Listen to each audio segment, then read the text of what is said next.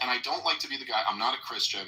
I don't like when non-Christians like. It gets a bit convoluted. What constitutes national defense? There's really is convoluted layers, as you know, of strategic thinking. Your weapons and how they're delivered, and then cyber weapons and intelligence agencies. So you could say, like, reasonably speaking, if Cuba has some kind of Russian-Chinese spying post on it in preparation for some future global war, it is theoretically in self-defense to try your best to neutralize that. Now, that doesn't give you carte blanche to go in and like, well, let's just kill everyone in Cuba because we could do it. But I think within reason, you're able to conduct these kinds of extraordinary operations that are outside of what would be considered like a just war in the Middle Ages. Like, we're going to war with this kingdom because whatever. And in the case of Venezuela, it was so limited. So it's really, I wouldn't even call it a war, even a military operation. We just extradited one person who happened to be running a country that is a criminal enterprise. You know, Venezuela is a socialist dictatorship, and arguably they are like a criminal regime. Socialism is against the Catholic Church. But what makes it criminal? Yeah, from my perspective, they're all criminal regimes. But yeah, so but like, well, I mean, it's a different thing. Some are worse than others.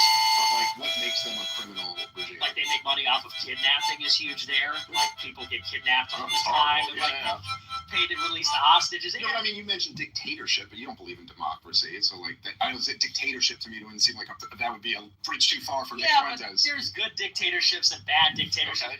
Point being is, like, if you want to use the moral angle, it's not like this was some kind of like decent humanitarian regime. Like, this was I agree. Listen, corrupt regime. I'm the libertarian, so you've got me convinced. I am no fan of like the Maduro regime or the Chavez regime or anything like that. I guess like the updated just war theory that you just laid out just seems to me to be vague enough for the Israel lobby to drive 10 wars through. You know, like there's they're in connection with another country. They could, I mean, the nuclear issue is not an issue with Venezuela or Cuba. Mm-hmm. I mean, to me, I think Donald Trump has celebrated how wonderful this is, claimed it was a regime change, claimed we're in control of the oil now.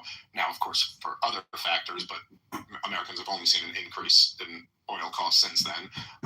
What seems to me to have been accomplished by the war is a pretty brutal energy blockade of Cuba. I mean, this is a little island that's been destroyed by communism for many, many decades. It posed absolutely no threat to the United States of America in any reasonable way. The Soviets aren't bringing nuclear missiles to Cuba. They're trying to get a ship full of oil. Russian submarine off the coast. Well, they were trying to move oil in, which Donald Trump allowed them to do, which I think was a good move. Not worth starting a war with Russia over. But I think that, like, again, these are your people who came up with the just war theory, right? Like, these were all Catholics. Yeah. I think, if I'm not mistaken, I think it was all Catholics who came up with this. But the idea of at least having some, like, I understand like when Thomas Aquinas and those guys, when they're coming up with just war theory, they're clear, and they were very well aware of this, that they're balancing different things, right? Like you're balancing Christian ethics and then war, which is a very difficult thing, right? There's like the worldly realities of these wars, and they're attempting to go, look, obviously Christians can't accept killing someone and taking shit from them. So like, here is the only way that it could be justified, is if it's a defensive war, you're attacked, you fight it proportionally, something like that. I just think saying that like this regime ran off of like, you know, criminal activities, I mean, certainly true, but I don't know, it just seems like a justification to start a war anywhere at any time.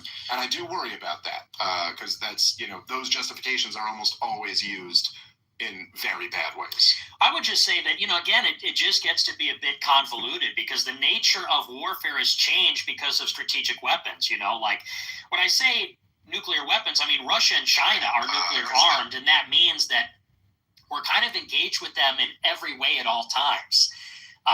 As long as those weapons exist, we're always going to be spying on them. We're always going to be in some like virtual state of conflict with them. And that is global because, you know, the whole basis of the Monroe Doctrine is nobody can touch us because of the oceans. Well, what our adversary is going to do, they're going to try to get on our side. Cuba, Venezuela, Nicaragua, Bolivia, whatever. Or, you know, even building the dual use stuff in every other country, Argentina, Peru, Jamaica, Haiti, whatever. So I do I would classify that under something like self-defense, and with proportionality, like I said, we're not saying like, and by we I mean me, I guess. I'm not saying like we could go to war with Venezuela and like invade their country and take their sovereignty, take all their supplies. I'm saying though that if they're aligned against us in our hemisphere in a way that's threatening, we should be able to go in and change that. If they want it to be better, they should just align with us. You know, you say, well, Cuba's this tiny defenseless island. Okay, well, then you better submit to Washington because you're right next to the superpower, and they're playing games. Saying you better submit to Washington is how we've got the whole situation in Cuba for 60 years. You know, I mean, that was what they said initially. You better submit to Washington. And if they want to avoid that, if they want to avoid a war, then they could always choose a diplomatic option. So could Iran. So could all of Israel's enemies, though. You know. But Israel can. I would say that's a different story. Because, okay, but that is true about both of them, you know? I mean, I don't know. I guess I just think that, I think, you know, essentially my take on all this shit is that, and I think this is right. I know this is kind of like a boring, you know, there's just not the energy to some of my views that there are to yours, because this is just, but I think that the bottom line here kind of is, we can't afford the government we have, or even close to it. Like, you just can't afford this. We're living under the biggest government in the history of the world. I mean, by orders of magnitude. Like, it really is. You just look at how much money Washington spends every year, and you know we can't afford the entitlement programs, let alone the world empire. And so we're $40 trillion in debt, and that's not even representing it, because even our entire tax base plus the $40 trillion in debt couldn't pay for this size of government. And so we just have to print the money to make up the difference. And we've printed, I know you might even know some of these numbers better than me, but what is it, since George W. Bush, I think we've created like 80% of the money that's ever been created. We're just printing trillions and trillions of dollars. This is how we've essentially band-aided over this bullet wound of an economy. And because of this is what's destroying essentially the currency. It's what's making life unaffordable for young people and working class people. And if you're going to continue to debase your currency, you're going to continue to see life like this, where, you know, it really does destroy any hope at having a conservative country. I don't mean just conservative like in decent values. If young people can't afford to start families. And all this stuff about like kind of looking for another war and another war when they're, even as you describe it, this isn't a war of necessity that you're describing. You're describing a war of choice. Like, maybe things would be better if we fought this. I just think it's really bad policy to allow our government to always be in search, as John Quincy Adams would say, of another monster to destroy. You know, these people do not, and I think this is one of the fundamental problems with government in general, and it's one of the problems with the Trump administration and all of this, is that these people, as you said at the beginning, they are not on our team. They're not working based on our incentives. They're working based on their incentives. And if you give them that type of power, I mean, to just kind of say, anywhere anyone's interfering that maybe could be strategically bad for us, we can go fight a war there. I mean, man, the military-industrial complex is going to be like, okay, we got some thoughts. I'm saying that from a moral point of view. From a moral point of view, as long as, because I think the case could be made, like, for example, in the Cuban Missile Crisis. I mean, would you say something like, well, Cuba's a sovereign state, they're allied with Russia, so they're putting nuclear missiles to defend themselves? You would say, no, that threatened us, it's too close. And the same goes even, for other conflicts that have happened in the world. I think morally speaking, it just gets a bit more complex because of the nature of how things are. And I would take it a step further and say, when it comes to this being a war of choice, if you actually look at the strategic situation, we've been losing the Western Hemisphere for 15 years. China's become the number one trading partner of basically all of Central and South America and the Caribbean. And what this does is it allows them then to go in and build all this infrastructure. And that's part of a very concerted play. Like, they are trying to increase their influence. They're building this stuff, and they're building this stuff in anticipation that they're going to put their Navy there. They have 400 times the shipbuilding capacity as us. They're building deep water ports everywhere, eventually to put their ships. And, like, for example, there's a new technology. They put a missile launch system in a container, like a shipping container, so they could get their biggest container ships, load them up with shipping containers that may or may not contain all missiles, or, like in Operation Spiderweb last year in Ukraine, they could contain all these drones. Right. So if there's a future conflict, let's say in Taiwan, Do you want Venezuela and Cuba to have Chinese spying posts? And do you want a Chinese deep water port in Peru? And they've got all their shipping there, and it's simultaneously surveilling us, but also loaded up with weapons. That obviously puts us in a big disadvantage. So, it's like that other expression: if you want peace, prepare for war. Yeah. So how do we check China? I don't think it's a war of choice. I think this is we're kind of getting our act together because we let it go in the Western Hemisphere. Well, Taiwan's going to have to submit. I think to China. Yeah. Yeah. I say it kind of tongue in cheek, but I actually agree with you on that one. I think that so you brought up the Cuban Missile Crisis. It's a good example, and I would certainly agree with you that that is something that is totally reasonable to go like, no, we can't. I understand you haven't bombed us yet, but I can't be expected to sit here with a knife at my throat and go on with life as normal. This is intolerable. But of course, the solution to that, as you well know, was for Jack Kennedy to get on the phone, and it was not solved by invading Cuba. In fact, when he invaded Cuba, it was an unmitigated disaster. But this was solved by getting on the phone and making a deal and saying, listen, we can't live with this. So you got to move these back. And in exchange for that, we will pull was it from Turkey? I think we moved our nukes back. Just seems to me like with all these problems, that would be a way better way to solve them. And of course, the U.S. does have tremendous leverage if it were willing or able to use it. Now, this is one of the interesting dynamics with our government is that it's this giant organization, but it's not exactly like the guy at the top just runs the whole organization. There's many factions within it. And if the guy at the top is going with the wind, he's very powerful. But if he's going against the wind, like, in other words, if the president of the United States of America is the most powerful position in the world, in some respects, if Donald Trump wants to start a war, he can start a war anywhere he wants to. There's really no more congressional, authorization or even war powers or anything. And honestly, like, does anyone believe, even if they did, if this War Powers Act had passed and Donald Trump just went, suck my dick, does anyone think like that anything would have changed? So if he's starting wars, he's very powerful. Now, if he wanted to destroy the military-industrial complex, he basically has as much power as me or you. So like if you're going with the grain, you're very powerful, but going against it, you're not. But like for example, if you wanted to end, say, like the war in Ukraine, a little bit tougher now. At the beginning, maybe but we have enormous cards we could play. We could say, hey, look, we'll leave NATO. The U.S. will leave NATO. It'll be just a European alliance. You can come in and we'll leave, but you all work out like. You could get Putin to stop, but you'd have to give him something, And even as you say this, I don't disagree with like some of the potential issues that you're talking about, and it is a very new world. And look, even as we're watching in Iran, I've been at this for 20 years now, and drones in war were just not a thing. Like, that just wasn't a thing. It was a brand new thing when we had them. Now, all of a sudden, this is a new reality. It totally changes warfare now when they can essentially close the Strait of Hormuz, if need be, just with cheap drones. But again, China's been doing over the last 20 years, while we've been fighting endless wars and spending trillions of dollars, they've been doing business with everybody. And like, perhaps then maybe that would be, if we want to get into that strategic fight, that it would be to, okay, yeah, let's do diplomacy. There's a lot of shit that the rest of the world really hates that we do. China, when Donald Trump even just went over there now, right, like, he wants them to stop helping Iran in whatever logistical intelligence way they've been.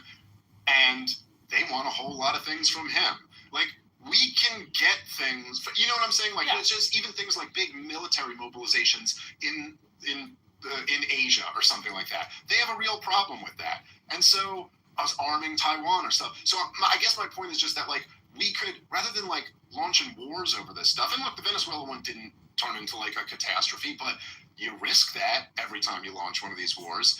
And I think we would be much better off at just like being smart, being much more restrained. Saying, what was the phrase you used? In order to end a war, you gotta, or whatever. It's a peace through strength, essentially. I mean, I've been hearing peace through strength out of the Republicans since Ronald Reagan. I was too young to remember Ronald Reagan, but I know he said it.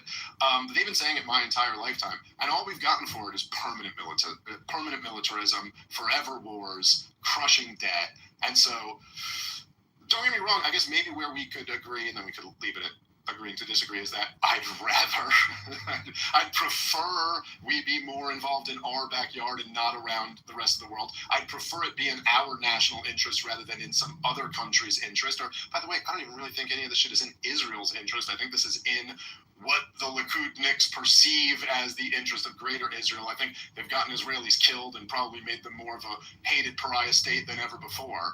But I also think in the same sense, it doesn't really seem to be the way DC works. They're not really working in the interest of the American people.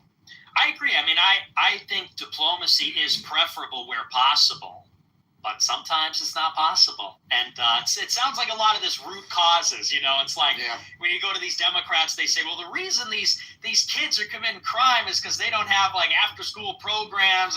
And it's like, dude, they need to go to jail. Cops need to beat the shit out of them and take them to jail. And with Venezuela, it's like, look, Rick Grinnell proffered a deal with them.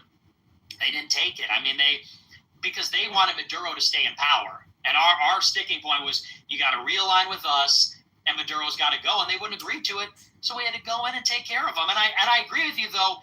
I'm a restrainer. I believe in restraint. I think that we should be very selective in our engagements, keep them in our backyard, prefer diplomacy, but sometimes you got to kill people. Sometimes you got to do it. I wouldn't necessarily disagree with that, but also I think there's a lot going on that we don't know about there, and I think Maduro was all tied in with the CIA and a whole lot of stuff going on that we're not aware of. Okay, I'm glad you prefer diplomacy first, Nick Fuentes. I very much enjoy our diplomacy. I hope this doesn't break into a hot war.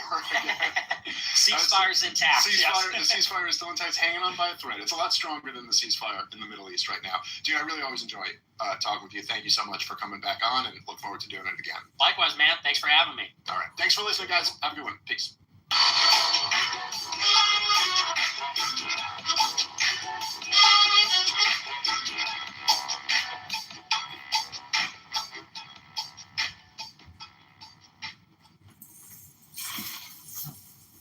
Okay, that was the world famous Nick Fuentes. Whenever we catch him, we always record him because I like building a library of the enemy. Just like Dan Bilzerian, one of the highest level psychopaths I've ever seen in my life. Dan Bilzerian. Him and Nick are feuding, the Tate brothers and Sneeko. I don't even know who Sneeko is. My friend, do you know who Sneeko is? You should not know who that person is. I do not know a Sneeko. Bad. It would be bad if you knew who that was. I also didn't know who Chud, the architect, is. Do you know Olivia, the Palestinian? Yes, Habibti, I do know Olivia. I see her on the TikTok. She has her scarf on and she is drinking water, getting her lips wet. She's so pretty.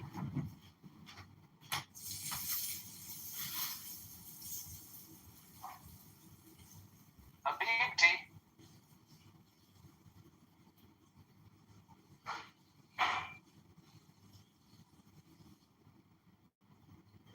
Do you know who Weeby is?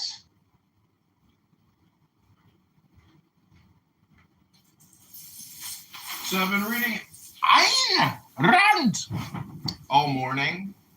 I'm back into reading books. I was in a room earlier. Said I'm reading books for a nonprofit to help veterans that suffer from PTSD, and immediately it was claimed that I am committing stolen valor by Regal.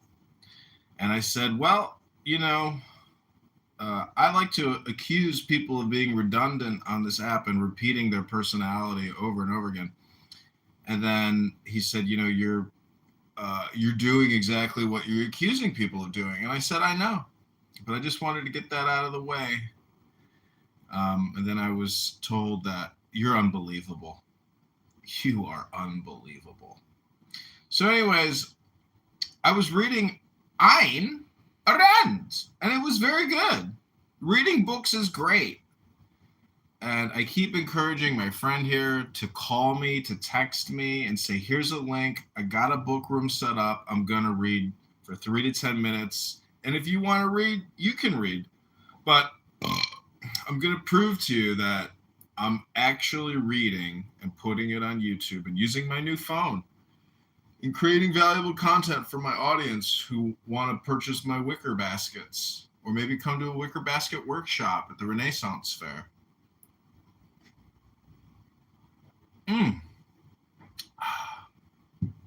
Maybe you're going to pick up a musical instrument. Maybe you're going to decide to become a musician one day. I already am a musician, John. Here's my YouTube channel.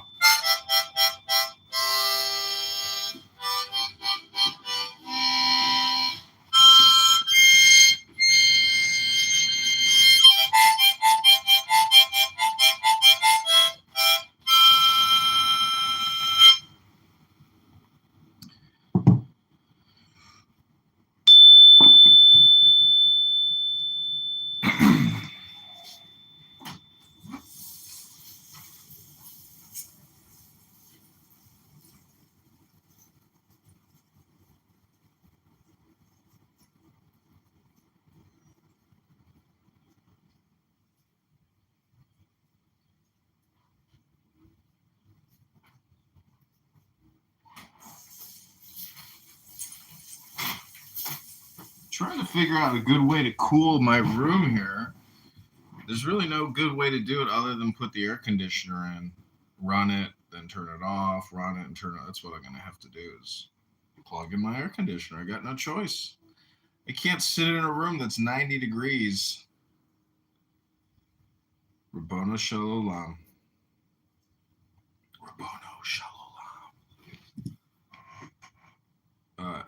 Somebody in another room yesterday, I won't mention her name, was saying, "Stop saying that! Stop saying that!" So I sold her pussy pictures to a Canadian pussy broker. And then I was told that I have to apologize for engaging in comedy. Rabboni Shalom.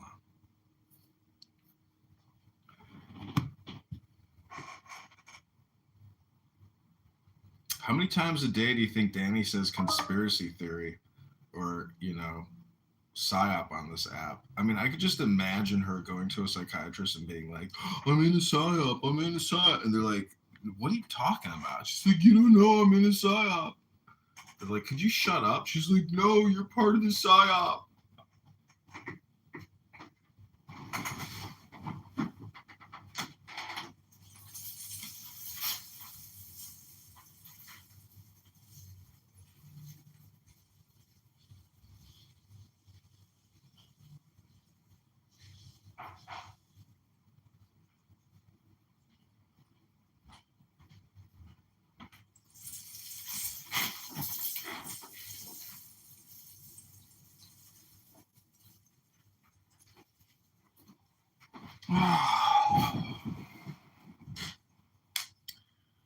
Okay, I'm going to keep reading Ayn Rand.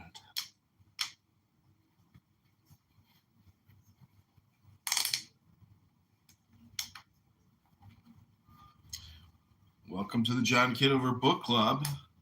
What are you doing with your time these days, John? Oh, well, I read books with veterans that suffer from PTSD.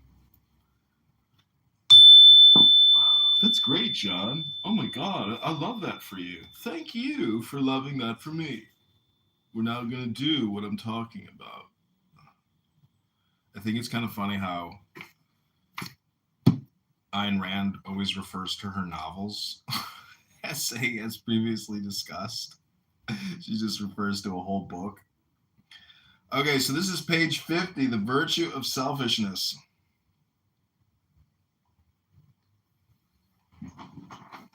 I'm also using 2 AI wearable devices as I record this, and I'm looking at 25 different cell phones. I'm using Meta and Loki.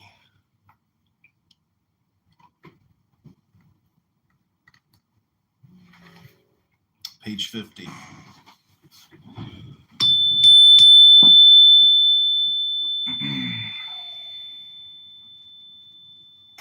On the question of why man is not a sacrificial animal and why help to others is not his moral duty, I refer you to Atlas Shrugged. This present discussion is concerned with the principles by which one identifies and evaluates the instances involving a man's non-sacrificial help to others. Sacrifice is the surrender of a greater value for the sake of a lesser one of a non-value. Thus, altruism gauges a man's virtue by the degree to which he surrenders, renounces, or betrays his values, since help to a stranger or an enemy is regarded as more virtuous, less selfish, than help to those one loves.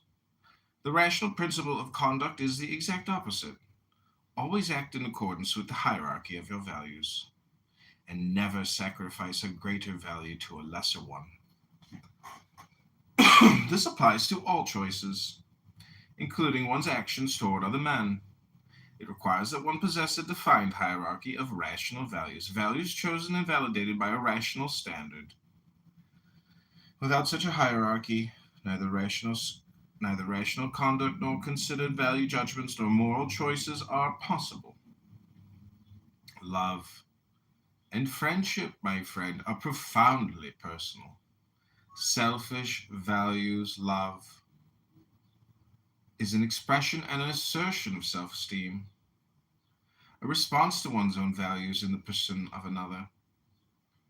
One gains a profoundly personal, selfish joy from the mere existence of the person one loves. It is one's own personal, selfish happiness that one seeks, earns, and derives from love. A selfless values, concern for the welfare of those one loves, is a rational part of one's self-interests. If a man who is passionately in love with his wife spends a fortune to cure her of a dangerous illness, it would be absurd to claim that he does it for a sacrifice for her sake, not his own, and that it makes no difference to him, personally and selfishly, whether she lives or dies. Any action that a man undertakes for the benefit of those he loves is not a sacrifice if, in the hierarchy of his values, in the total context of the choices open to him, it achieves that which is of the greatest personal and rational importance to him. In the above example, his wife's survival is of greater value to the husband than anything else that his money could buy. It is of the greatest importance to his own happiness, and therefore his action is not a sacrifice. But suppose he let her die in order to spend his money on saving the lives of 10 other women, none of whom meant anything to him, as the ethics of altruism would require. That would be a sacrifice. Here the difference between objectivism and altruism can be seen most clearly. If sacrifice is the moral principle of action, then that husband should sacrifice his wife for the sake of 10 other women. What distinguishes the wife from the 10 others? Nothing but her value to the husband who has to make the choice. Nothing but the fact that his happiness requires her survival. The objectivist ethics would tell him your highest moral purpose is the achievement of your own happiness. Your money is yours. Use it to save your wife. That is your moral right and your rational moral choice. Consider the soul of the altruistic moralist who would be prepared to tell that husband the opposite. And then ask yourself whether altruism is motivated by benevolence. The proper method of judging when or whether one should help another person is by reference to one's own rational self-interest and one's own hierarchy of values. The time, money, or effort one gives or the risk one takes should be proportionate to the value of the person in relation to one's own happiness. To illustrate this on the altruist's favorite example, the issue of saving a drowning person. If the person to be saved is a stranger, it is morally proper to save him only when the danger to one's own life is minimal. When the danger is great, it would be immoral to attempt it. Only a lack of self-esteem could permit one to value one's life no higher than that of any random stranger. And conversely, if one is drowning, one cannot expect a stranger to risk his life for one's sake, remembering that one's life cannot be as valuable to him as his own. If the person to be saved is not a stranger, then the risk one should be willing to take is greater in proportion to the greatness of that person's value to oneself.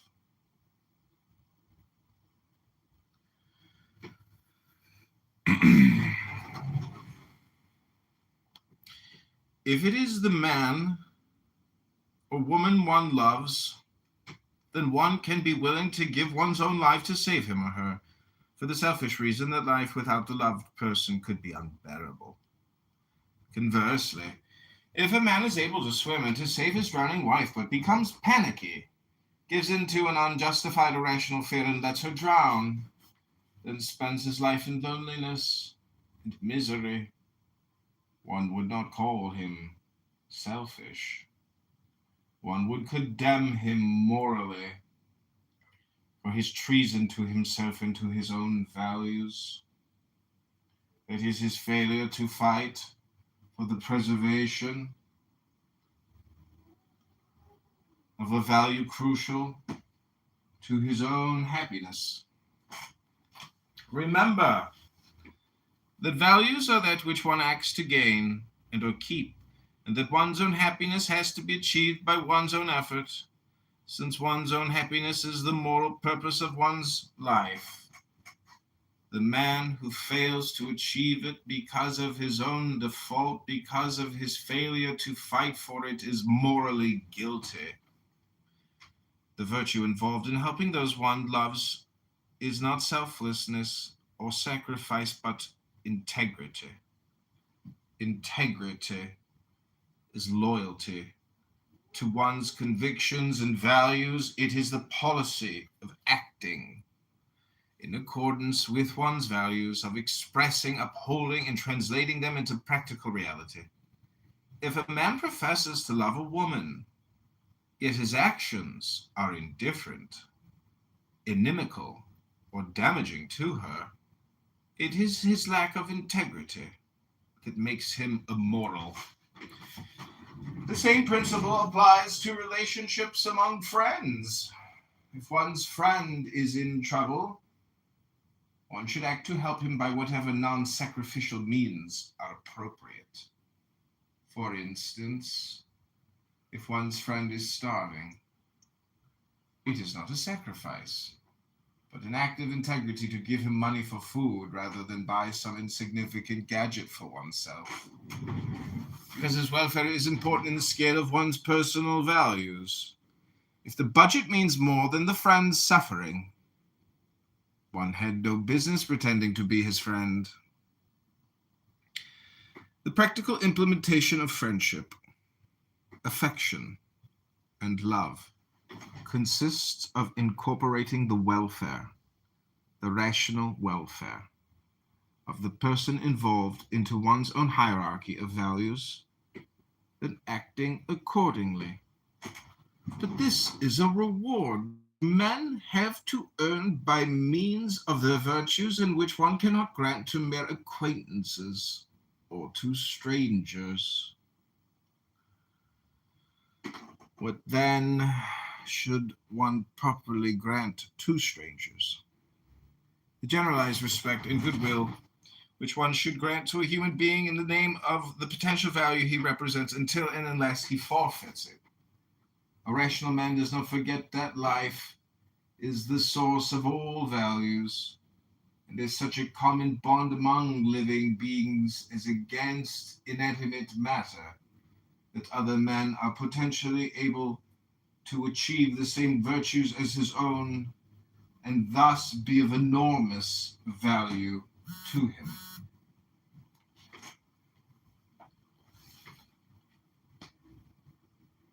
This does not mean that he regards human lives as interchangeable with his own. He recognizes the fact that his own life is the source, not only of all his values, but of his capacity to value. Therefore, the value he grants to others is only a consequence, an extension, secondary projection of the primary value, which is himself. The respect and goodwill that men of self-esteem feel toward other human beings is profoundly egoistic. They feel, in effect, other men are of value because they are of the same species as myself. In revering living entities, they are revering their own life. This is the psychological base of any emotion of sympathy and any feeling of species solidarity. Since men are born tabula rasa, both cognitively and morally, a rational man regards strangers as innocent until proved guilty,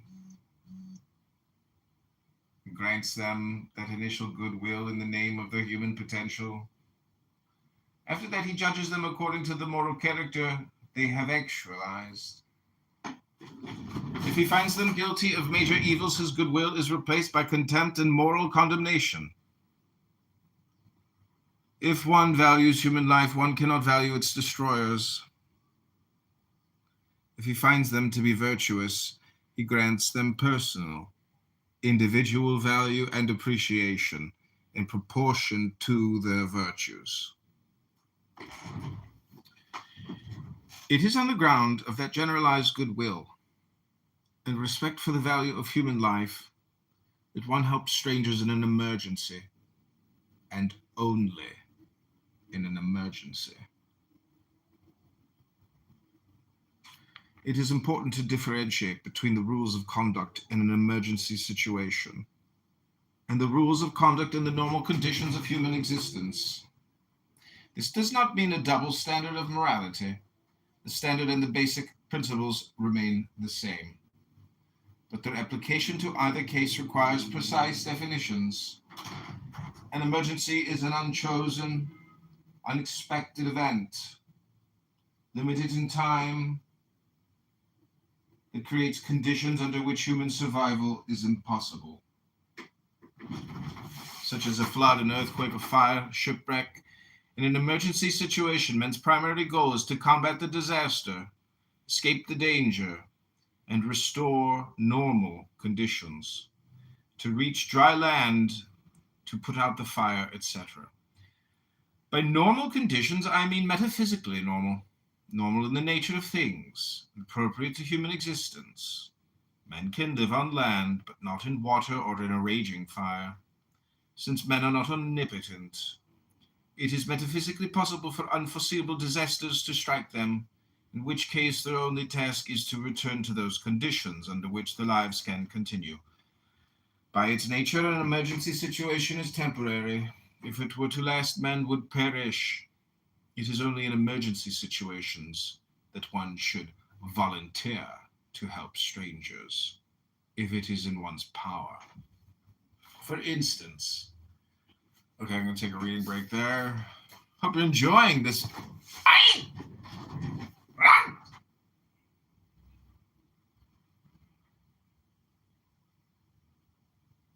This is mayoral candidate John So Kitover. we shouldn't help each other. Only in, Shouldn't help a nigga. only in an emergency situation. Sorry. Only in an emergency. Well, you use the soft H there. You're getting better. One day at a time. Hard R to soft H all the way to just N-word. Then from N-word, you can just get back to books and call yourself a human being again. Because it's all projection. You know, you are the N-word you project. It is your insecurity. Or it is your, I mean, didn't we just read about that? That it's like a secondary projection. Bonus show. Okay, we're on page 55. It's too hot in here to continue reading. I am going to open up a window. Ugh.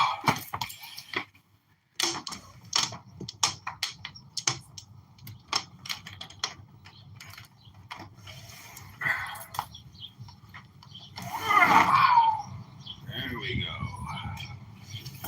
Oh, yeah.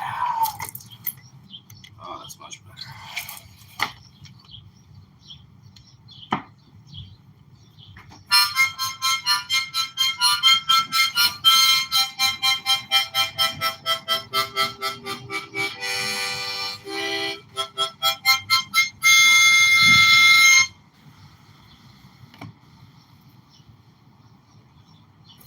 So I don't know if you know about Dan Bilzerian, but he is one of the most horribly obnoxious people maybe to have ever lived.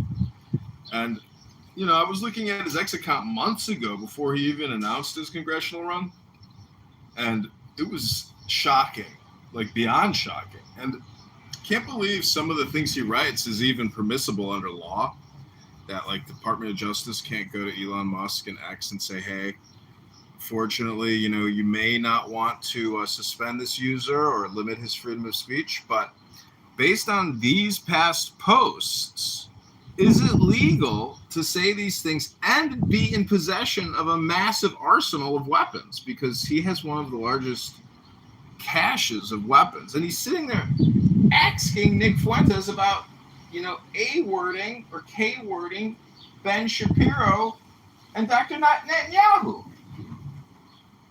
Anyways, he's a very dangerous, you know. What he said? Yeah. And it's so funny because Nick Fuentes is like roasting him for being low IQ. And he like invites people to his house and makes them like leave their cell phone in a room and they go to like a private room. And they were just like, he is so weird, so low IQ. And it's true. I mean, you just heard me read a book. I just did what like 0.0001% of the population actually does, which is read a book. So I can prove that I'm in the percent because I can actually point you towards a YouTube channel of me proving that I've read a book just recently, when 99.99% of the population has not read a book recently. They're just consuming media. And so at the end of the day, this app, even Clownhouse X, everybody is competing with their media for attention in the attention economy. And that's why, you know, I'm glad you bought your phone, but until you start texting me links and say, okay, bro, I'm now trying to compete in the attention economy, you know, you're just consuming my media. And I'm trying to launch you like a rocket, you know, from the slingshot of David, you know, and send you into the stratosphere. And the only way to do it is through your cell phone, my friend. It's the only way. There's no other way. Your cell phone is David's slingshot. You can take out Goliath with that cell phone. You just got to start clicking those buttons. Click, click, click, click, click, click, click, click, click, click, click, click, click, click, click, click, click. Until you've done it 1,000 times, then 10,000 times, 100,000 times, Rabbono Shalom.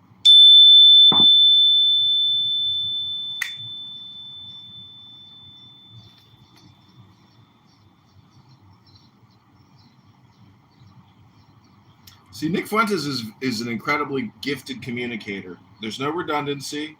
It's crystal clear. And then he hits you with a zinger. Like, did you hear what he said? Where he's like, the problem isn't that these students don't have the correct resources. We're spending more money than ever on education. The problem is the police need to beat the shit out of them and put them in jail. I was like, whoa. He just hit him with a zinger. I thought it was kind of funny. All right, I give you the trenches of Clownhouse. Whack 100. It's a solid nigga there right there. You don't get no solid. Right in between Lil Haiti. Because we can easily have somebody come verify if you live there or not. I didn't say I lived on Brookdale. I said that was around the corner. Stop over here trying to act gangsta and rep goods and stuff like that. No, we're not doing that for sunshine. I'm playing with that. Sunshine to the room. I know you are. You think she gonna fall for my foolishness? What my Bay Area people at? The what? Anybody from the Bay in here? Oh, what Bumpy? Oh, well, Bumpy in Alaska. Bumpy not from the What's Bay. up, Steve? Bumpy Johnson. We know Bumpy Johnson. Do you know Ken Kunta Kinte out of Detroit? Who opened up King Kunta Kinte Deep Fried Chicken? Do you know Earl's Chicken out of Detroit? Mm-hmm.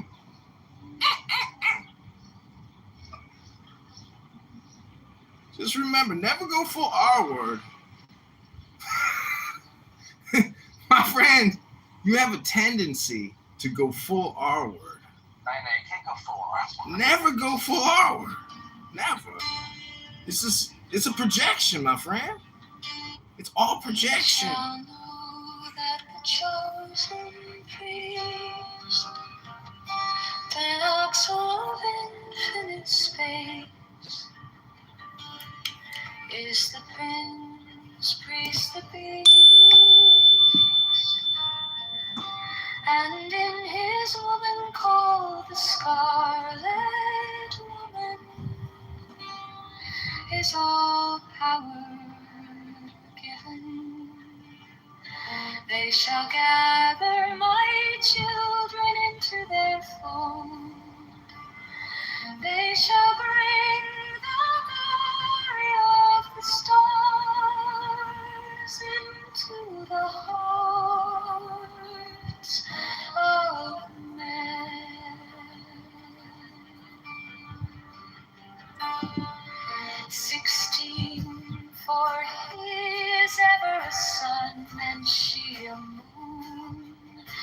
But to him is the winged secret flame, and to her the stooping starlight.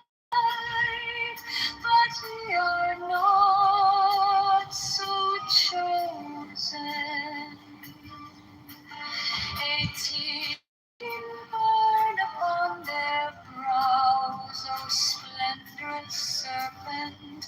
19, oh, azure lidded woman, bend upon them. 20, the key of the rituals is in the secret word which I have given unto him.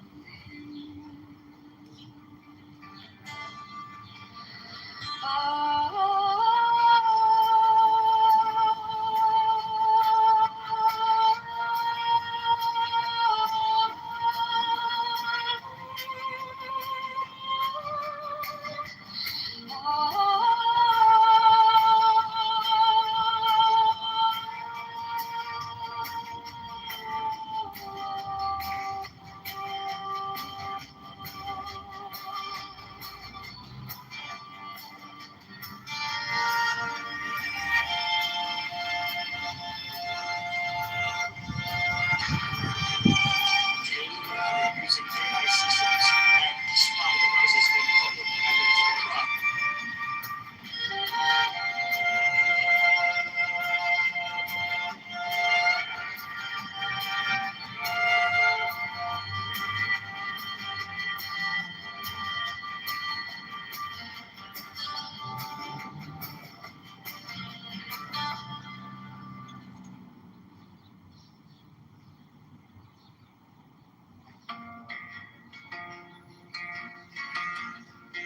It's for dumb people. The code is for dumb people. Now you It's shall theory. know It's that like the that means someone that chosen priest, and souls in infinite space, it's inherently is the prince of peace. In the name of Jesus,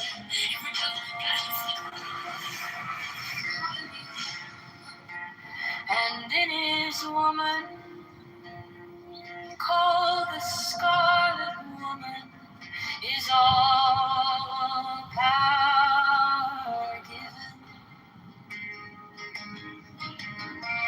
They shall gather my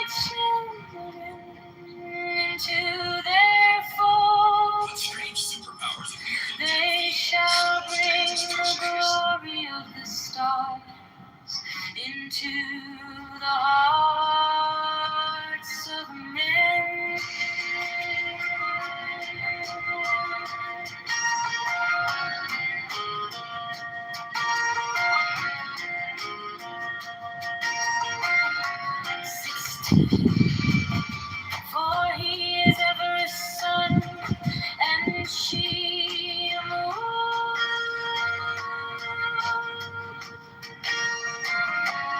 But to him is the winged secret flame, and to her the stooping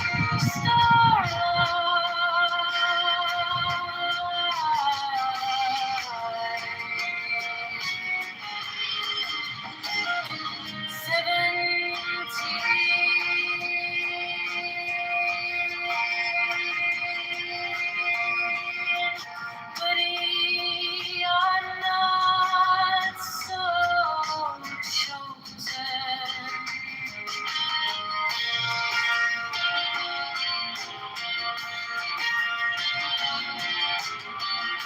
18 burn upon their brows, oh splendrous serpent.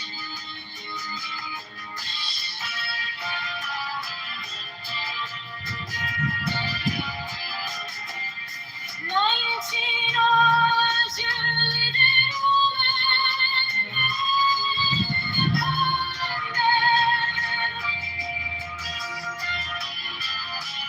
20. The key of the rituals is in the secret word which I have given unto him.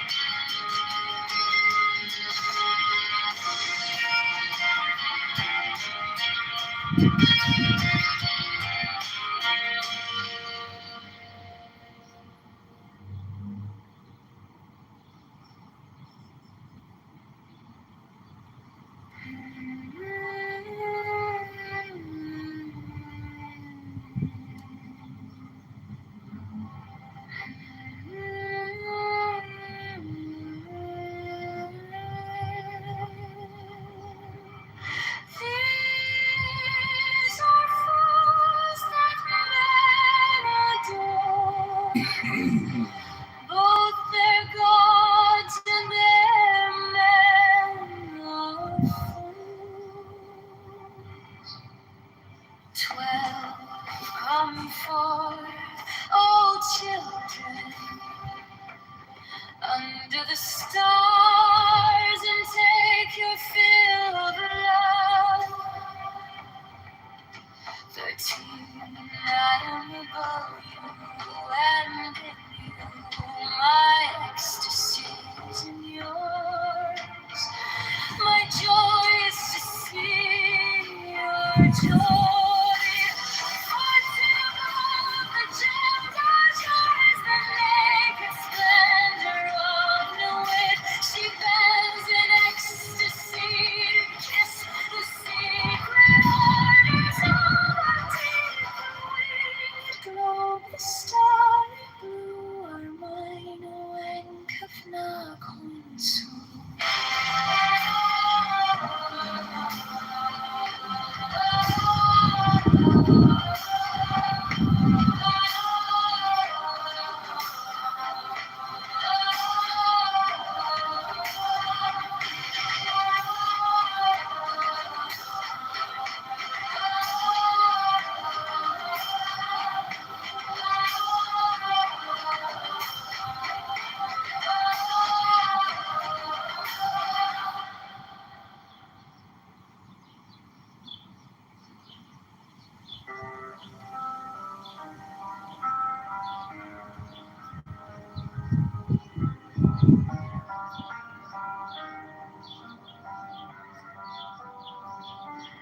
These are fools that men outdo, both their gods and their men of fools.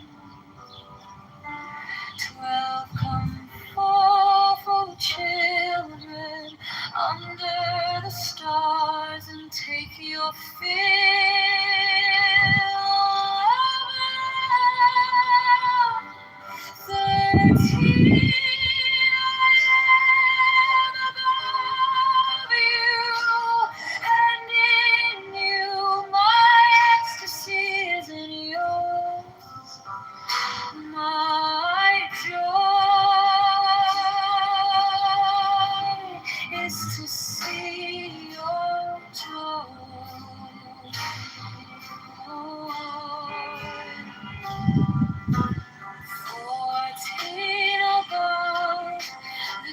gemmed azure is the naked splendor of the wind.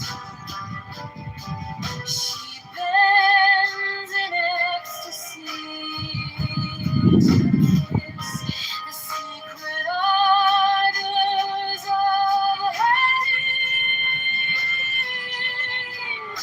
The wind blows the starry blue, our wide awake and nothing soon. My joy is to see your joy.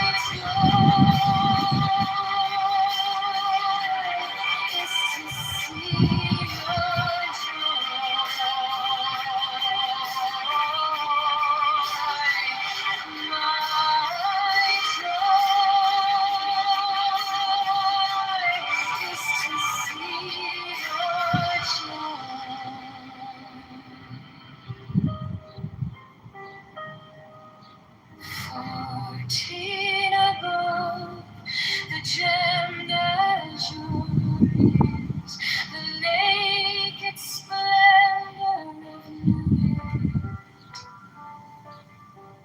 She bends in ecstasy to kiss the secret ardors of her dreams. The wind glows the starry blue, her mind awaketh nothing soon. My joy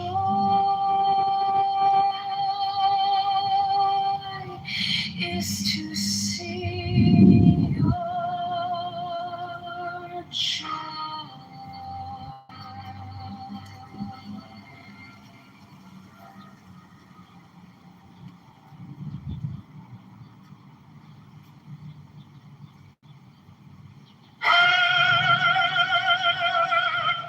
The manifestation of new Eve, the unfurling of the company of heaven.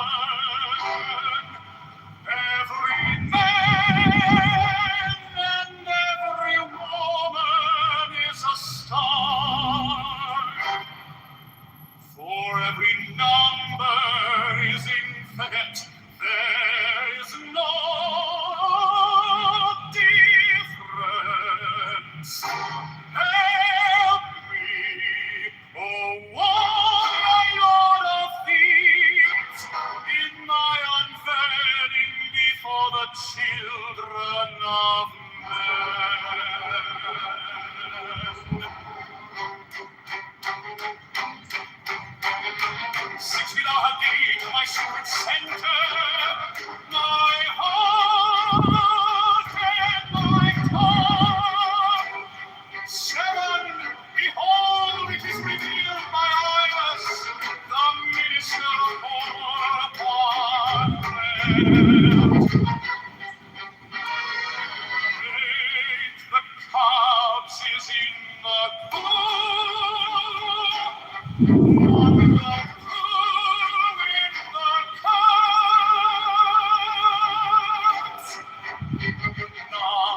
Worship then the clouds, and behold.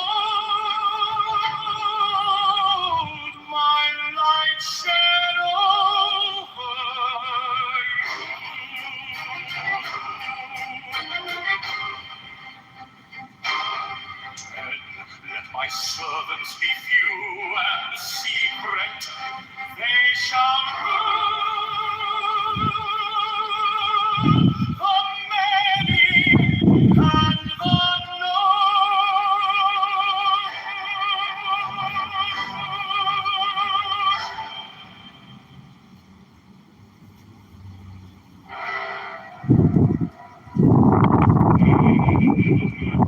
the manifestation of new breed, to the unveiling of the company of heaven. Every man and every woman is a star.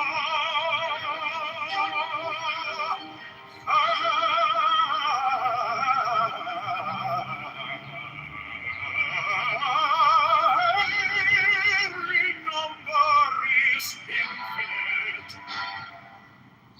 There is no difference. Five, help me, O warrior lord of deeds, in my unveiling before the children of men. Now I need my secret center, my heart and my thought. Seven, behold, it is revealed by I was the minister of Purpakrat. Prince of the cats is in the pool, and the pool in the cats. Nine worship, then the cats, and behold my light shed over you.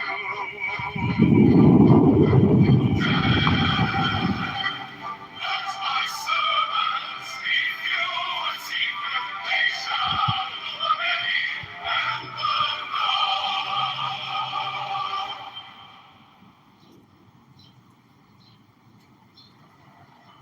mine is the head of the man, and my insight is keen as the hawk's. By my head I invoke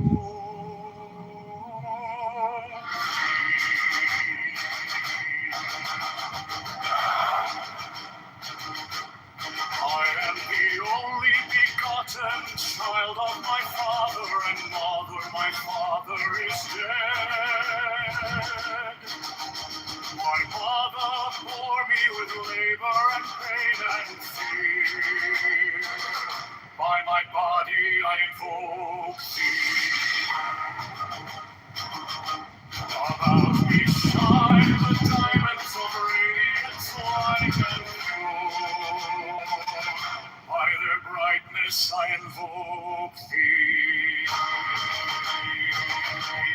Mine is the red triangle reverse, the sign given of none save indeed of thee, O Lord.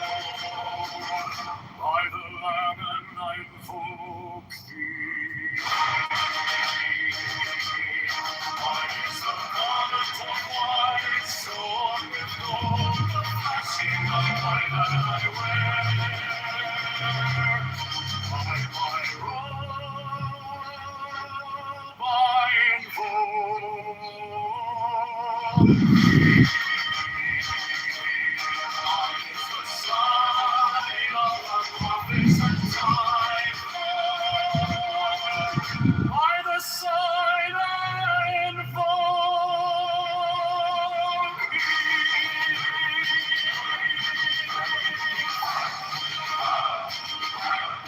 Mine is the turban of white and gold, and mine the blue vigor of the intimate air. By my crown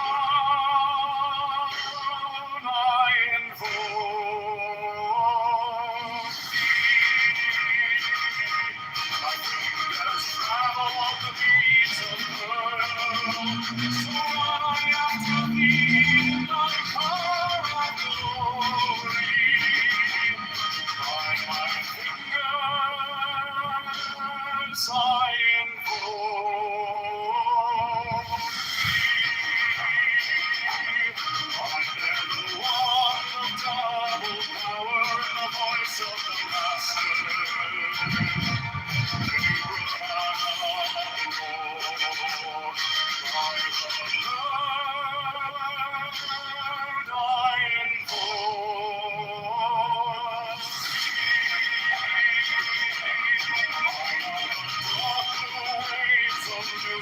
the song that I made of old to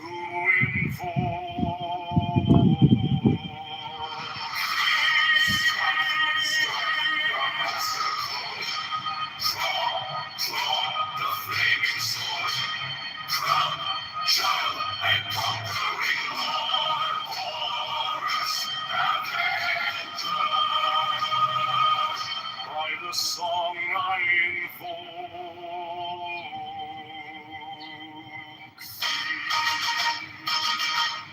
in my hands my sword of revenge. Let it strike at thy bidding. By the sword I invoke.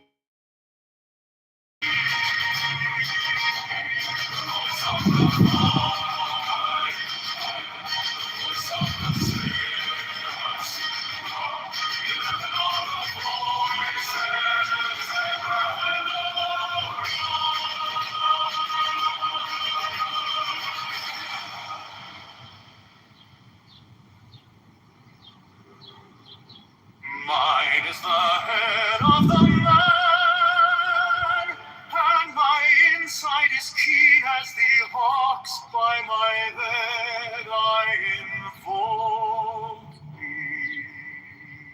I am the only begotten child of my father and mother. My father is dead.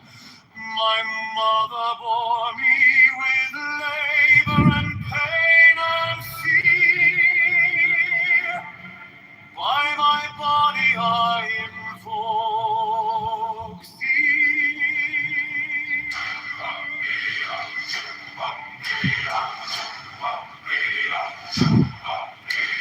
About me shine the diamonds of radiance, white and pure.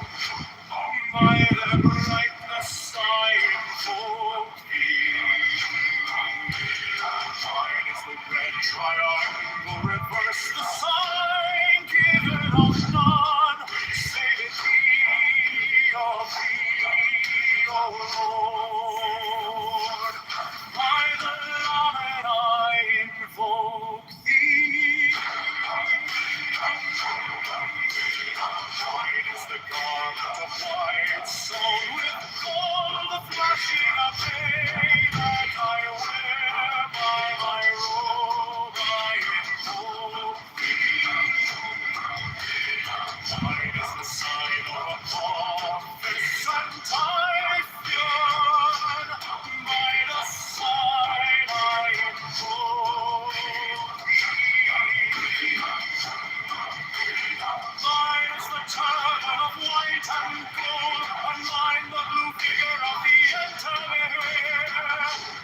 By my crown I invoke thee. My fingers travel on the beat of earth, so run I after thee in thy car of glory.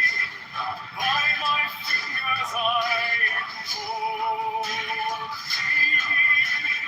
Mine the wand of double power in the voice of the Master.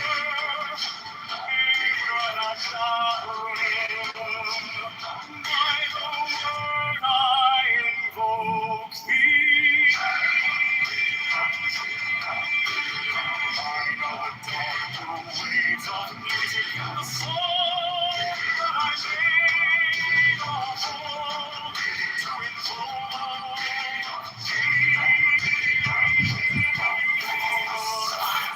Strike the master chord, draw the flaming sword, child and conquering Lord, Horus Avenger.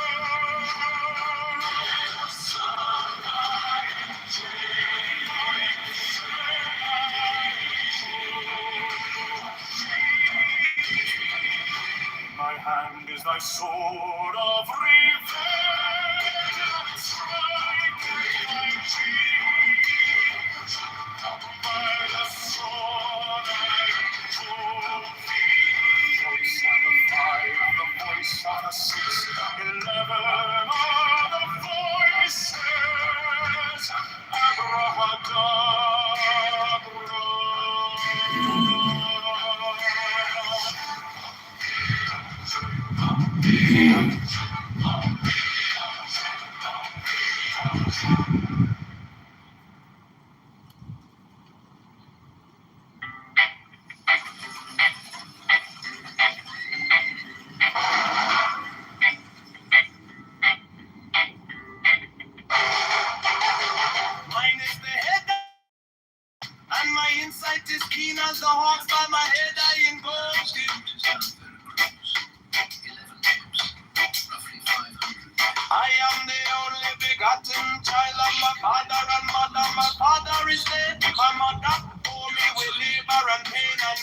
By my body I invoke thee.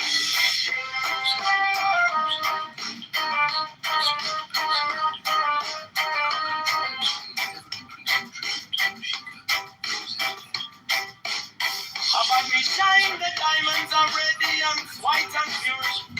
By their brightness I invoke thee. Mine is the red triangle reverse, the sign given of none. Save it be of thee, O Lord. By the Lamb and I invoke thee.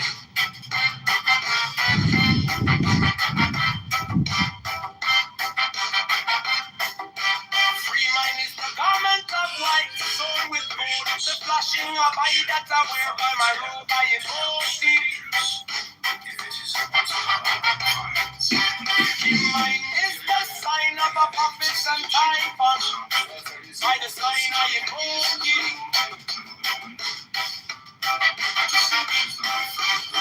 Mine is the turban of white and gold, and mine the blue figure of the intimate. By my crown I invoke thee. My fingers travel on the beads of earth, so run I after thee in thy car of glory. By my fingers I invoke thee. I hear the sound of double power in the voice of the master. Abraham, by the word I invoke thee. I know the dark blue waves of music in the song that I made about to invoke thee.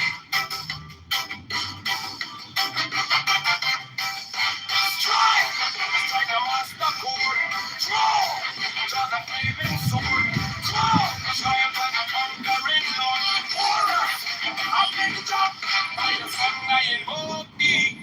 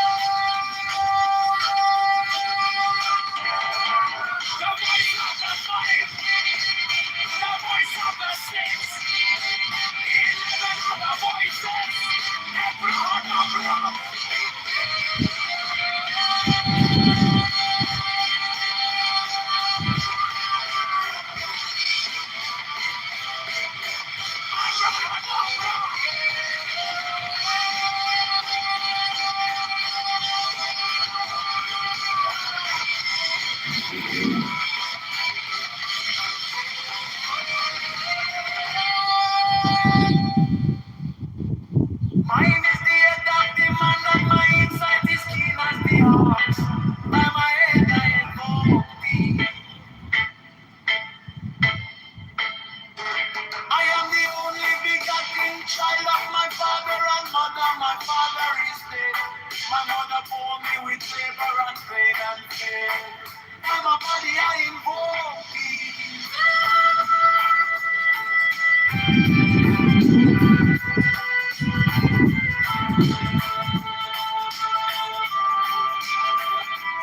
Around me shine the diamonds of radiance, white and pure. By the brightness I invoke thee. Mine is the red triangle reverse, the sign given of none. Save it be, oh thee, oh Lord. By the Lamb and I invoke thee.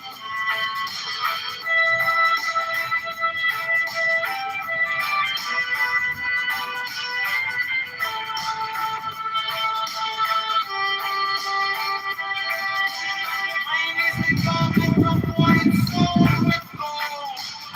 flashing out my that I will. By my room I invoke. I miss the sign of a office and typhoon. By the sign I invoke thee.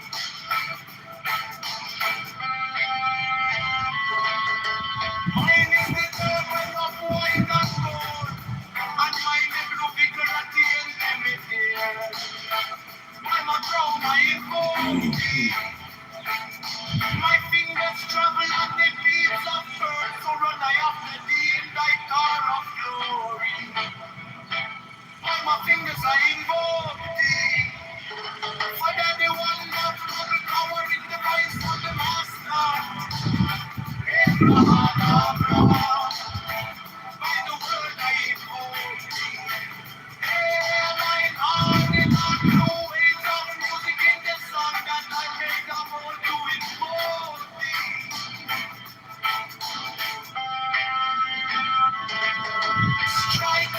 Strike the monster code. Draw the flaming sword. Dragon and conquering Lord. Oh, Amen, God. By the sword I invoke thee. In my hand is the sword of revenge. Let it strike. And I believe. By the sword I invoke thee. The voice of the fight. The voice of the six, 11 of the voices. Abra.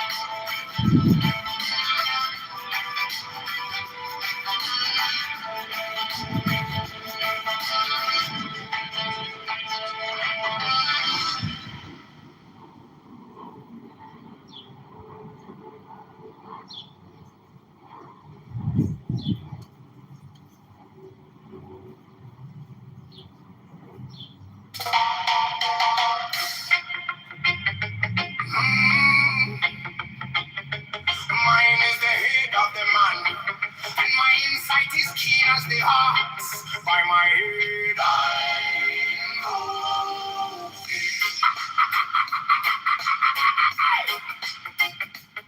I am the only begotten child of my father and mother. My father is dead. My mother bore me with labor and pain and fear by my body. I know about me. Shine the diamonds of radiance, white and pure by the brightness. I know mine is the red triangle reverse with the sign, giving of none, save it be of thee. Oh Lord, by the layman. I know mine is the garment of white, so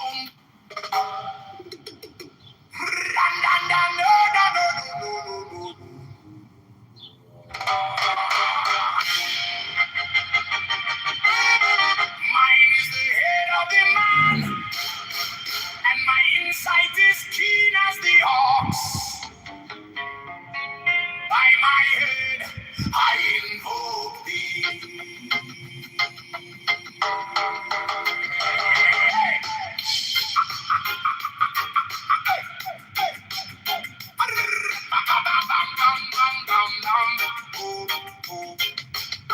I am the only begotten child of my father and mother. My father is dead. My mother bore me with labor and pain and fear by my body. I invoke thee. About me shine the diamonds of radiance, white and pure. By their brightness, I. Mine is the head of the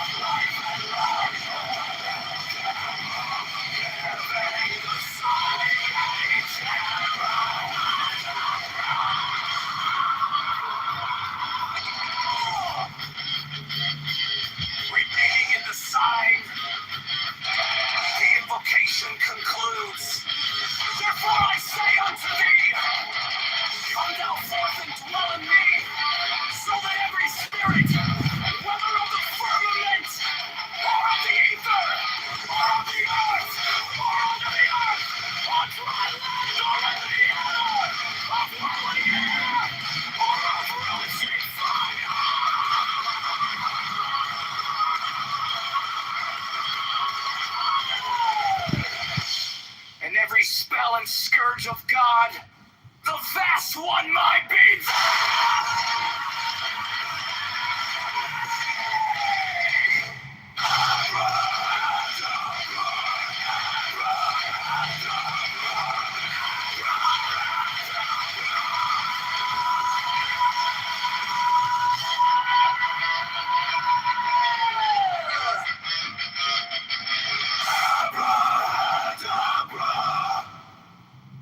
Mine is the head of the hawk, Abraham!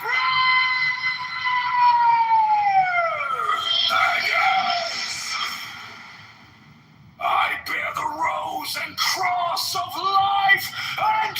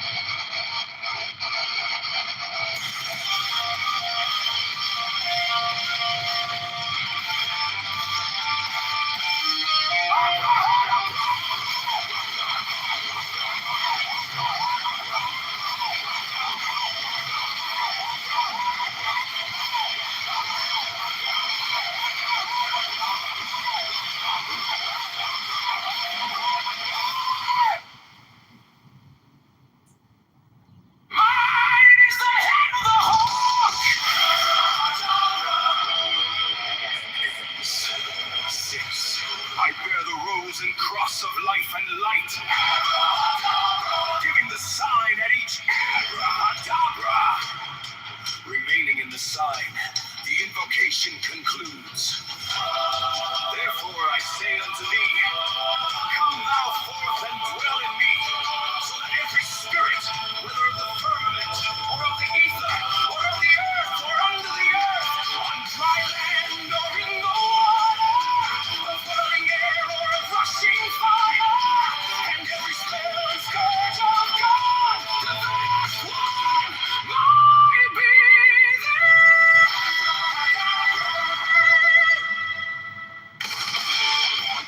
Mine is the head of the hawk, abracadabra, and ends in 6. I bear the rose and cross of life and light, giving the sign at each abracadabra. Remaining in the sign, the invocation concludes. Therefore I say unto thee, come thou forth and dwell in me, so that every spirit, whether of the firmament, or of ether, or of the earth, or under the earth, on dry land, or in the water, of whirling air, or of rushing fire, and every spell and scourge of God, the vast one,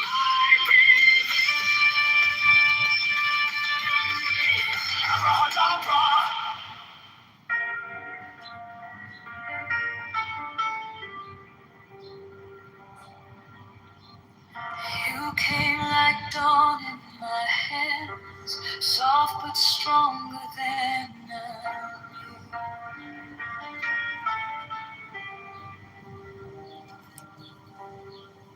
My fear turned gold in your eyes, and my whole night broke in two.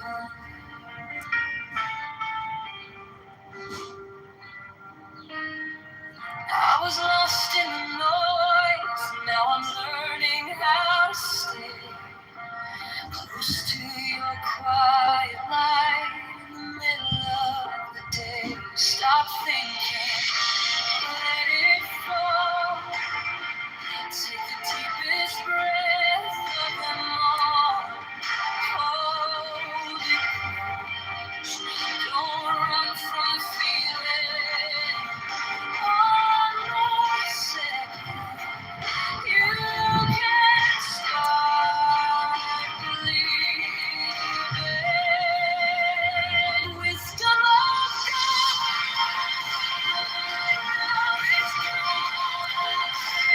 Wisdom of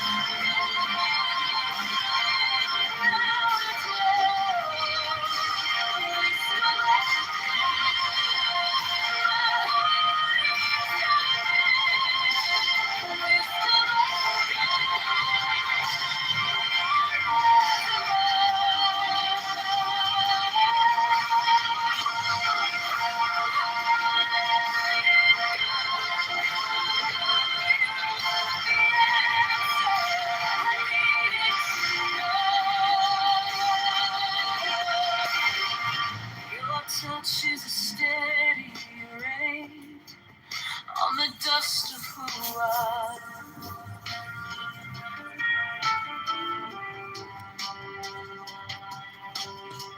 Every wound gets named and it fades in.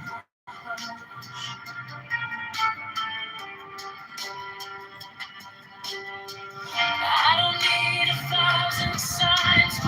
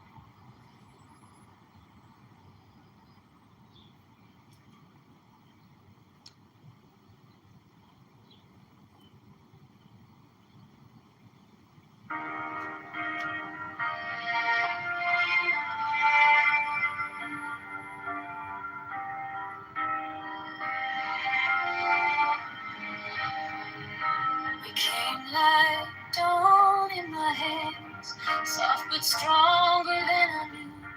The fear turned gold in your eyes, and my old night broke in two.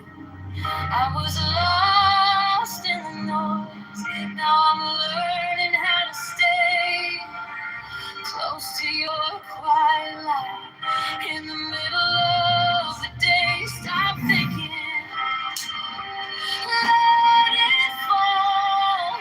Take the deepest breath, hold them all. Hold it close, don't run from the feeling. One more second, you can't stop believing. Wisdom of God, now it's joy. Wisdom of God, now it's love. Wisdom of God, my heart is open. Wisdom of God, I rise above. Hold, hold, hold. Let it go, go, go.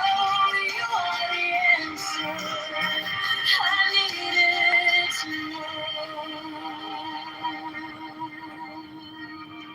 Your touch is a steady rain on the dust of who I was.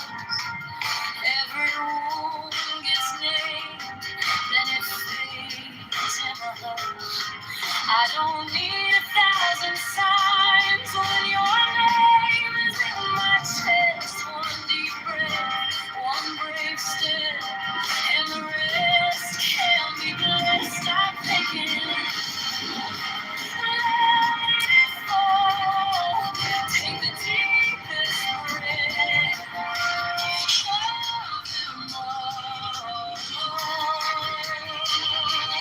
Hold it close, don't run from the feeling.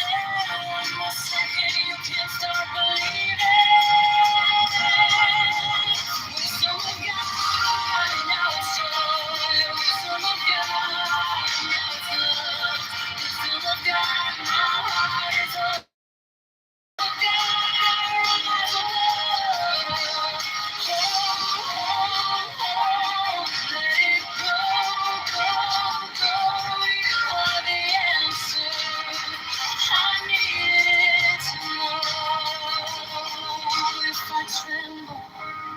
Stay near if I break.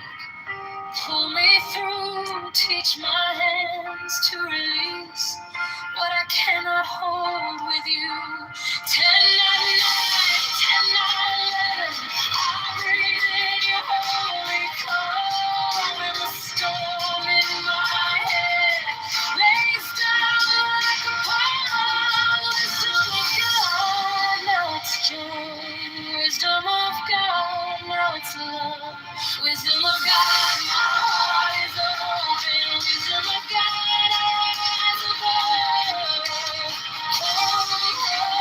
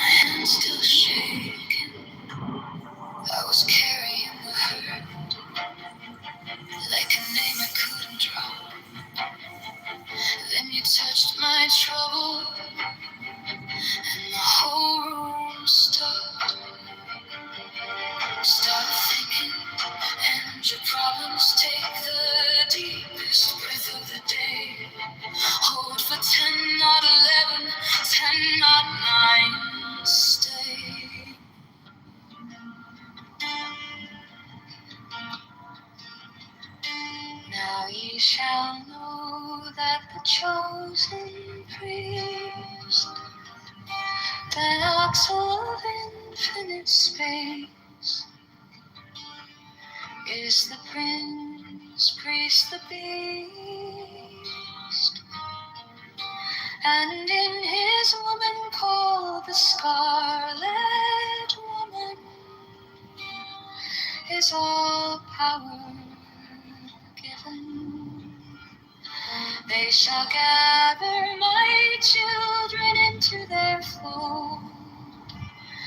They shall bring the glory of the stars into the hearts of men.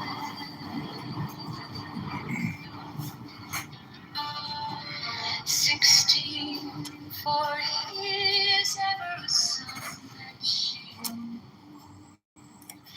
But to him is the winged secret flame. Yeah, that's the part that we don't even know.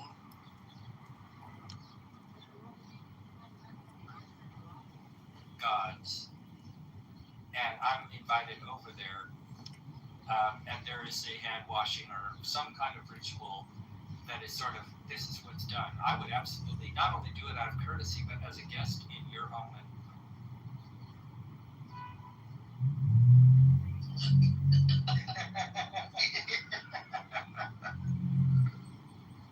I can't. Oh my God. Y'all are incomplete. Y'all.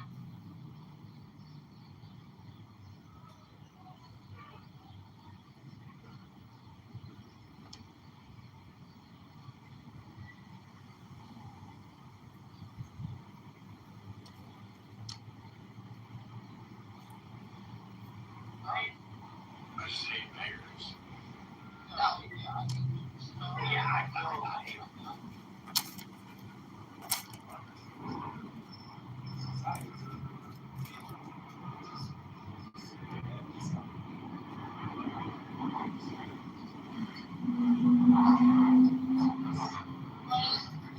That's why I don't let my dogs lick me in the face.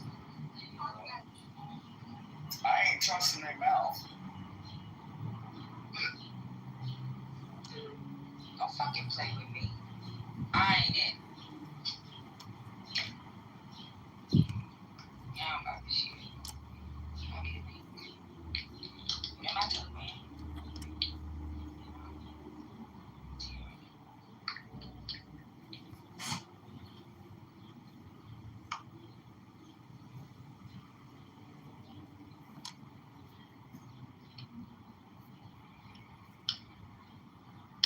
Okay, this is Patty from Clubhouse. She's having a mental break. She created a room called You Played Again, Now You Blocked for Life. She's putting it in her Telegram. She is pissed.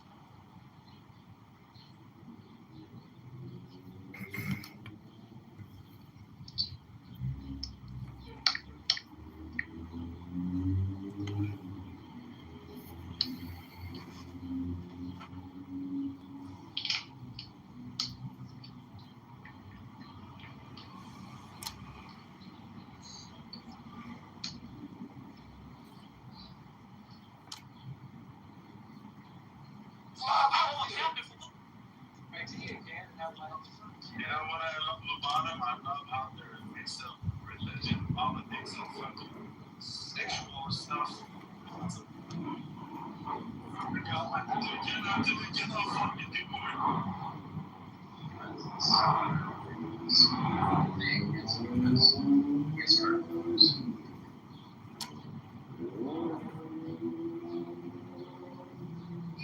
And to her the stooping starlight, but we are not so chosen. A tear burn upon their brows, O splendorous serpent. 19, oh, as your lidded woman bent upon them. 20, The key of the rituals is in the secret word which I have given unto him.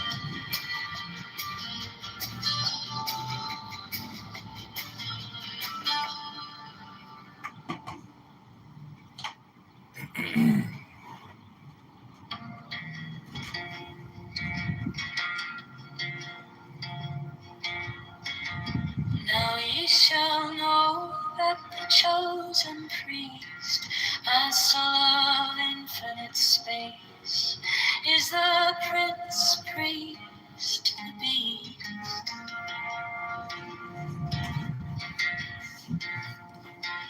And in his woman, called the Scarlet Woman, is all power given. They shall gather my children into their fold. They shall bring the glory of the stars into the hearts of men.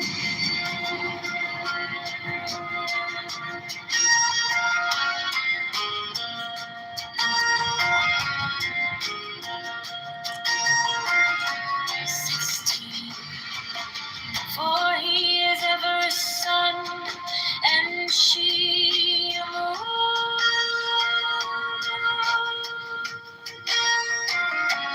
What to him is the winged secret flame, and to her the stooping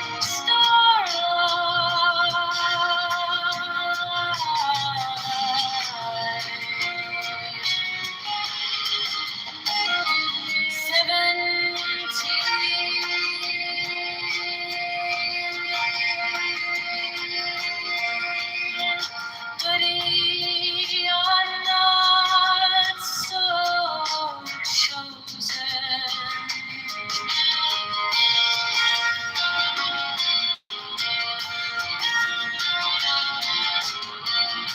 18 burn upon their brows of splendorous.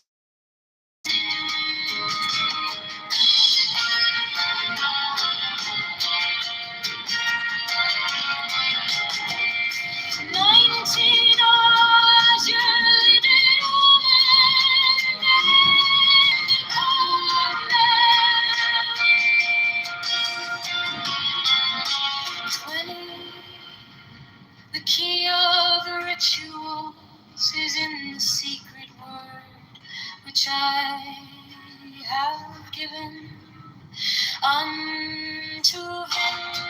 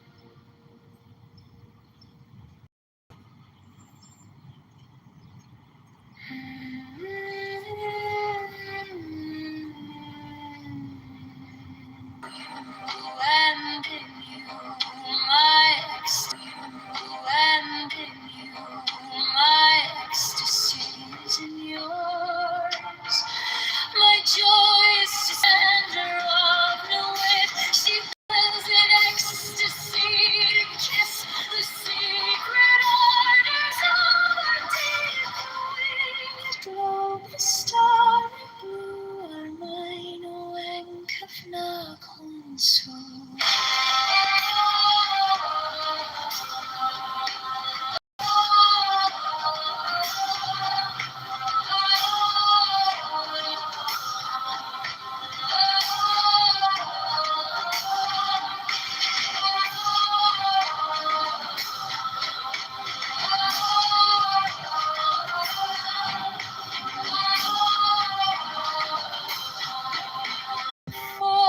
For children under the stars and take your fill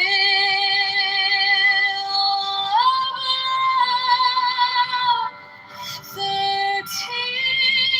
I am above you, and in you my ecstasy is in yours.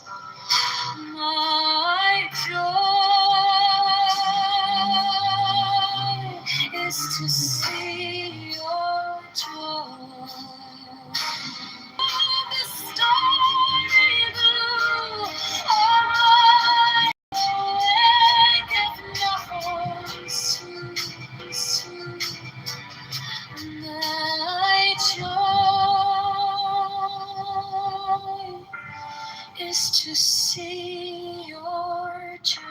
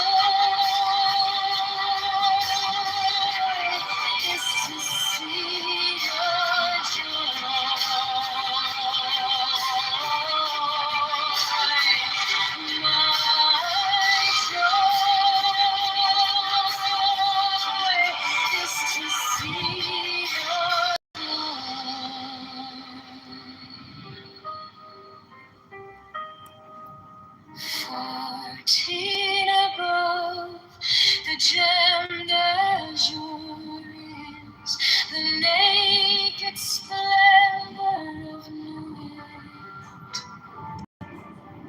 She bends in ecstasy to kiss the secret ardors of her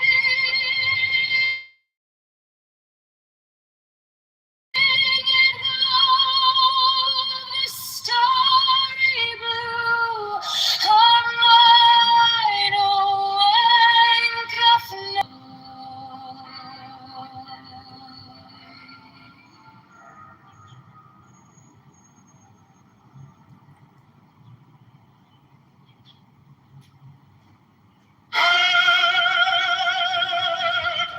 The manifestation of beauty,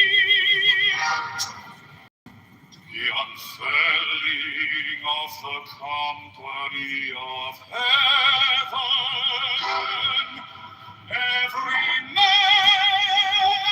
and every woman is a star, for every number is infinite. There is no difference. My unveiling before the children of men.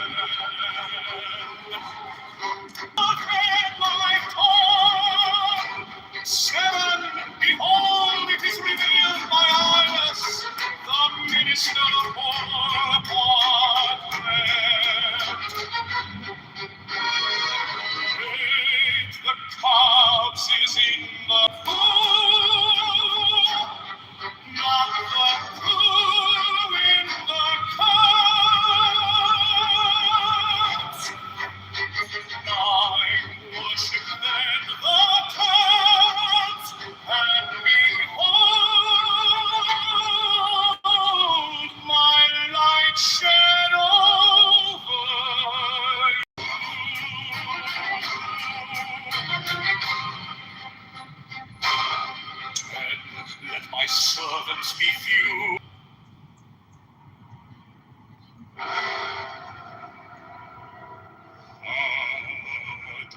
The manifestation of night to the unveiling of the company of heaven. Number is infinite. There is no difference. Five help me, O warrior lord of deeds, in my unveiling before the children of men. In our needs, my secret center, my heart and my thought. Seven, behold, it is revealed by I was the minister of poor Papa. Is in the foe, and the foe in the past. Night worship, then the camps, and behold my light shed over you.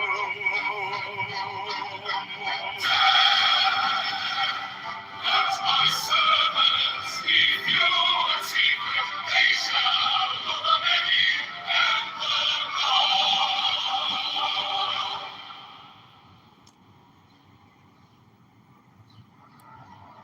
Mine is the head of the man, and my insight is keen as the hawk's. By my head I invoke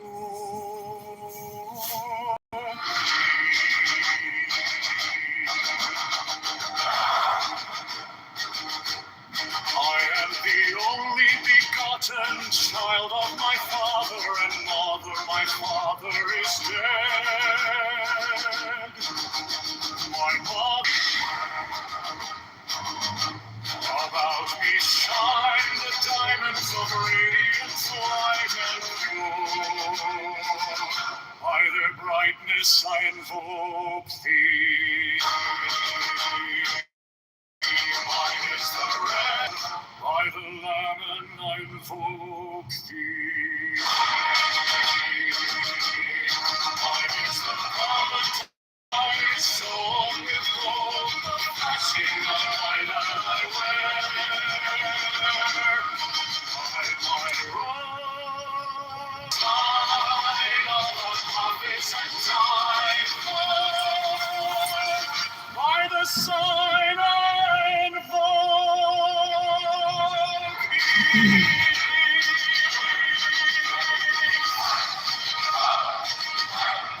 Mine is the turban of white and gold, and mine the blue vigor of the intimate air. My fingers travel on the beads of pearl, so on I am to thee, I am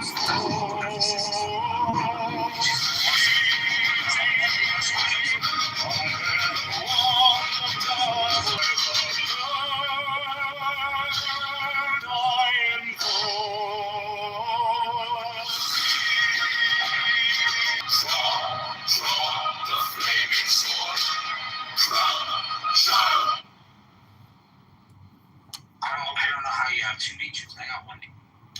I was the spiritual nature. Hello, moderators. Good afternoon, moderators. Angel Smiley. Good afternoon. Good afternoon. But to explain, that wasn't a relevant point. I can agree with you. The point that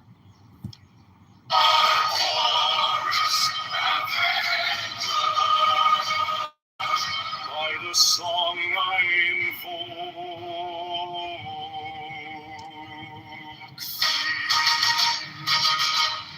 in my hand is thy sword of revenge. Let it strike at thy bidding.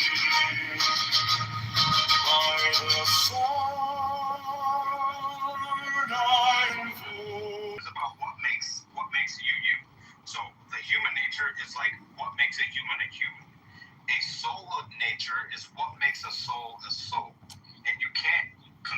those things. No. Hello, moderators. Moderators, I'd like to be put in the queue. This is John. Thank you. Yeah, I think it's popcorn, John. So if you want to. Okay, well, I just want to interrupt then. If you want to just interrupt the conversation and just butt into the conversation, sure, John. We've been waiting for you. I want to say hi to Caleb down there, Ramona Shalom. No, I'm just saying, but thank you so much for waiting to the peak of the conversation to butt in, so we have to start all over. Thank you so much, John. You're welcome. Well, I want to say I just screenshotted all of that information about the Hegelian speculative philosophy. Very interesting stuff. And I just want to say, I don't want to interrupt your flow and what you're saying. I would just request in the future, within 5 to 10 minutes, that for 60 seconds you let me read one page from Ayn Rand, which is objectivist. Come back in 25 minutes. Okay, will do. I'll let you have 25 minutes.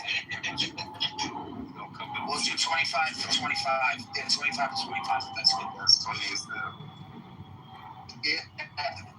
See, that's an investment in yourself. That's an investment in your values. Very interesting point, right? You're breaking up, man. So, I think he was gonna leave and come back. yeah, I think he said, yeah, on a train, I think. I agree with you, Smiley. So, but that wasn't really the conversation. I think it was a part of the conversation because when you're giving particular critiques. I'm gonna leave it a little bit. I just got him to this point, and I just wanted to read this. I just wanted to show him where to read on the thing, and then you guys can continue this conversation. I don't really mind. So Al, if you click on the top, right? Yeah. And then you're in the Wikipedia.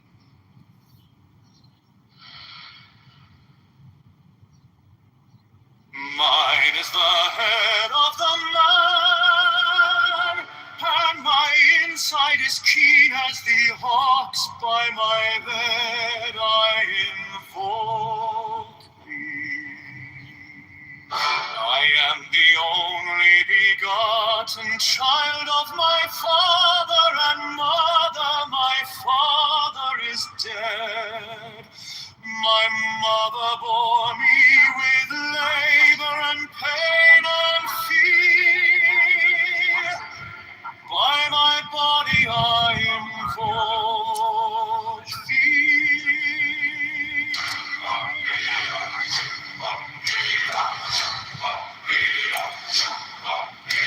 About me shine the diamonds of radiance, white and pure. By the brightness I invoke thee. Mine is the red triangle, reverse the sword. By the lamen I invoke thee. Mine is the garment of white, sewn with gold, the flashing of day that I wear by my robe. Mine is the sign of a prophet and Typhoon. By the sign I invoke Mine is the turban of white and gold, and mine the blue vigor of the intermediate. By my crown I invoke thee. My fingers tremble on the beat of earth, so run I after thee in thy car of glory. By my fingers I invoke thee.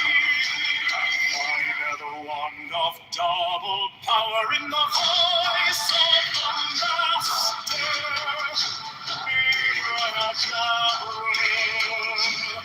By the word I invoke thee.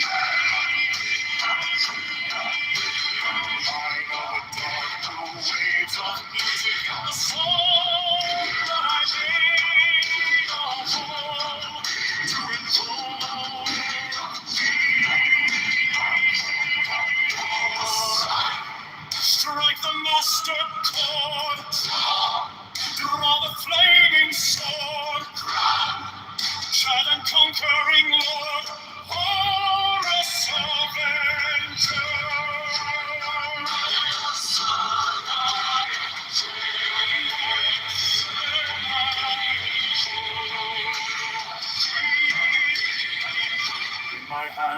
my sword of revenge, and strike my cheek.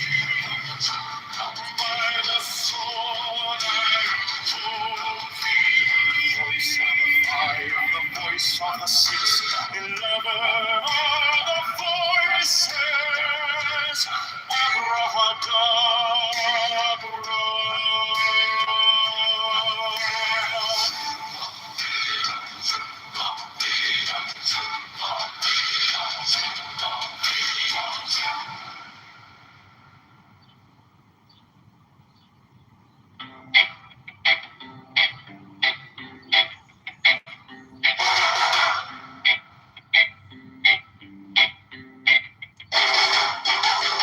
Mine is the head of the man, and my insight is keen as the hawks by my head I invoked it.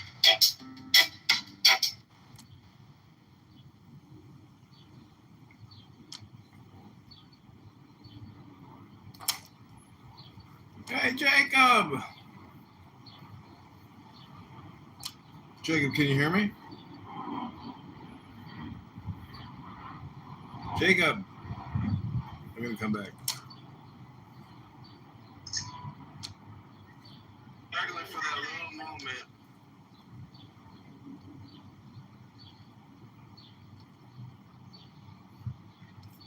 You over there or something? Hello? Why not try to pay for me to go to your country? You can tell my Instagram ID. My name is Already Explorer. All right, calm down, buddy. A little bit too much partying in Bangkok, right? Yeah. No, hey, John, how you been? No, my brother. Hey,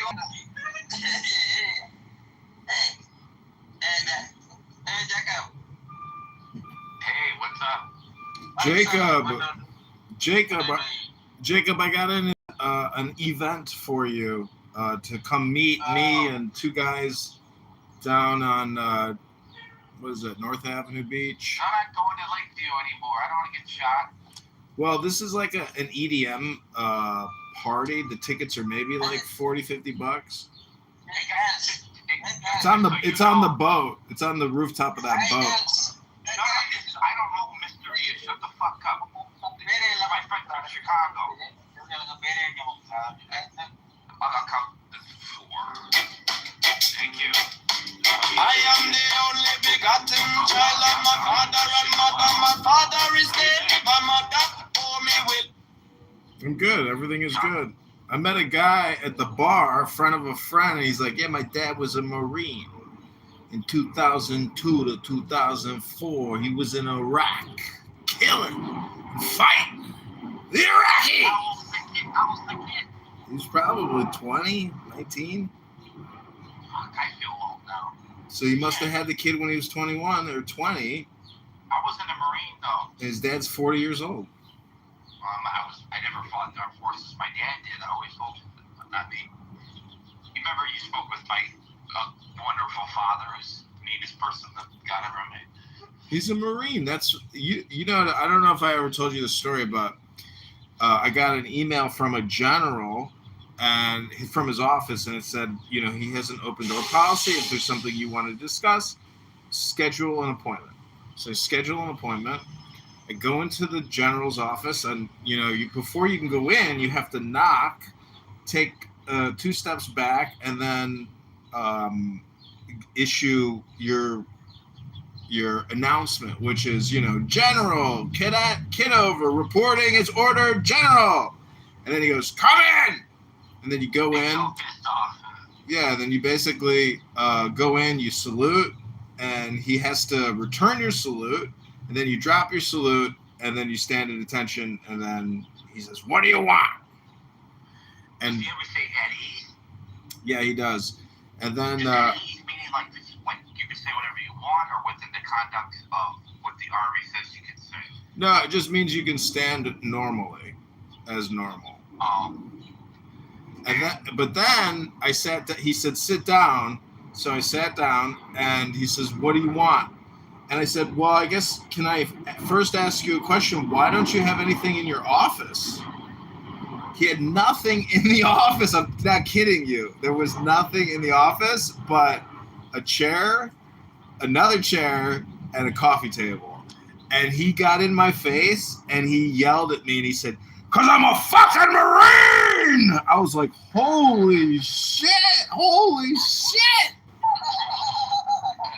Were you overseas? No, I was on a college military campus. Damn, but that guy's crazy. He was, yeah, he was a veteran from Vietnam, and his nose was blown. Oh, yeah, they're all nuts. He had no nose. His nose was blown off in a gunfight. Yeah, they said those guys have more combat than any other, whatever. These guys will get bored of there. We get people from Turkey, we get people from all over the world. Everybody thinks I'm Jewish. Mine is the red triangle reverse, the sign given up none. Save it be of thee, oh Lord, oh Lord. By the Lamb and I invoke thee. By the Lamb and I invoke thee.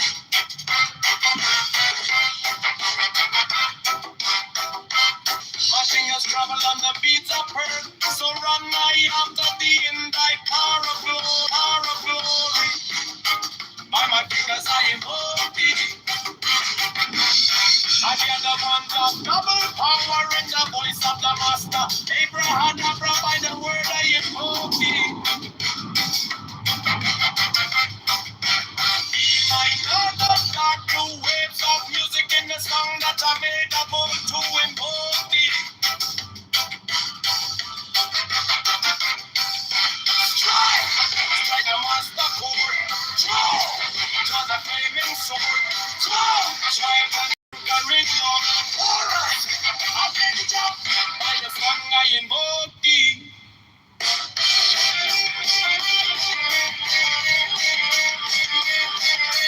That's no man!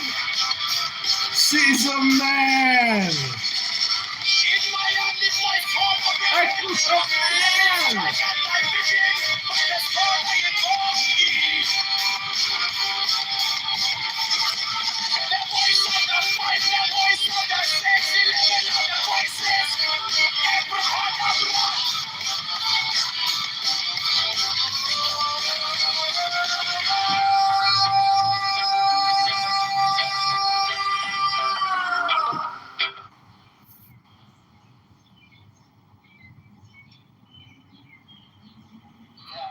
Governorship in Arizona. I don't think that's gonna, because I don't think that Trump has as much sway here as he does in a lot of other places.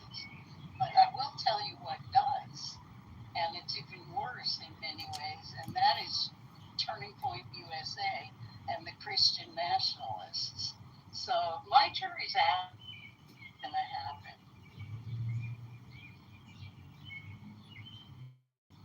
If your friend got stuck with that ticket, if it's a non-refundable, I'll be happy to get offer hands. You know, like get 50% face value. I'll tell her you said so. I mean, in our country, and in regards to Universe, because he cannot tell families with a radiation variance to have seen tell daughters and grandkids, by nature. and when they bought tickets just for some reason. No, it's food. Who in I'll tell your friend seems to out. It's food. Who in I'll tell your friend seems to out. The average human is just suffering. No, not at all. It's like another parallel universe. Everything that goes on in the U.S. is the equivalent of like $1.50. It's the equivalent of like $1.50 gallon. And one thing that I've noticed is there's a lot of Chinese electric cars here. Food is cheap. I mean, there's all kinds of street vendors on the street. but you're $1, but what about if you're on a Mexican peso? Even then, like I'm talking about, like the average person, the average officer. Everyone complains about not making enough money. Right? That's everywhere, even in the U.S. But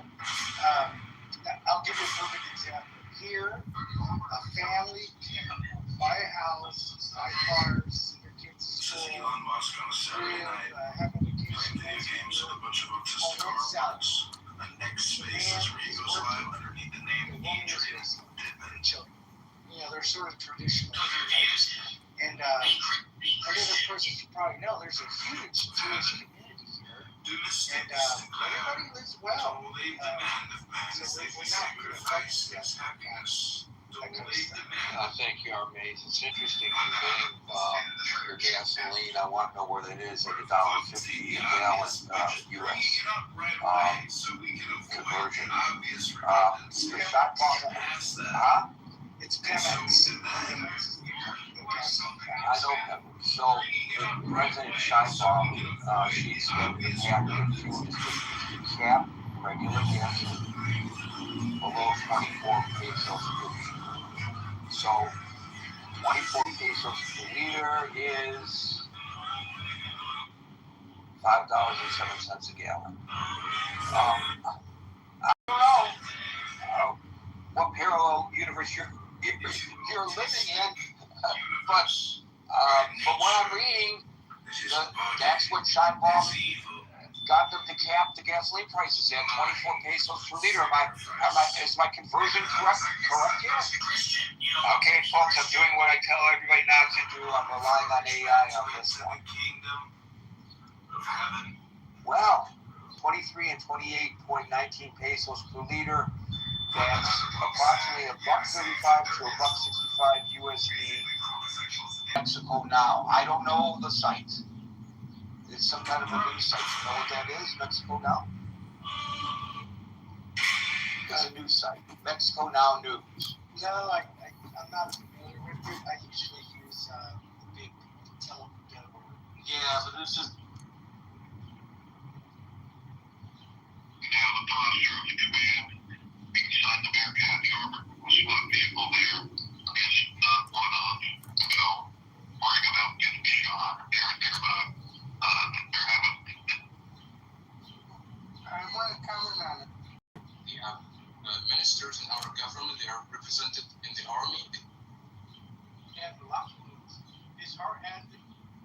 That's not for work. Oh, okay. You just said that. Right. I'll go afterward. Yeah. Got Freddie and Jake. No, bro, I'm done with this. No, you're not. You about to talk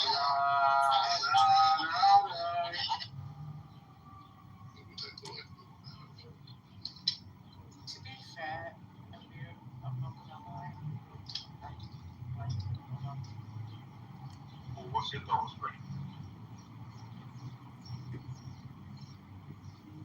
As to the new deployment systems, like if enemy starts deploying level 6 autonomy, as you call it, then you have not started doing that. So, yes, exactly. So you have to catch up. So my point is that it is very important to think about the safety of these systems, but that thinking should not slow you down in developing them because they are critical for your existential survival, right? Like one person who doesn't get to think about the ethics of the wars, that person surely doesn't get to think about what would be the safety risk of such a system. Well, of course, just wrong decisions.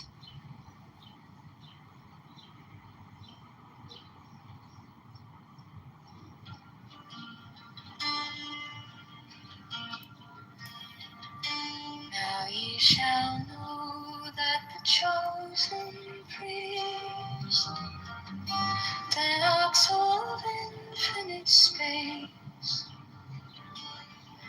is the prince, priest, the beast, and in his woman called the scarlet woman is all power given. They shall gather my children into their fold. They shall bring the glory of the star. 16, for he is ever a son, and she a most splendorous servant. 19, oh, as your lidded woman bent upon them. 20, the key of the rituals is in.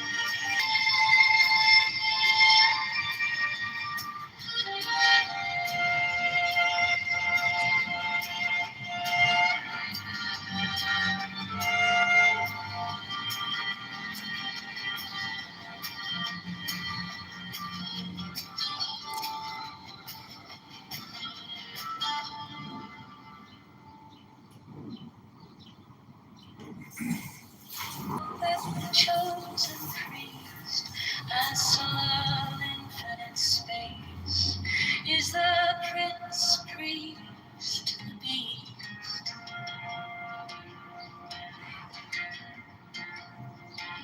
And in his woman given, they shall gather my children into their fold.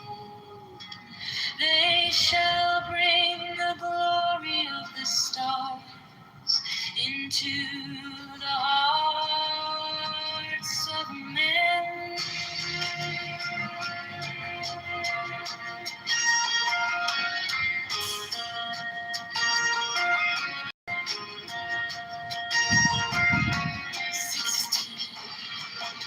For he is ever sun and shield.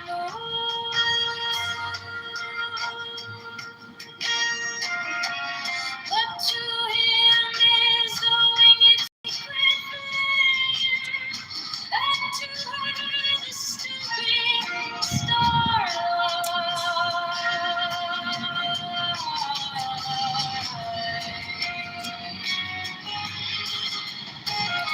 70 months so chosen.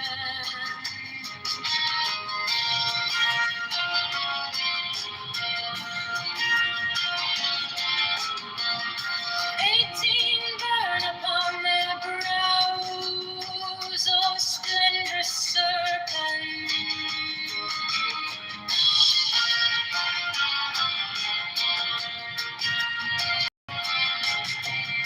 19 azure lidded woman in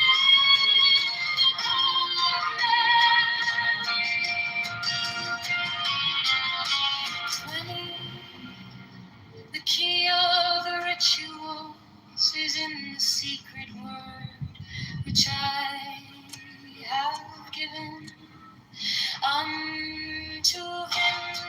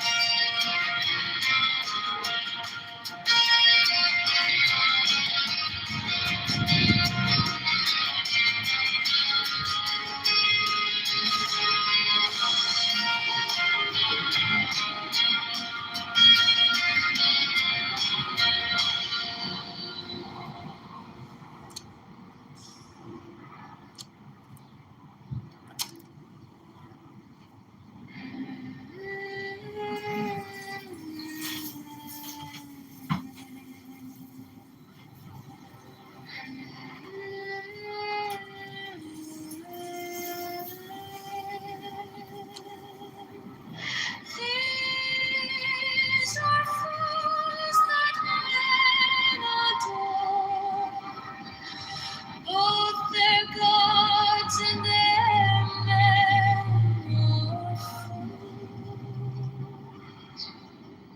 12 come forth, oh children, under the stars and take your fill of love. 13, I am above you and in you, my ecstasies in yours. My joy is to see your joy. 14, the gentle joy is the naked splendor of new wit.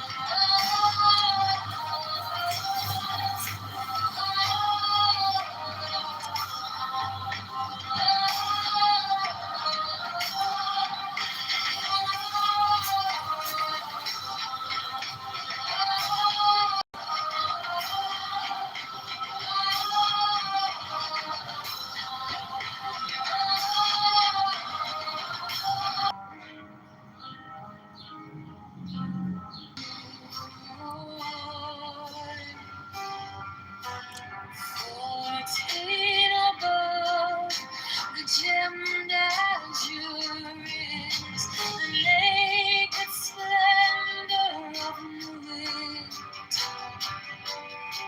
She bends in ecstasy to kiss the secret ardors of Hades.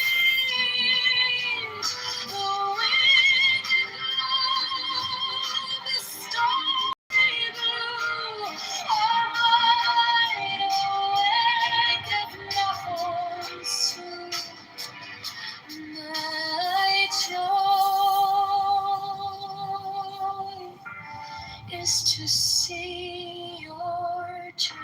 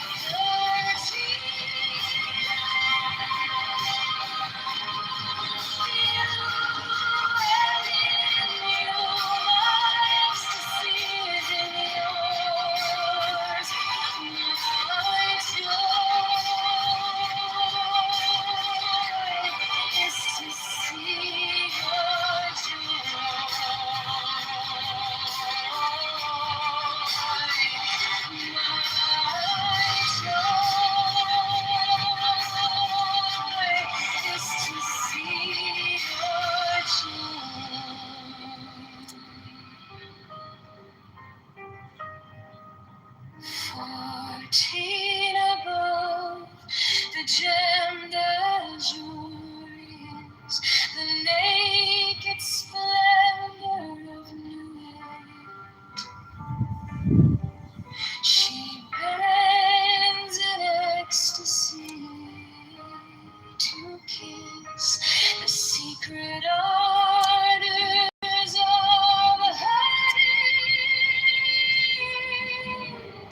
The wind of the starry blue are wide awake of nothing. Joy is to see your joy.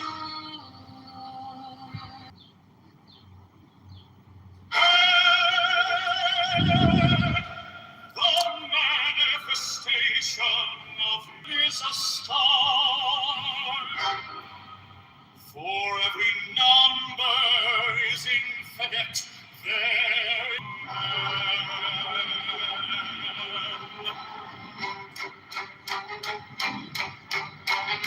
6 feet out of deep.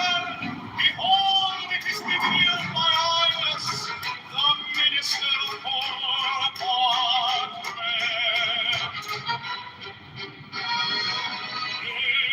The clouds is in the pool, not the pool in the clouds. 9 white shadow over you.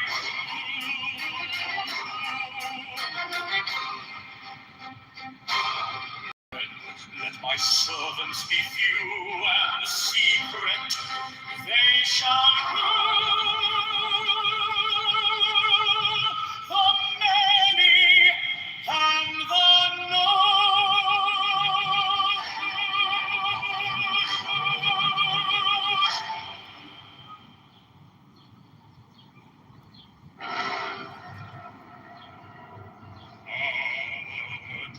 a manifestation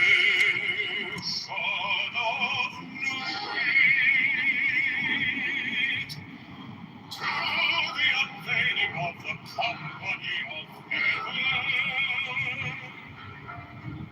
Every man and every woman is a star.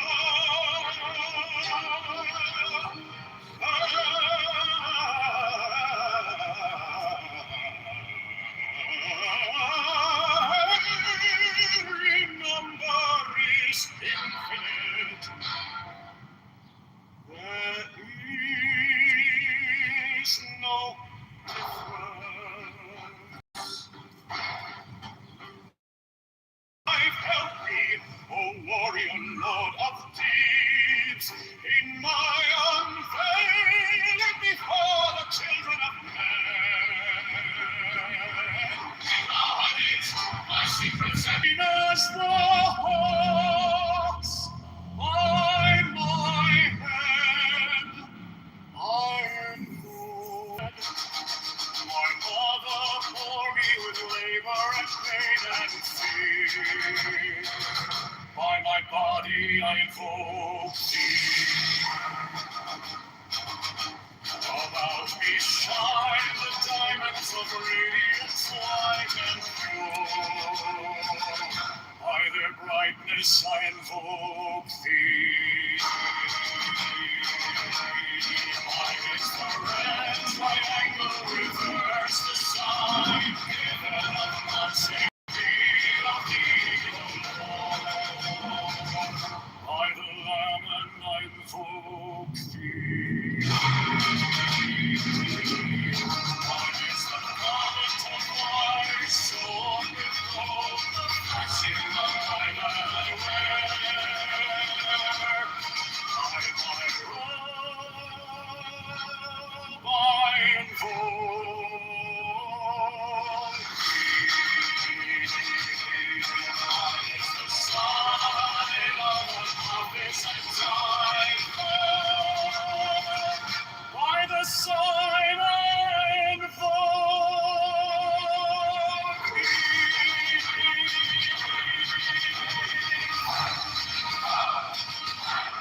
Mine is the turban of white and gold, and mine the blue vigor of the intimate air.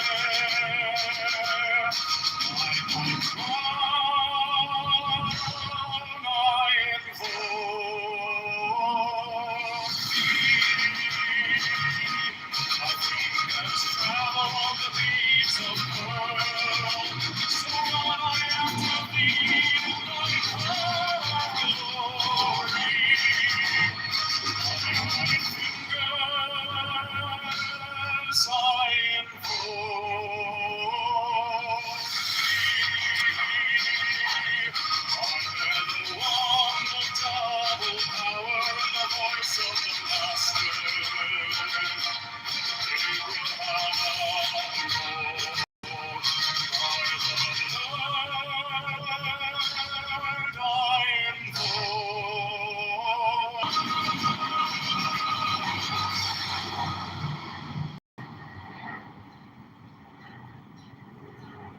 Mine is the head of the man, and my inside is keen as the hawk's. By my bed I invoke thee.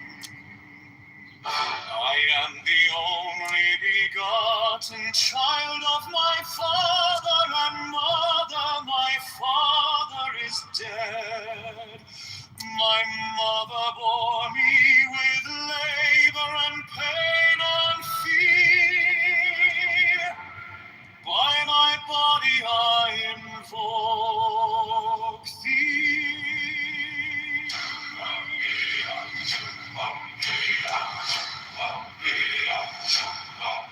About me shine the diamonds of radiance, white and pure. By their brightness I invoke thee.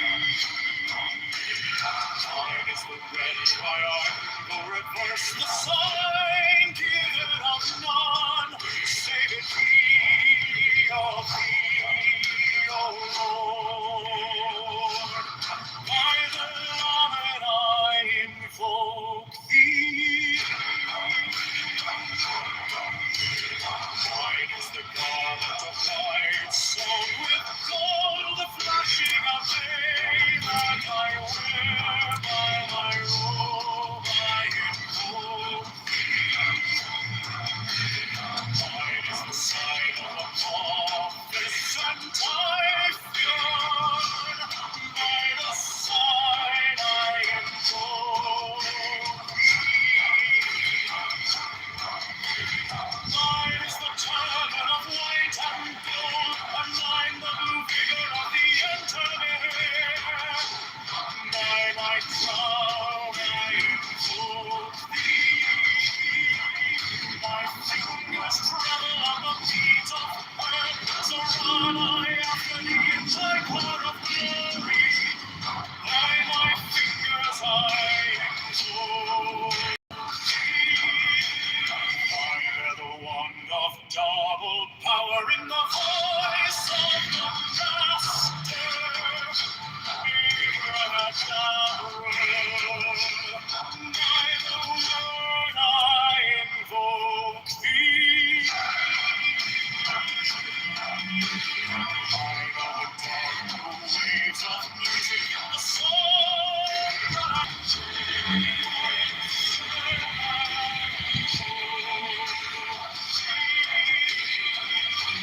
my hand is the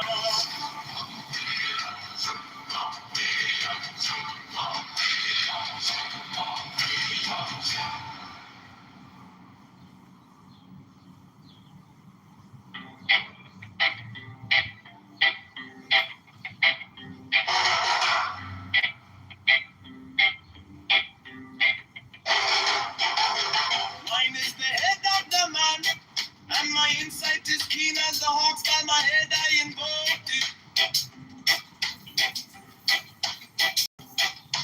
I am the only begotten child of my father and mother. My father is dead, my mother bore me with labor and pain and fear. By my body I invoke thee.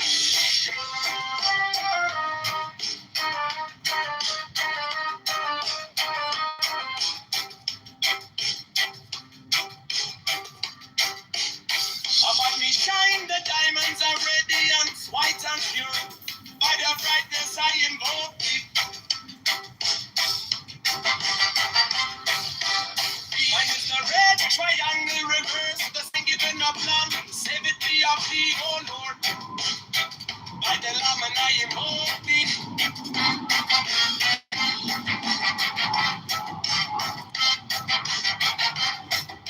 Free mine is the garment of white, sewn with gold. The flashing of eye that I wear by my robe I invoke thee. Mine is the sign of a prophet and typhon. By the sign I invoke thee. Mine is the turban of white and gold, and mine the blue glitter of the intimate. By my crown I invoke thee. My fingers travel on the beats of pearl, so run I after thee in thy power of glory. By my fingers I invoke thee. I hear the band of double power in the voice of the master. Abraham, by the word I invoke thee. My northern dark blue waves of music in the song that I made a bold to invoke.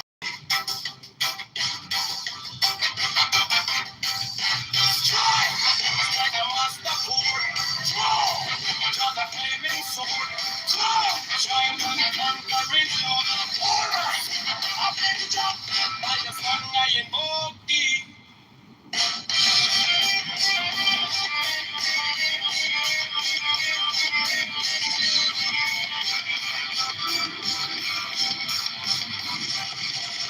In my heart is my sword of revenge, let it strike at my vision, by the song I invoke thee. The voice of the fight, the voice of the 611 other voices, every heart of love.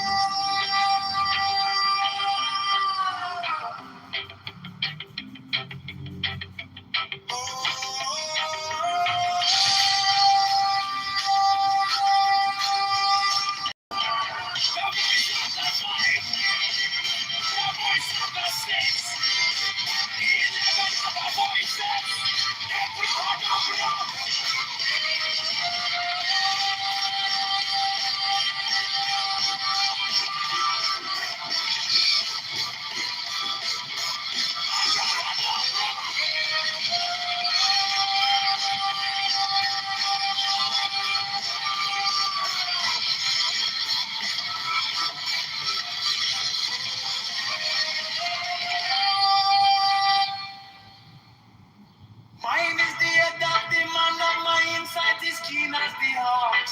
By my head I invoke thee. I am the only begotten child of my father and mother. My father is dead. My mother bore me with labor and pain and fear. By my body I invoke thee.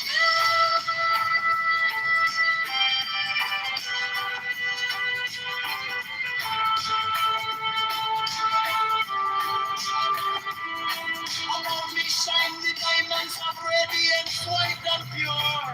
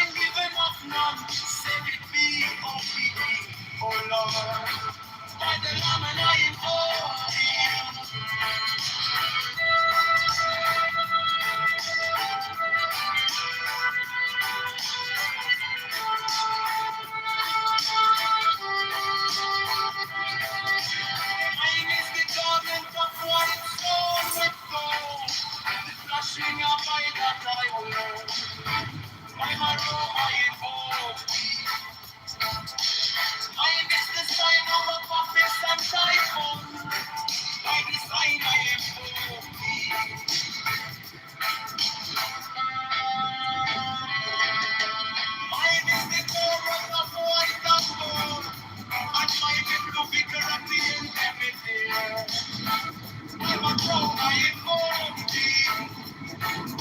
My fingers travel on the beats of birds, so run I have to need thy God of glory. By my fingers I invoke thee. For that the one that will in the voice of the Master. Abraham, by the word I invoke thee. Hey, my heart is not no weight of music in the song that I made. I won't do it for thee. So wrong, trying to conquering Lord, our Lord, I beg God, by the sword I invoke thee. In my heart is the sword of revenge, let it strike.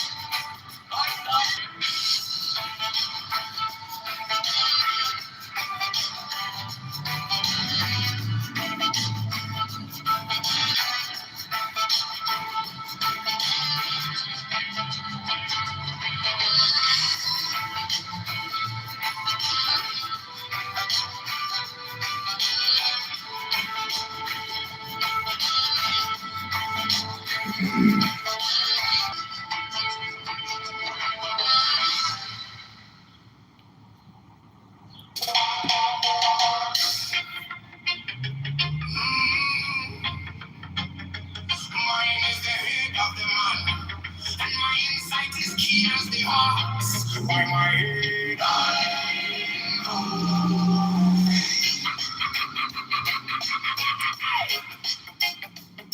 I only will labor and pain and fear by my body. About me, shine the diamonds of radiance, white and pure by their brightness. Mine is the red triangle reverse in the sign, giving of none, every be of thee. Oh Lord, by the layman. Mine is the garment of white, so.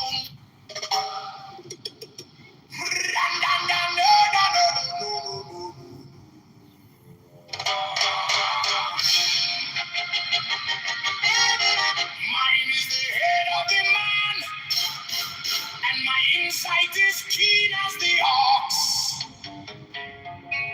By my head, I invoke thee.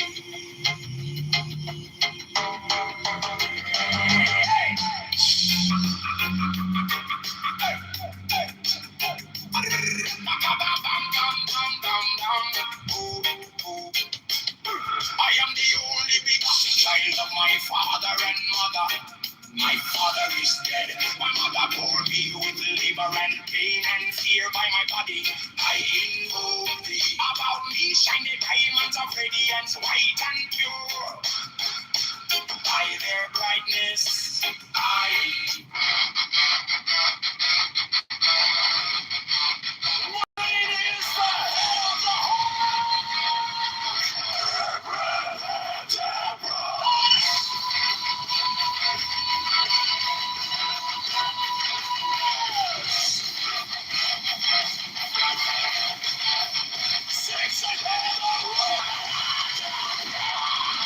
I'm like watching myself. I'm like, oh, I look creepy. remaining in the sign, the invocation concludes. Therefore I say unto thee, come thou forth and dwell in me.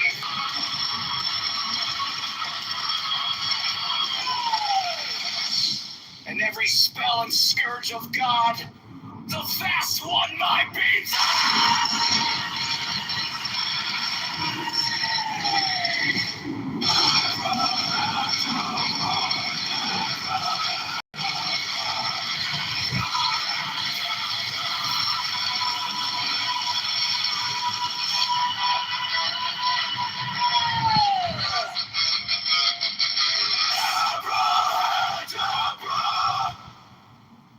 Mine is the head of the hawk.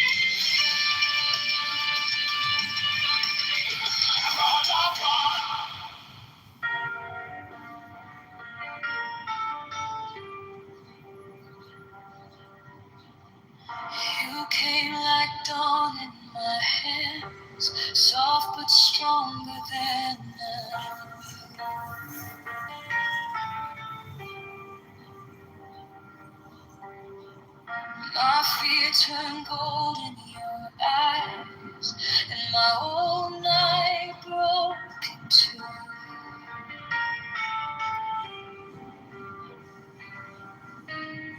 I was lost in the noise, now I'm learning how to stay close to your quiet light in the middle of the day. Stop thinking, let it fall. Take the deepest breath of them all. Hold it.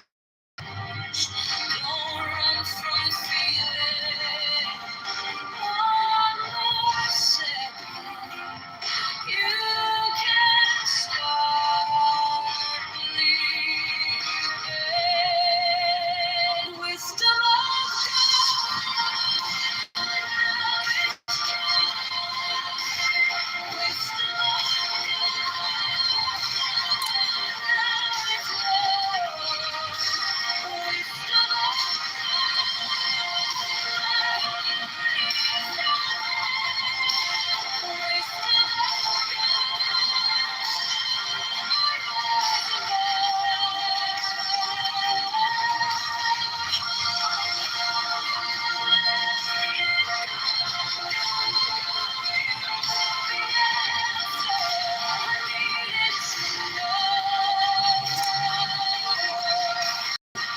Your touch is a steady rain on the dust of who I am.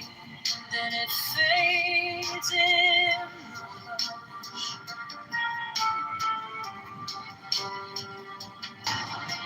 Take the deepest breath of them all.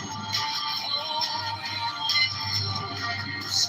Don't run from the feeling. One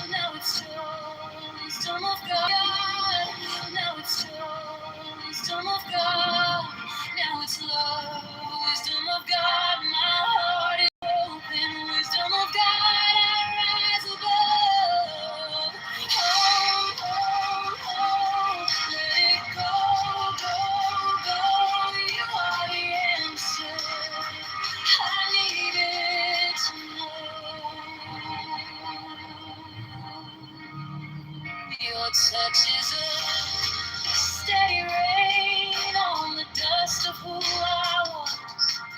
Every wound gets named, then it fades in the hush. I don't need 1,000 signs when your name is in my chest. One deep breath, one brave step, and the rest can be blessed. I'm thinking, let it fall. Take the deepest breath of them all. Only close, don't run from the feeling. One more second, you can start believing. Wisdom of God, now it's joy. Wisdom of God, now it's love. Wisdom of God, my heart is open. Wisdom of God, rise above. Let it go, go, go. You are the answer. I needed to know if I tremble, stay near if I break. Pull me through, teach my hands to release what I cannot hold with you. 10 not 9, 10 not 11. I breathe in your holy code, and the storm in my head lays down like a pond. Wisdom of God, now it's joy. Wisdom of God, now it's love. Wisdom of God, my heart is open. Wisdom of God, eyes above. Let it go, go, go. You are the answer. I needed to know. Wisdom of God, now it's home. Wisdom of God, I'm yours.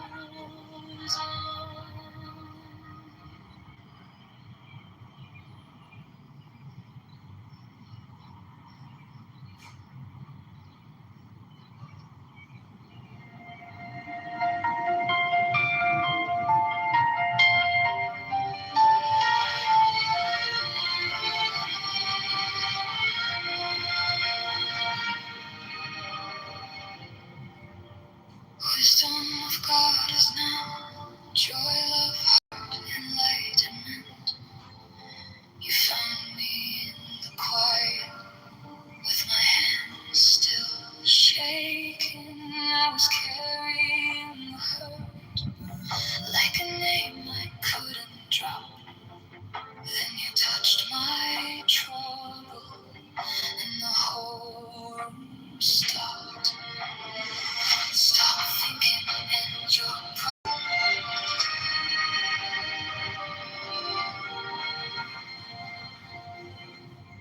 wisdom of God is now joy, love, heart, enlightenment.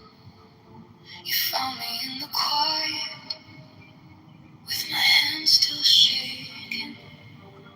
I was carrying the hurt like a name I couldn't drop. Then you touched my trouble and the whole room stopped. Stop thinking and your problems take the deepest breath of the day. Hold for 10, not 11, 10, not 9, stay.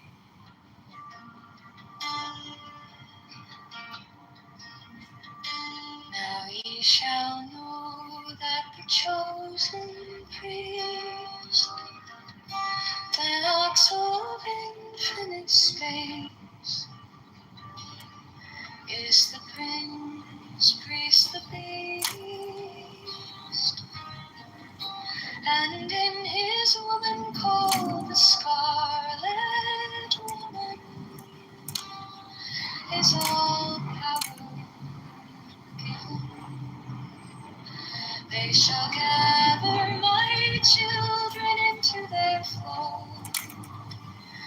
They shall bring the glory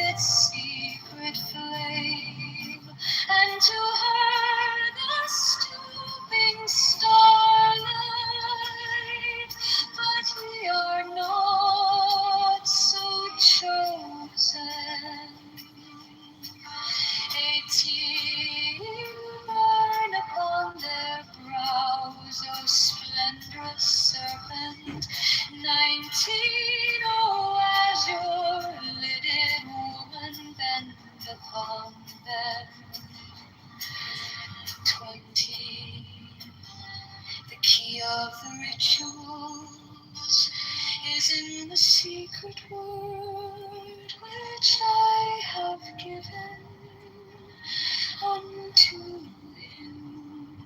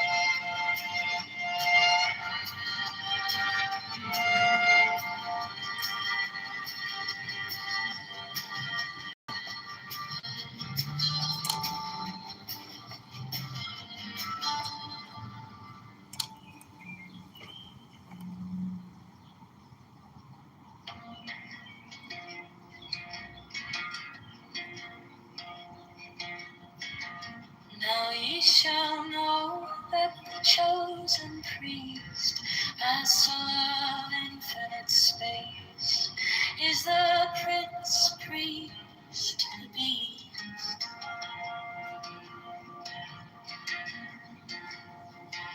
And in his woman, called the Scarlet Woman, is all power given.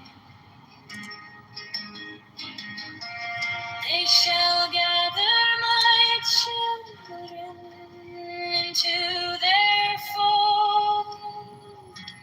They shall bring the glory of the stars into the hearts of men.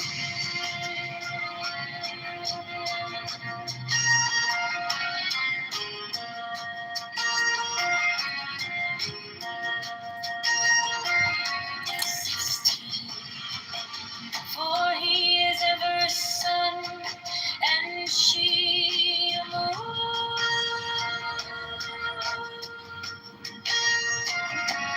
But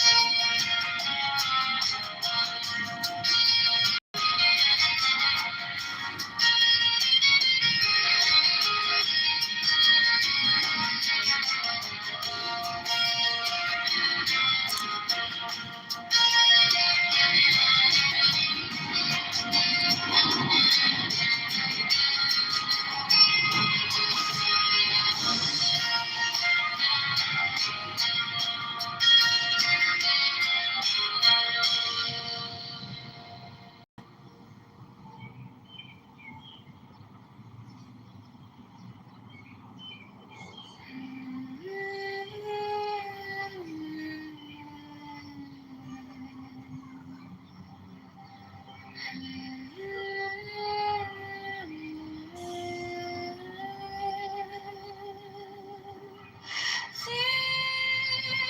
are fools that men adore, both their gods and their men are fools. 12 come forth, O children, under the stars, and take your fill of love. 13, I am above you, and in you my ecstasy is in yours. My joy is to see your joy. 14, the Gentiles, yours the naked splendor of new wit. She bends in ecstasy to kiss the secret orders of her deep winged globe. The starry blue are mine, O Enk of Nahum's swoon.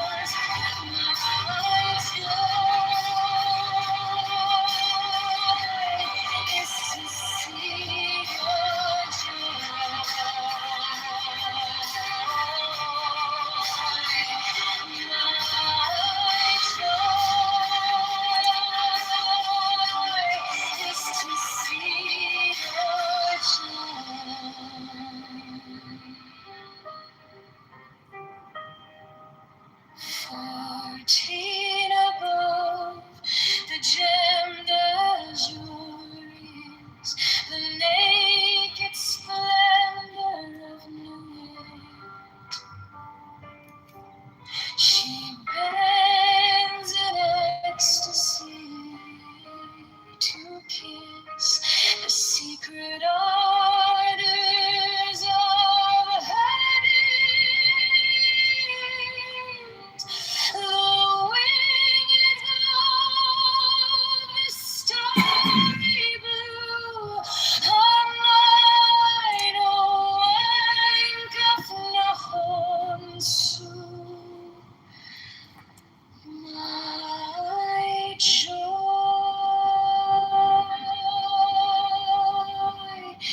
is to see your child.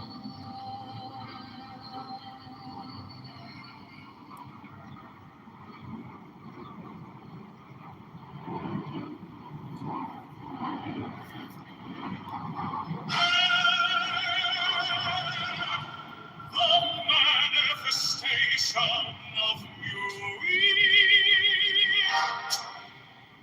the unfurling of the company of heaven.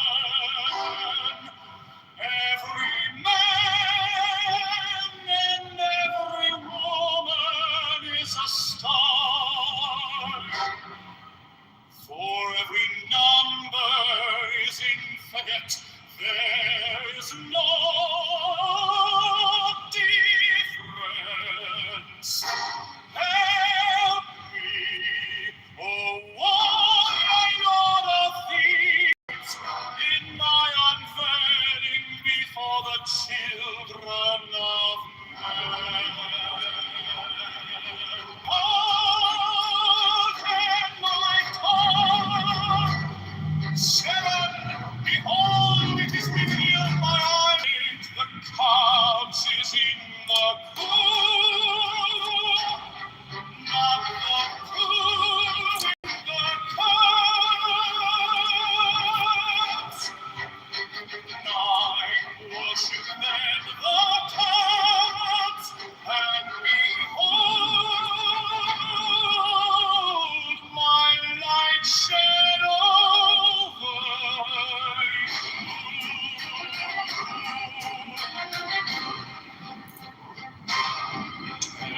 Let my servants be few and secret, they shall rule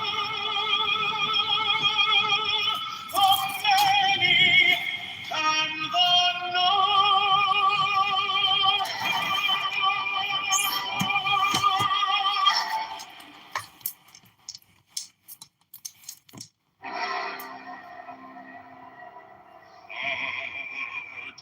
a manifestation of night to the unveiling of the company of heaven. Every man and every woman is a star.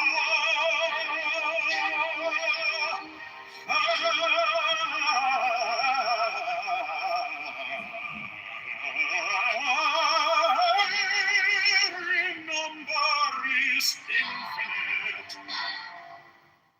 There is no difference. Five, help me, O warrior lord of deeds, in my unveiling before the children of men. My secret center, my heart and my thought. Seven, behold, it is revealed by I was the minister of Bonaparte. Eight, the house is in the pool, not the pool in the cats. Nine, worship, then the cats, and behold my light shed over you.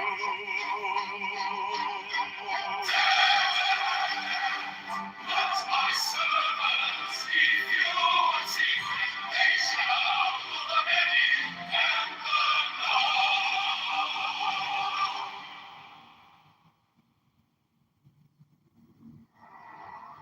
mine is the head of the man, and my insight is keen as the hawk's.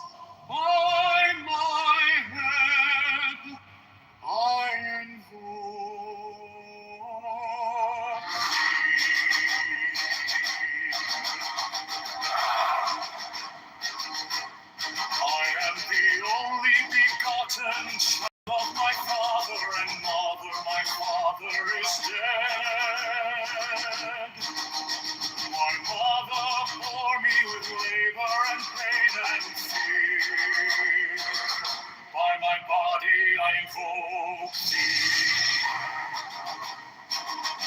About me shine the diamonds of radiance white and pure. By their brightness I invoke thee. Mine is the red triangle, reverse the sign, given of unsacred deed of thee, O Lord. By the Lamb and I invoke thee. Mine is the garment of white, sewn with gold, the flashing of light that I wear. By my robe I invoke thee. Mine is the sign of the prophets and time. By the sign I invoke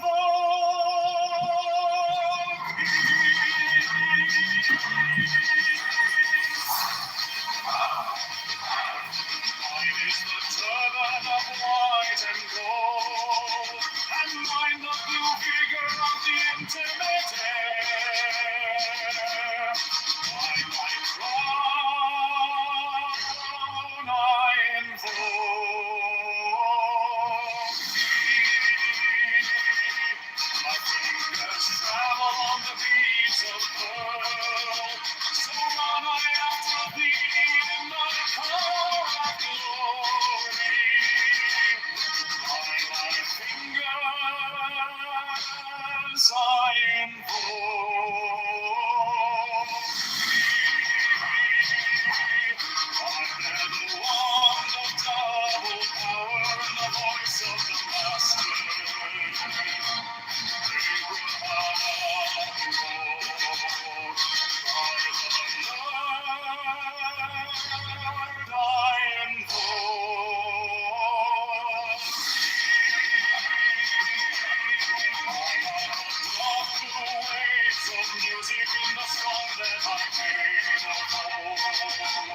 To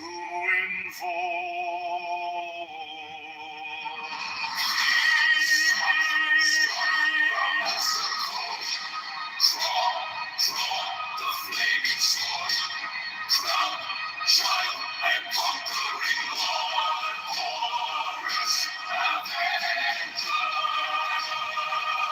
By the song I invoke thee. In my hand is thy sword of revenge. Let it strike at thy bidding. By the sword I invoke thee. Voice of the fight, voice of the sailors, even the God of voices, Abraham, Lord.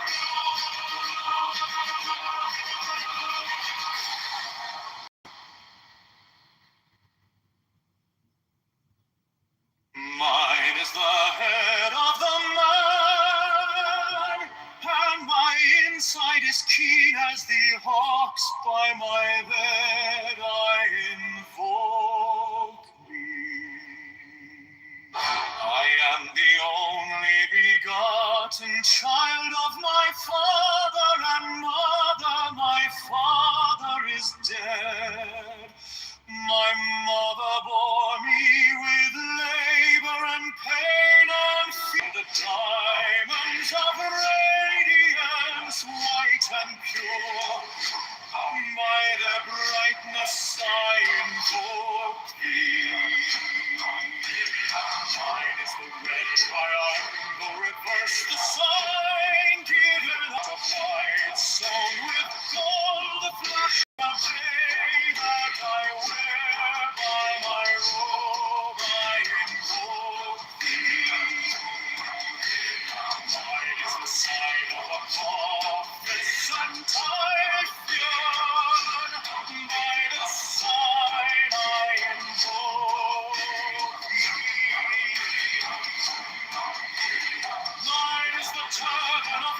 and gold, and mine the blue figure of the internet. By my crown I invoke thee. My fingers tremble on the beat of fire, so run I after thee in thy car of glory. By my fingers I invoke thee. I bear the wand of double power in the voice of the Master.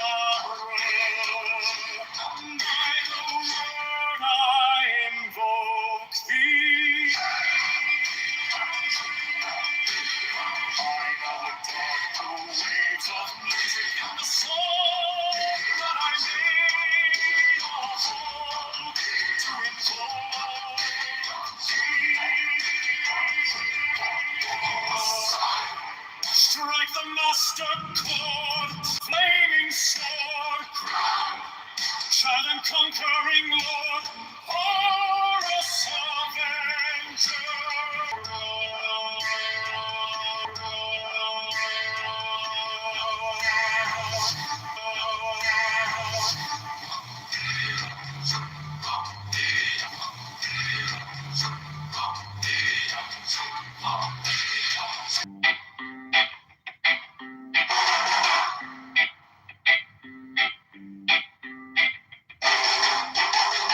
Mine is the head of the man, and my insight is keen as the hawks. By my head I invoked it. I am the only begotten child of my father and mother. My father is dead, my mother bore me with labor and pain and fear. By my body I invoked it.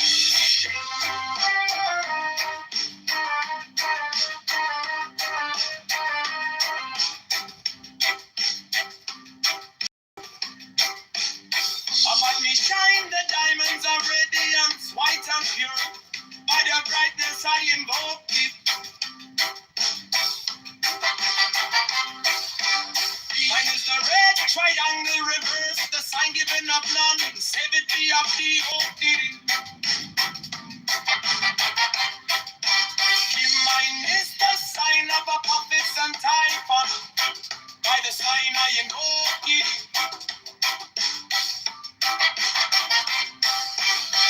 Mine is the turban of white and I hear the wand of double power in the voice of the master. Abrahadabra, by the word I invoke thee.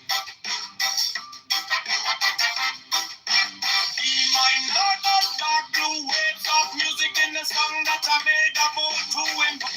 To the flaming sword, throne, child and conquering Lord. Horus, Avenger, by the song I invoke thee. In my hand is my sword of revenge. Let it strike at my vision. By the sword I invoke thee.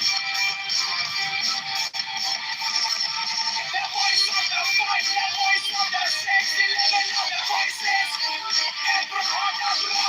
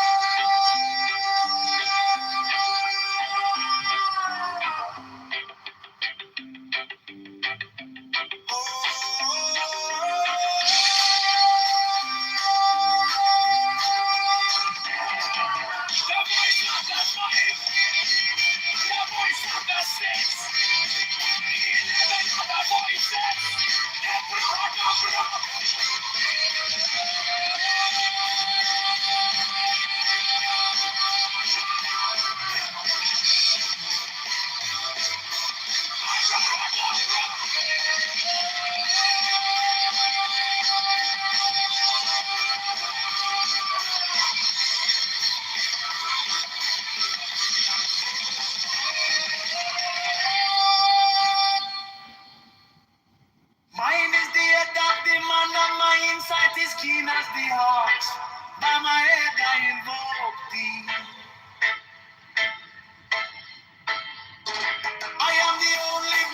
14th child of my father and mother. My father is dead. My mother bore me with labor and pain and fear. Now my body I invoke thee.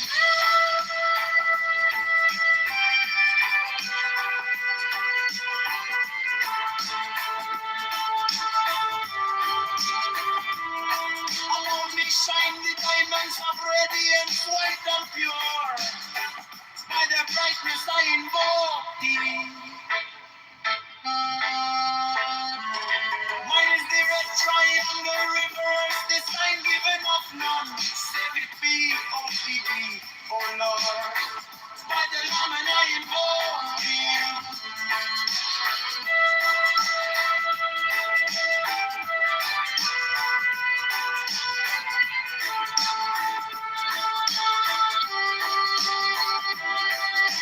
Mine is the garment of white sewn with gold, and the flashing of light that I wear. By my robe I invoke thee. Mine is the sign of a Apis and Typhon. By the sign I invoke thee.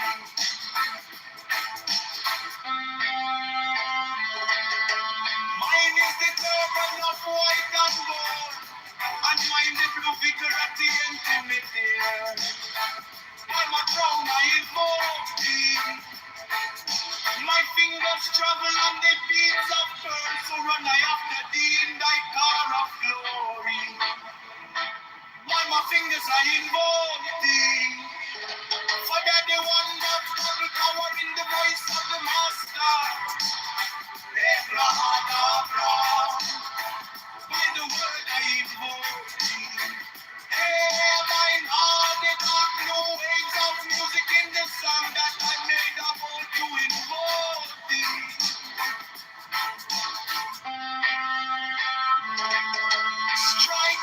Strike the master, draw the flaming sword, crown, child of conquering Lord, our Lord, avenge God, by the sword I invoke thee. In my hand is the sword of revenge, let it strike, as I begin, by the sword I invoke thee. The voice of the fight, the voice of the six, 11 are the voices of blood.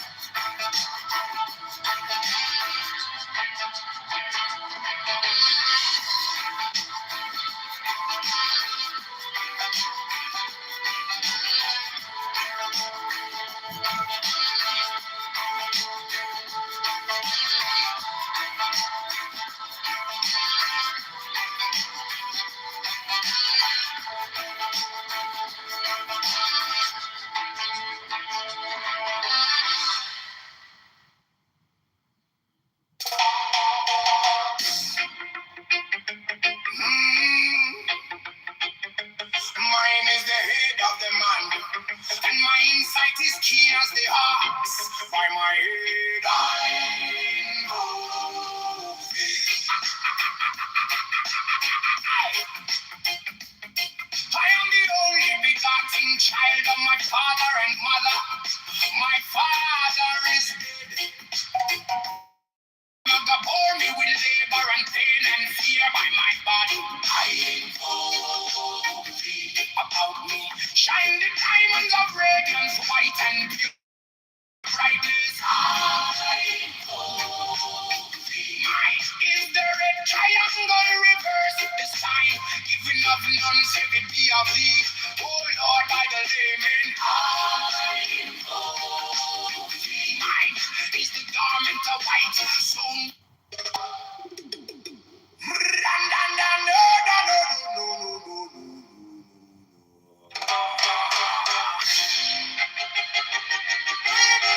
mine is the head of the man, and my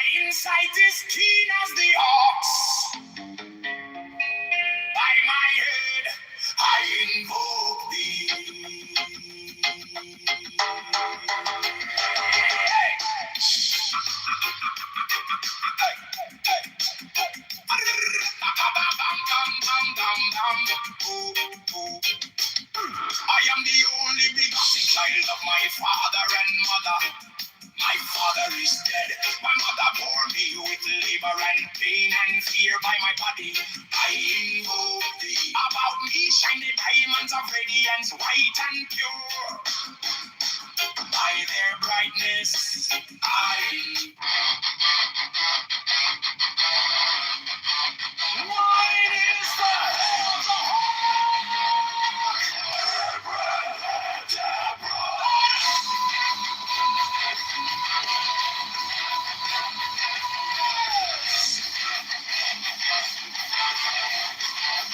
six and all rooms and cross of life and life. Giving the sign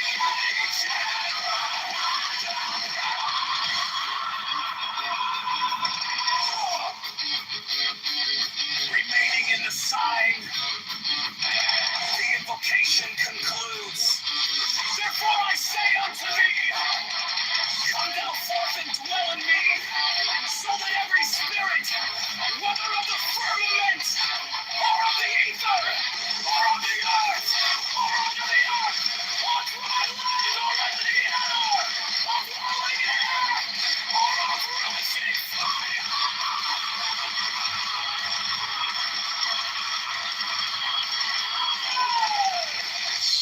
and every spell and scourge of God, the vast one might be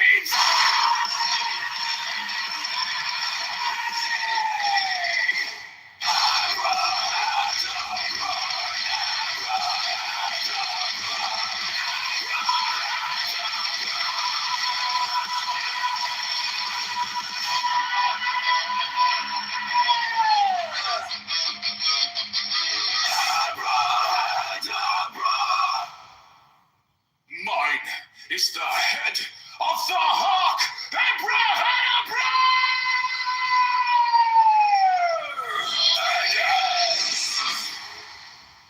I bear the rose and cross of life and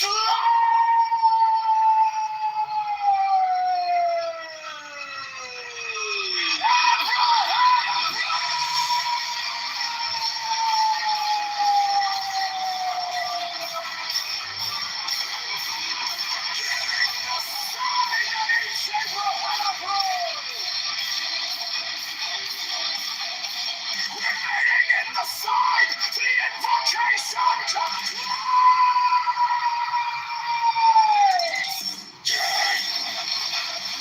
Therefore I say unto thee, come thou forth and dwell in me, so that every spirit, whether of the firmament, or of the ether, or of the earth, or of the air,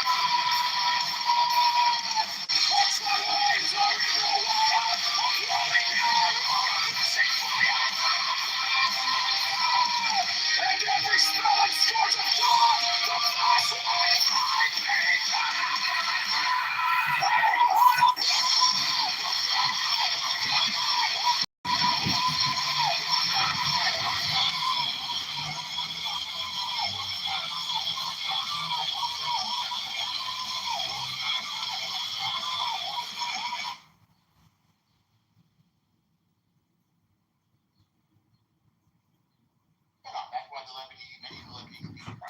And they wanted to protect the Maronite Christians, which they were all expelled, obviously, by the Muslims. So there's barely any Christians left, and they're barely part of the government at this point. Yeah, what do you want to talk about? The geographic area between Jordan River and Mediterranean Sea has been referred to by variants of the name Palestine for over 3,000 years, evolving from an ancient regional descriptor into an official administrative province. When was it an official administrative province? So what El Normo said was totally wrong. No, it's true. We can clearly, The Greek? Yeah. Please don't cross talk. Please don't cross talk. I just want to get my point uninterrupted. And El Normo's not going to respect the order in the room. You have a thing about me, don't you, Dusty? You got a little thing. I hope you don't forget it. So, well, when he talks about me, I feel like I should respond. Yeah, but no, normal. Stop. He's kind of weird obsessive with me. You're old enough to not to let you contact. What's that? yeah, so it all started started ancient Egyptian records. They had the beginning, I guess, reference to the area. It was called Palestet. And then it went into the Philistines. And then we have during the 5th century BCE, you have first written record of the name used to describe the entire region, not just the coast. Come from the 5th century Greek historian Herodotus.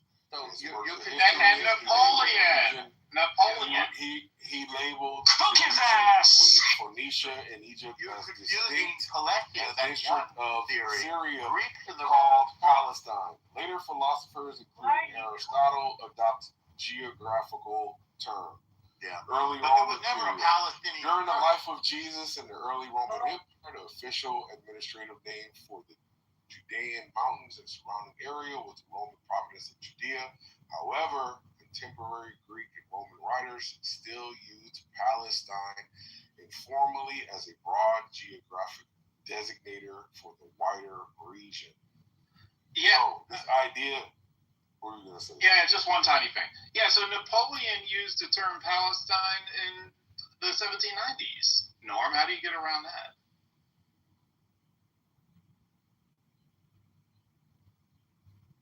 So I think the answer to that question is that it was a geographical designate, not a designate of a country, right? So I looked some of the language stuff to this. I looked up some of the language stuff to this, which I thought was interesting. It's Encyclopedia Britannica, so at least I find the Encyclopedia Britannica reliable. Did he leave? He left. The word Palestine comes from English to Greek. Herodotus, as concrete properly mentioned, and the Hebrew Bible. Well, the Egyptians and Assyrians. Earlier sources in inscriptions refer to the people called some variant of Palaset or Palastu, respectively. But whom these terms refer to remains in the Hebrew Bible later used a similar term, Pelashet, to refer to the Philistines, a people in the Aegean. So it went from all of those names to being Philistia, first under Greeks, to then being Palestina under the Romans, and then translated down through the centuries. That's Greek is Greek. Is that what we're breaking that down to? Because a lot of people use the Greek language to break down a lot of things because English is not as, I would say, versed as Greek is a lot more expansive. And I guess that's why people use it. So are you starting with Greek first, or what other languages are you So the people, from what the Encyclopedia Britannica says, the people of the time referred to themselves as Philistines, but other people around them referred to them as Pelashet, Pelastu. In the Bibles, it said it was Pelashet with an H, and then that gets translated into Herodotus' Greek as Palestine.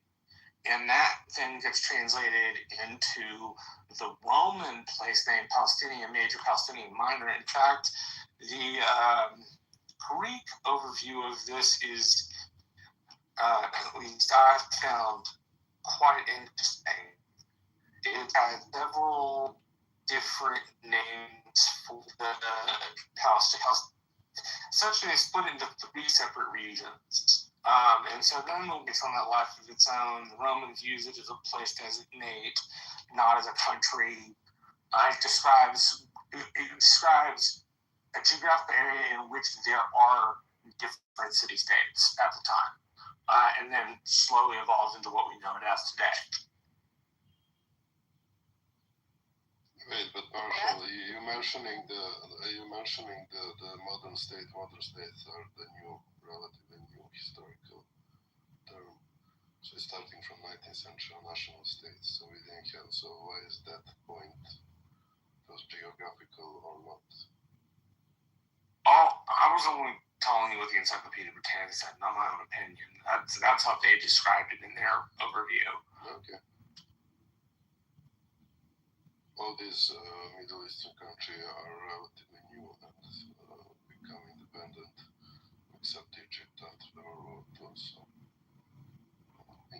What were you reading? What did you say that was? I'm gonna have to check that out. What was that you were reading? Britannica. What was that? The Encyclopedia Britannica. I'll just send you the sources in the back channel so you can look at them. That's a reliable. I have to, because some things I look up and I'm like, books. I'm gonna check that out. Some of the other things I try to, look up on the internet. Some things are redacted, or when you try to look up certain information, and I don't know why. It's like I feel like some things they try to hide. Don't hide. Tell us. Well, the part that I read, same source, said that before the Israelites' conquest of Palestine, the Canaanites dominated the region, and the town of Hebron was an important center.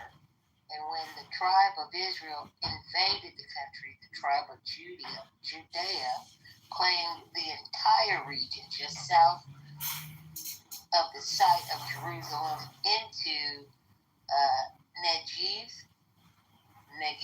region, the area south of Beersheba. So where is that? Is that Israel today? This is a question. Yeah. Yeah, that's that region of Israel. The Bible speaks of all of that. Yes, ma'am. Syria, Scotland, and all that. Okay. Temple Mount in that area, if you keep reading, there's some stuff that talks about the Temple Mount and why people to this day continue to fight over that part of the world, because that is supposed to be the place when they say when Jesus comes, he'll be on the Temple Mount or above the Temple Mount. So that's why that kind of stuff is important. But yeah, that region is important for that reason, and that's why people fight over it today. It's not oil they're fighting over.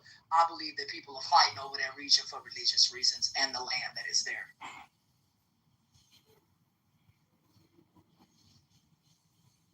No. Hey? Who's that trying to speak about? Yeah, I'm from Middle East. Okay. Can I tell you my view? I will tell you something you will remember in the future. I think that the Zionists in Palestine, they will stay 1 year and then they will vanish from Palestine.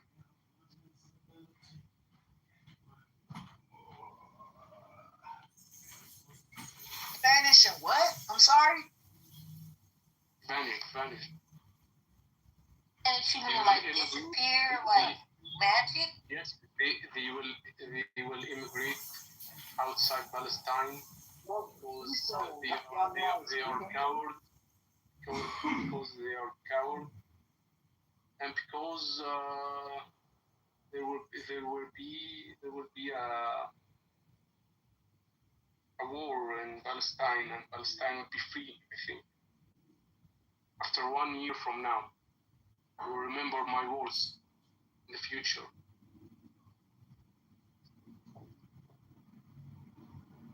We don't have a book on this the war, brother. We America, we won out. I don't know. I hope you're not talking about us staying over there for a long time. We really don't want to. I don't want us to be putting our soldiers in harm's way. And, if you can stand up and muster to stand up against your oppressors, I hope y'all can do that. You know what I mean? But America, man, we should not have to risk our soldiers and put our soldiers in harm's way. I hope that is not the war that you're calling for, man. I really hope not.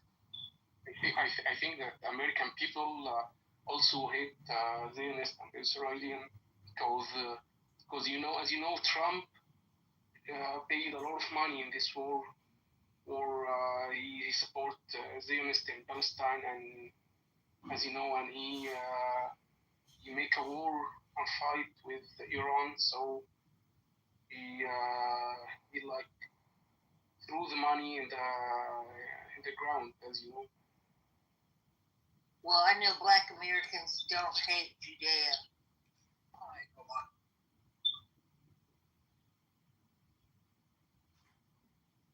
So I think that Palestine will be free.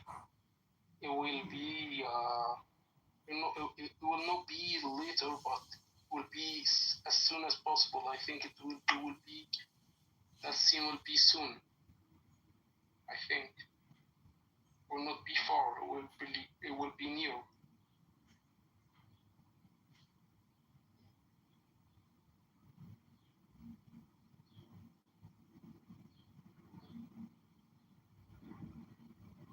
Saying you think within this year or sometime here soon. I know Donald Trump eventually was trying to around about say that maybe the war will continue. I really hope not. And then you got other people saying that it's come to an end. I don't know what to think. I just hope that this so-called ceasefire stays in place. I really don't want people dying. Yes, I think Trump is just a foolish guy. He make a war and fight with Iran. His claims is because Iran has a missile program and nuclear weapon. But I think that he make reasons for himself to invade Iran. I think, and I think that Republicans are worse than democracy party. Do you agree with me? Trump's dumb. Yes, I agree. He's dumb. I do, man. Yeah, I hate Republican party. Yes. By the way, George Bush was from Republican party, and he invaded Iraq in 2003. And also Trump, he almost said he will do any war in his interval, but not from the.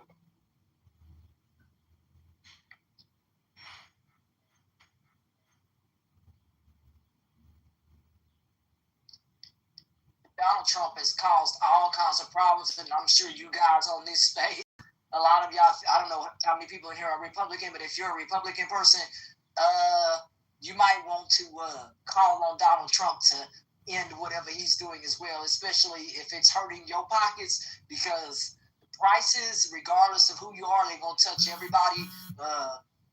If you're rich, that doesn't matter, whatever the case may be, but a lot of other people who are not, there is effect on whatever the case may be, but a lot of other people who are not, there is affecting them, whether Democrat or Republican. That's what I mean, and that's the problem. So my between two countries that probably have nothing to do with each other, but a rift, get food in there. These little villas that have had doctors, medical supplies, food, trying to get shit into the country. We've seen the pictures where the country has been into rubble. I get it. What's going on in your country is fucked up, and I totally agree. Got a fucked up ass government. But why are you mad that Americans are upset about what their tax dollars are going towards? I don't get it. If somebody in here is Iranian, can you explain to me what is the issue at Palestine? Will we support having them being able to have access to food, fucking basic needs? Betty, I think that Trump wastes your money as you, for American people, you're wasting your money. Do you agree with me? Wasting our money on what? I'm confused. Why?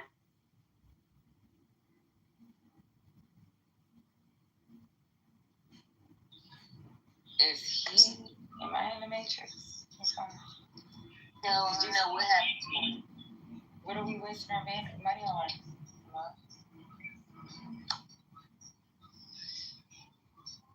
Maybe he can't. Amen. You want to answer or something? Because you came up here. Yeah, I do. I just want to know, are we supporting Palestine or I like Palestine and also Iran? What is the problem? I just want to know why is the problem? You haven't even been in here before, so well, you have, but you haven't been in. Maybe you haven't been around when sometimes we'll have Iranians in here get upset and say something negative about Palestine, and they did that. Yeah, they do on more than one occasion. Slap them. I want to slap them. Where can I find?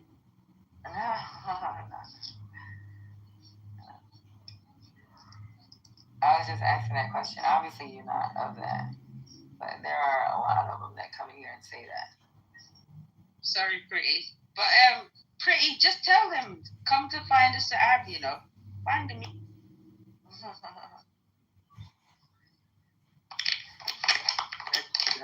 Do you have a problem in gasoline in USA?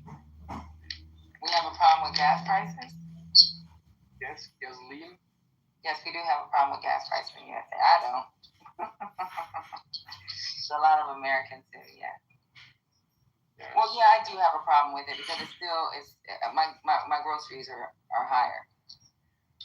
I went to the grocery store, and this was even, I think it was when the war started off, and I was in the room, and one plastic bag of groceries, I could tell you this, I paid $200 and something, and I had 4 bags, and the 4th bag was like the bread, because you keep that separate. So it would have been 3 bags. 3 bags of groceries, about $100 per bag. Yeah, it does affect food products, yes. It will affect us food products. Patty, there's no way that you should be paying that in food, man. Let me tell you, man, you can get food, man, from bulk suppliers. No way. Man, I used to work for a food company, man. Shoot, there's no way. I pay $400 some, and I get a whole big old grocery bag. Ashton, we eat different, baby, because I've heard what you eat, baby. I can't eat like that. My stomach. Oh, you're talking about steak and chicken and You are strong and you're small and you're not a big girl, but you burn a lot of calories. You eat a whole damn meal like I feed my nephew. Well, so you had said you only had so many bags for $200. You don't have to buy what I buy for school, but I'm looking at Ashton probably buy a wholesale. I can help you out. Even let me tell you something. Even if I do buy wholesale, right? I can do meats in bulk, right? Because then I can put it in a deep freezer. But I can't do stuff like this shouldn't be bad. I gotta help you out. Bad after 3 days. Yes, bad after 3 days, you're right. He said he can help you. He gonna help you. How you gonna help it? You gonna eat it? You gonna eat it? You gonna Sis, I got a 12-pack of eggs. I buy an 18-pack. The 18-pack will last me. Because I only eat, like if I make an egg, I only make 1 egg in the morning. I make a single slice of toast or a bagel. That's it. That's my breakfast. Nice. Yeah, I don't eat like that type of food all the time. You find some good deals down there at the local slaughterhouse, okay? Now, people don't like it, but just hold on with me. When all this went up in prices, the guys back here, we can get it local. The guy said, I raise all my cows. So you can come down there and pick a cow out and see a cow grow literally to life. You come by and check it out. So you know what you're getting, right? You know the quality of meat. That cow cost. I don't want to look that bad boy in the eye. No. I want to look at that big old bad boy. Actually, I'm gonna ask you, how much does that cow cost? Well, some cows can run about $1,500, but you don't have to buy the whole cow. $1,500. How much does half of it cost? Well, half of that you can look at around $300 to $500 because you're getting enough to put in a deep freezer. See, you're getting that motherfucker ain't fancy. No, I'm fancy. You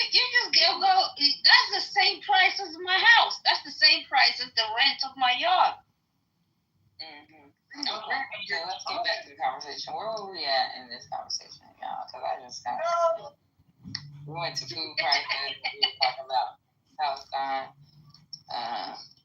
How long it's actually existed. I'm confused. Where did we go?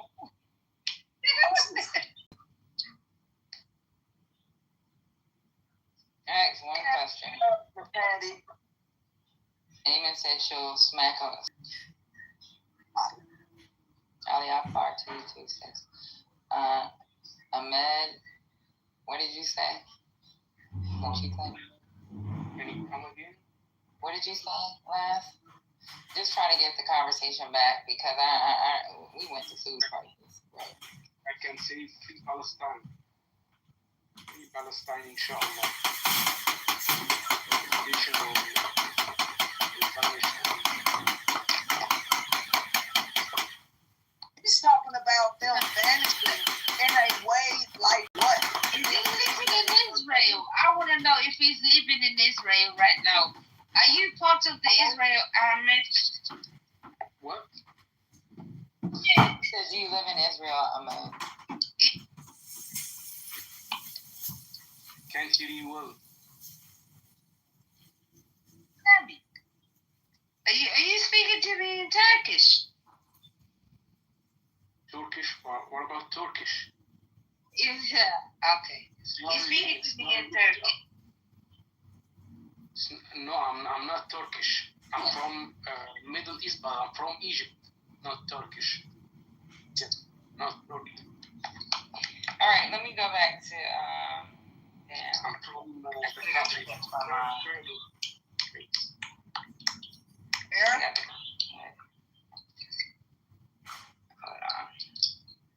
I can barely understand you, brother. Before anything, I would say I hate Israel. I hate Israel, yes. I wish I could destroy this country by a nuclear bomb. No, you won't. No, you won't. No, we won't. No, you won't. We don't do that. We don't do that.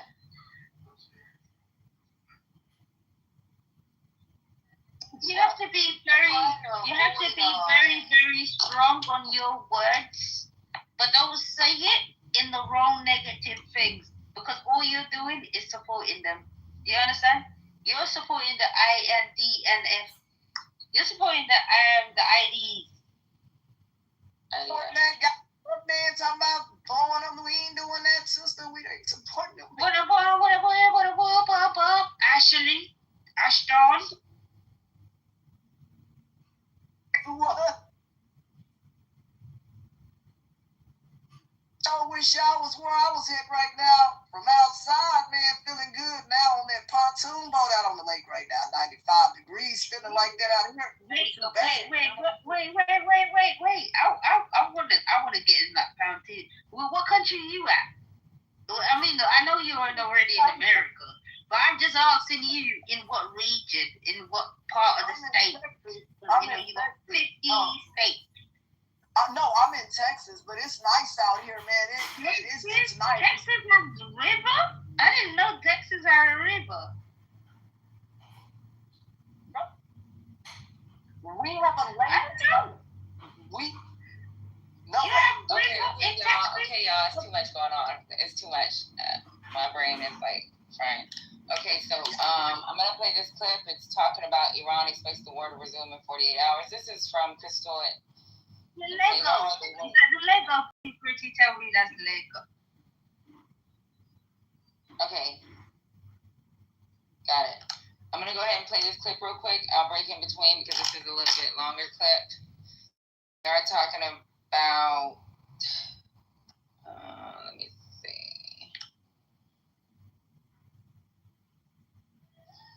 They're discussing the Iran war and Iran's expectations on it, but we haven't been able to talk on it. And it's kind of crazy when you come in here and nobody speaks on it. But when you're not here, we're looking for you. You come up. Hey, Katrina. So we've been trying to like look up information on what's going on in Ukraine, and I'd be like, God damn it, where's Katrina? Then when you come in the room, we're already in a deep conversation, so it's not enough time to. As soon as I'm able to even try to hit you, you disappear. So I know you keep up with Iran. Can you go ahead and brief us what's going on in Iran right now? Iran or Ukraine?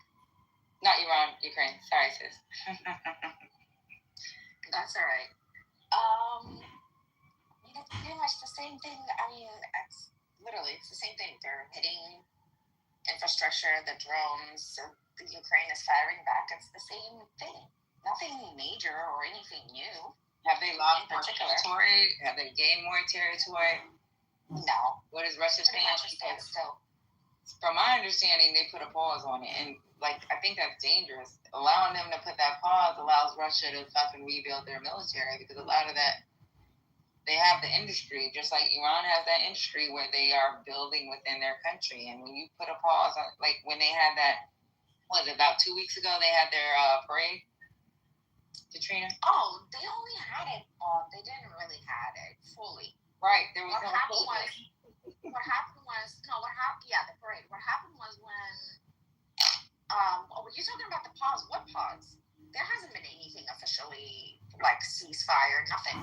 Oh, they said there was going to be a pause, and that came out of Trump's mouth, and it's supposed to be a 30-day pause. And I was like, you can't do a 30-day pause. They do a 30-day pause. No, they're not going to agree to it. Russia hasn't agreed to it. Ukraine agrees to it, but Russia hasn't agreed to it. Okay, well then that's They tried to do a pause from May 9th. So Russia demanded for the parade. Russia demanded from Ukraine to do a ceasefire just for that one day. And Ukraine basically said, well, we're not, Ukraine basically said, like, we're not going to do a one-day ceasefire, because they have done that in the past, like on Easter, let's just say like major holidays, Christmas, Easter. But Russia never stuck to it either way. So Ukraine basically said, we're not going to do a one-day ceasefire anymore. If we're going to do a ceasefire, we're going to do a ceasefire, like an official deal. And Russia then turned around and told Trump that basically Ukraine doesn't want to have a deal for ceasefire. So then Zelensky came out and he said, I want a ceasefire on the 7th. Basically saying, Russia, Putin, you're saying that I don't want to do a ceasefire. Well, here I am. I want to do a ceasefire for the 7th, May 7th. And anyways, of course, Russia wasn't going to agree to it. But no, whatever Trump says that there's going to be a ceasefire, I mean, he said that he was going to end the war in 20 hours. Seriously, there is no real talk about, like, seriously considering or seriously having a ceasefire. That's all BS.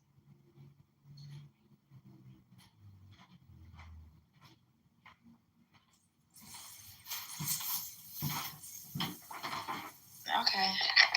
Well, let me go ahead and go back to this YouTube video real quick.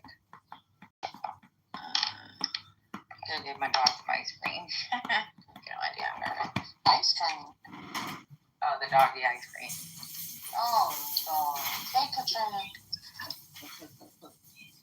Hi, first lady. Not dog ice cream. I'm dead. Girl, yeah, doggy ice cream. Some animals, they would be eating like me. They probably would be walking here. Alright, I'm gonna go ahead and play y'all. Also, we've got to look at the economic fallout. Time to start hoarding motor oil, apparently, because there's a dire situation developing there. Shortages imminent. Thomas Massey facing the fight of his life, an onslaught. It's now the most expensive congressional race in history as the Israel lobby pours cash into that race to try to defeat him. We'll preview that. We're also taking a look at new bogus intel that's being laundered on Cuba to try to create a pretext for an invasion. Trump made thousands of trades as president, like more than 3,000 stock trades, including for companies like, Palantir, Nvidia, some top names that you have certainly heard about and that he has certainly been influential in pushing. And we've got a few other corruption stories here as well, including Kash Patel with a VIP snorkeling trip at Pearl Harbor, of all places. So just incredible things happening there. You or I, they actually banned swimsuits in Pearl Harbor, which I massively support, don't get me wrong.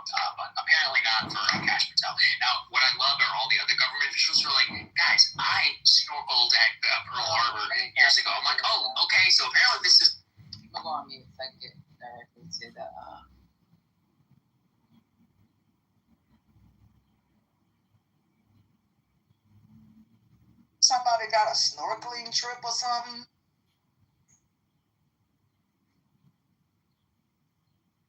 Y'all, man.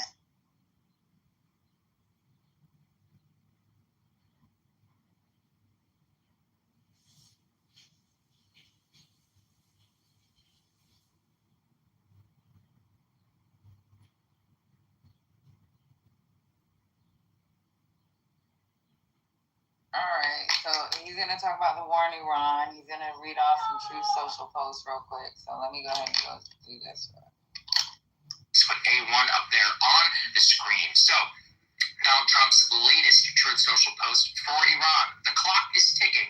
They better get moving fast or there won't be anything left of them. Time is of the essence. This is paired actually with some new analysis from Trita Parsi. Let's go ahead and put this up here on the screen, which he released late last night. He said the Middle East is once again teetering on the brink as Trump appears to reignite war with Iran. While Trump's threats of war may be theater designed to face Tehran into submission, Tehran expects the U.S. to attack it within the next 48 hours. We should recognize that restarting the war amounts to an admission that the previous escalatory gambit has failed. That in turn was in itself an admission that the war had failed, which was an admission that the threats of war in January had already failed.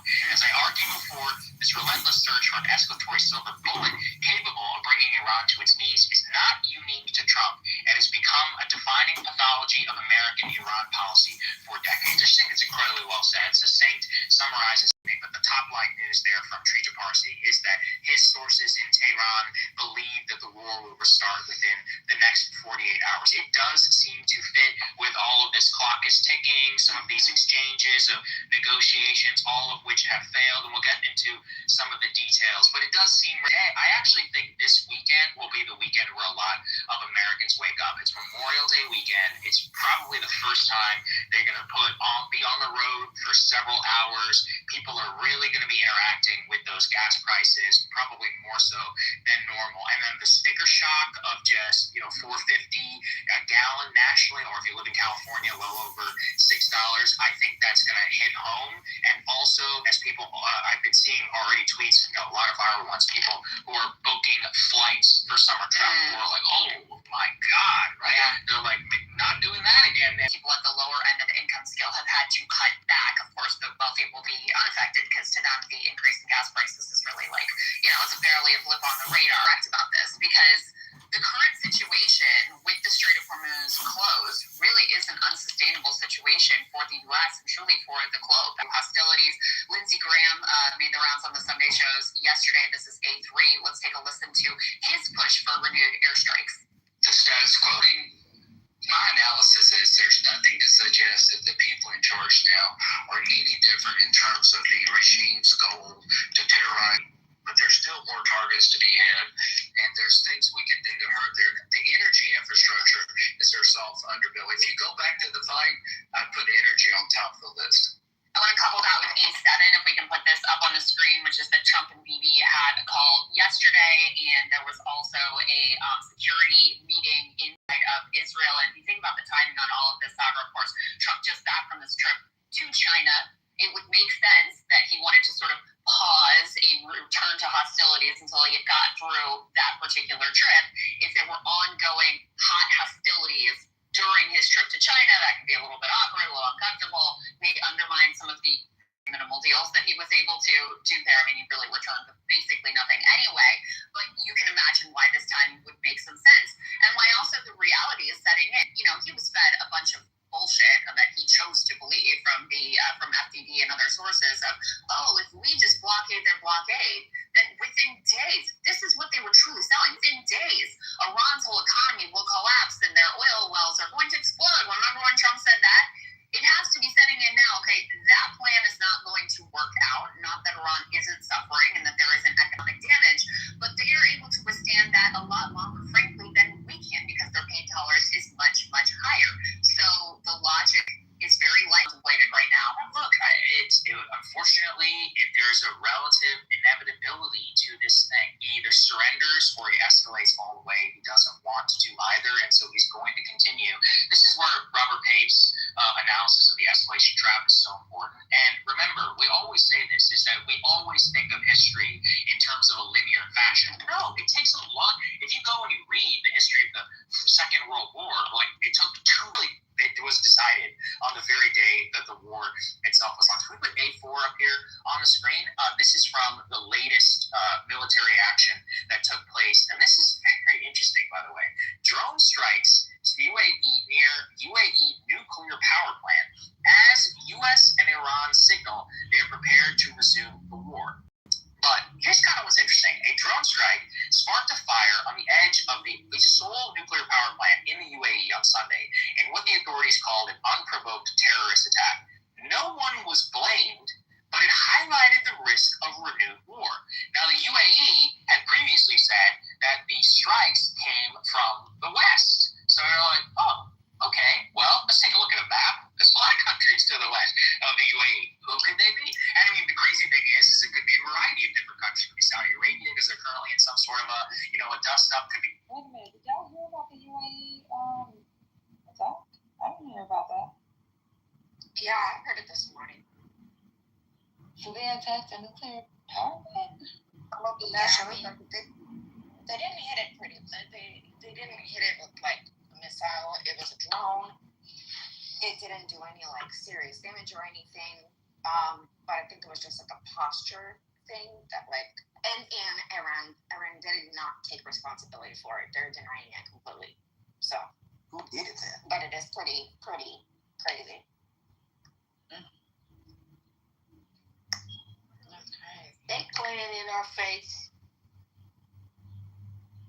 Well, and that's such a beautiful part of the world, man. I wouldn't want to see anybody's towns, anything destroyed, but man, that there is beautiful over there. I don't know what to tell people, but my God, if you've ever been there, shoot, it's real nice, and the chocolate there, a lot better than what we got here. I'm just saying. You talking about milk chocolate?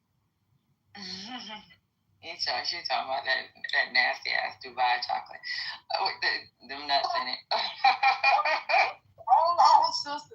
It's different levels to that kind of chocolate. You get the stuff kind of like alcohol in this country. If it's on the bottom shelf or some crap, it'll taste horrible. No, they go to a back room, they get you the good chocolate, not the crap sitting on the shelf. Oh no, this is beautiful chocolate, man. This chocolate here is gorgeous, not stuff just sitting in packages all day. This was chocolate that the guy handmade there at the restaurant. This wasn't some stuff in a wrapper. It was not. Is it milk chocolate? That's all I need to know. Because if it's dark chocolate, it's probably a little bitter. No, it's not dark chocolate. It's not. It's not dark chocolate. You know what? Beaver and Matt Cool in their room, how Peter speaks when it's time for him to speak. Kudos to you, Beaver. You've taught this kid well. Peter, do you have anything you want to say, babe? I don't know what they did. I don't know if they beat you. Beaver, did you beat him? Because we couldn't tame this young bull. I mean, he hasn't said a word. Are you sleeping? Girl, do you know, I noticed that in Beaver's room that he'll say something, but he'll go on mute. And I was like, this motherfucker know how to act right. So I let him come up on stage today, and he's actually being a good kid. Yeah, that's crazy. There's hope for us all. Beaver over here beating him. I don't know what's going on. I'm going to blame Beaver and Matt Cool. I think they beating the shit out of him. We just don't know it. And he had time to change his PTR, so I know he's there. He had on his construction hat that was leaning to the side like a drunk alcoholic earlier. So something's going on. But any comments on the, I just wanted to shout Peter out for being a good kid. Go ahead, Katrina. Oh, I remember something that I sent you a couple days ago. I back channeled you the video. It's basically a POW and in Ukraine, Ukrainians to POWs, and this is a POW and he pretty much described the whole scam of how Russia is taking and It wasn't in bringing people English. from. The one you sent me wasn't in English. They have English subtitles, and you can dub over now on YouTube automatically in English. Okay, explain to me the video because I watched it a little bit and I was like, I think she wants me to interpret it. Somehow by her body language, I didn't know. No. I'm surprised you didn't get it like automatically dubbed over in English. I always get them dubbed over in English and I have to switch it back to Russian or to Ukrainian. So basically, Russia is what they're doing is really heavily bringing in a lot of people from African countries, and especially the ones that they have had the Wagner in. And what they're doing is what this guy is saying. Of course, you can't, he could totally be lying. But he was basically saying he's from not Somalia. Oh my God, the one that just had a war recently as well. Eritrea. The bad one. Mali, Eritrea. Sudan. Which country? Because all of them have. Oh God. Northern Nigeria, where Muslims are fighting Muslims. Which country? The Congo. I know how it is in Russian, but it's very different in Russian than in English. Is it in? We're in Africa. Mali, there we go. Okay. I think it was from Mali. Igor said it. Yeah. There. Get up here, Igor, so you can help my sister out. So he was basically, they have a whole basically human trafficking thing going on where they offer people to go to work in Russia. They give them work visas and they come over there. They give them the military contract and they would have another Mali guy there who is, part of the thing. And he will basically say, yeah, you're signing a work contract. So basically he couldn't even read the contract. And then they to like a work project, right? Like a whole, thing from Moscow. He had no idea that they brought him into Ukraine, They physically abused, tied to trees because they wanted to run away. And they were saying that's not what they signed up for. Verbally, physically abused. And then they pushed them to the front lines, send them right to the front. And Russians started shooting them with artillery. And out of the 30 people that was with him, he was the only one that survived, and that's because he hid in the bushes for like 2 days or something like that. And he said when other Malians were killing him on purpose.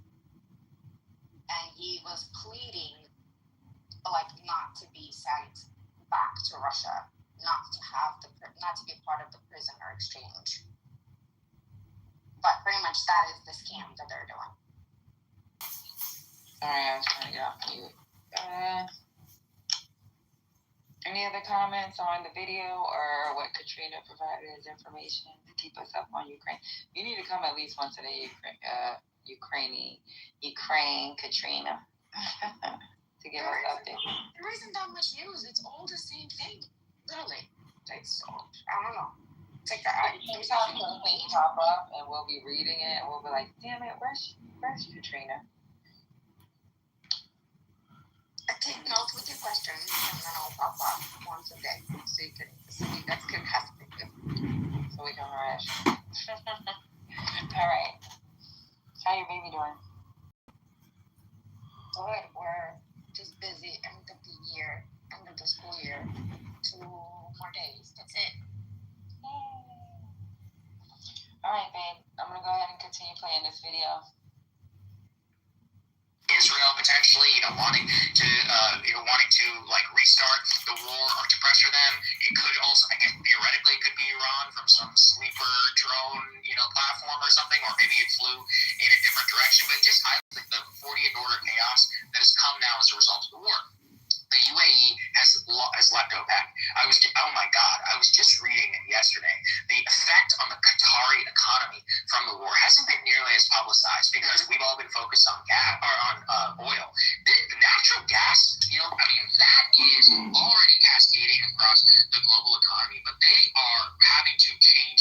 multi-year projections for their own investments and their economy. Like, this could be an extinction event if it continues for the Qatari economy. Like, you may literally see it even just like with the First World War. Like, you may go into a war which you expect to be 70 days, a nice little war, which is what they originally thought it would be. You may literally watch the destruction of all of these different houses and monarchies.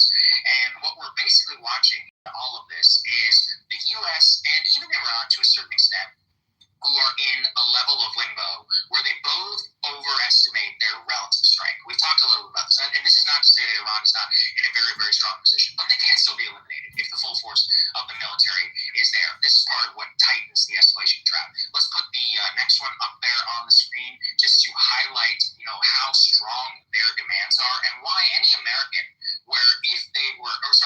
how strong Washington's demands are, and why Iran, while it has any fight left in it whatsoever, cannot agree to this. So, for example, here's Washington's. There will be no payment of reparations or compensation by the U.S. There will be a removal and transfer of 400 kilograms of enriched uranium from Iran to the U.S. Only one Iranian nuclear facility will remain operational. There will be no release of even 25% of Iran's frozen assets. A halt to the war on all fronts contingent on completing negotiations first. And then Iran has its own preconditions, which are the war must end on all fronts, a lifting of all sanctions, a release of all assets, a compensation for war demands, and U.S. recognition of Iran's sovereignty over the Strait of Hormuz. There's no universe in which this even can come together. Yeah. And that's despite all of the rhetoric. So even though Iran is stronger in a strategic position, but it did definitely take some of the pounding, not nearly as much as we were originally told. Mm-hmm. The U.S. has expended, God only knows, tens of billions. I would say what the real cost of the war is, without even fuel and the amount that we've probably closer to 60 to 70 billion, even at this point, considering all the carrier strike groups, all the munitions. That doesn't even mention all of the lost, production timeline, etc. But when I see though that for them, Trump, because of his image and really of the blow that started given to the global empire, everything just seems to be pointing in that direction where they want to restart. Yeah, absolutely. And I think the situation with the UAE and this drone strike, which the drones came over the UAE's border with Saudi Arabia. That's where they came from. Now Saudis say, "Oh, it wasn't us," but the UAE already thought that the Saudis were behind some strikes on their infrastructure, particularly at Fujairah. The Saudis think the UAE has been behind some strikes on their territory with regard to their critical oil energy infrastructure, and the fact that you have them messing around, you got Israel doing God knows what and trying to phone that God knows what, makes the whole thing even more volatile because you have so many more players with other agendas involved than just the U.S. and Israel and Iran. So that's part of what makes the situation so incredibly dangerous. But I mean, just to put one other piece of information that we've got here, put A8 up on the screen of potentially kinetic action. This is looking fairly solid at this point. According to open source monitor OSID Defender, wreckage visible in circulating photos and videos shows an MQ-9 drone, Reaper drone, because Sagar is just putting up there the demands from the Iranians and the demands from the U.S. The U.S. demands are just frankly delusional. We lost this war. We lost it strategically, not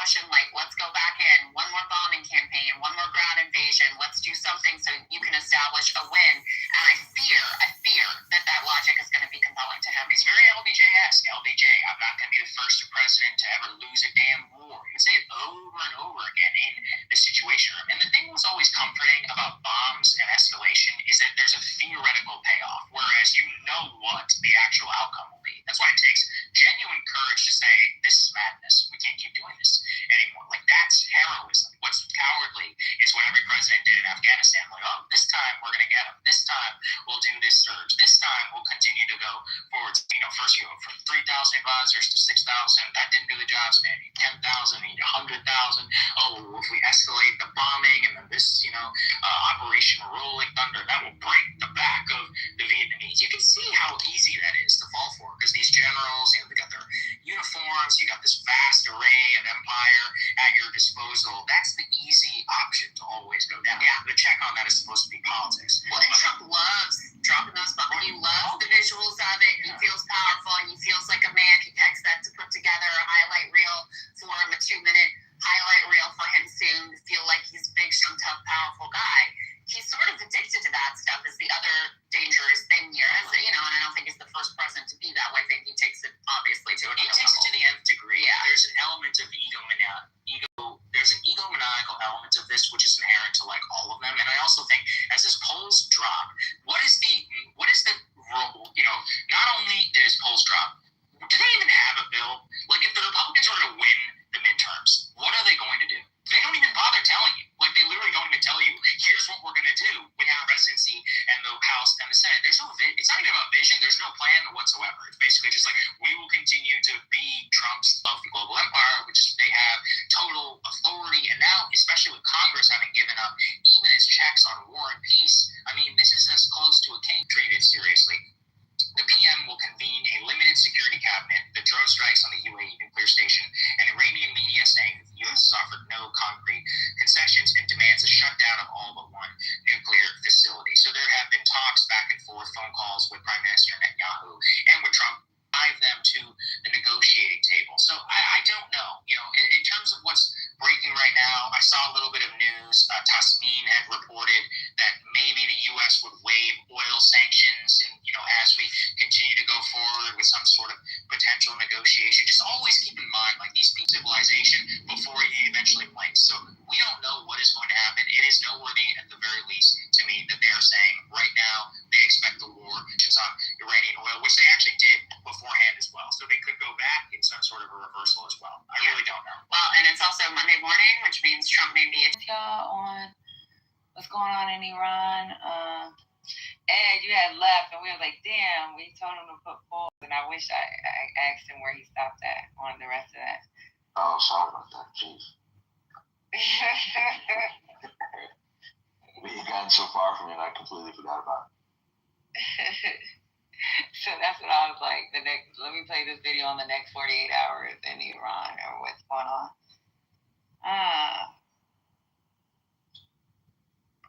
Hey, Reformed. You got my message? You check your back. I was busy today. I was just logging in for the first time.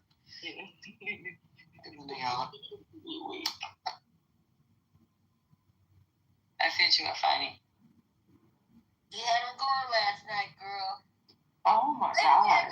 Let me send it. That was so crazy. Oh my God. Child, I walked into the middle of it.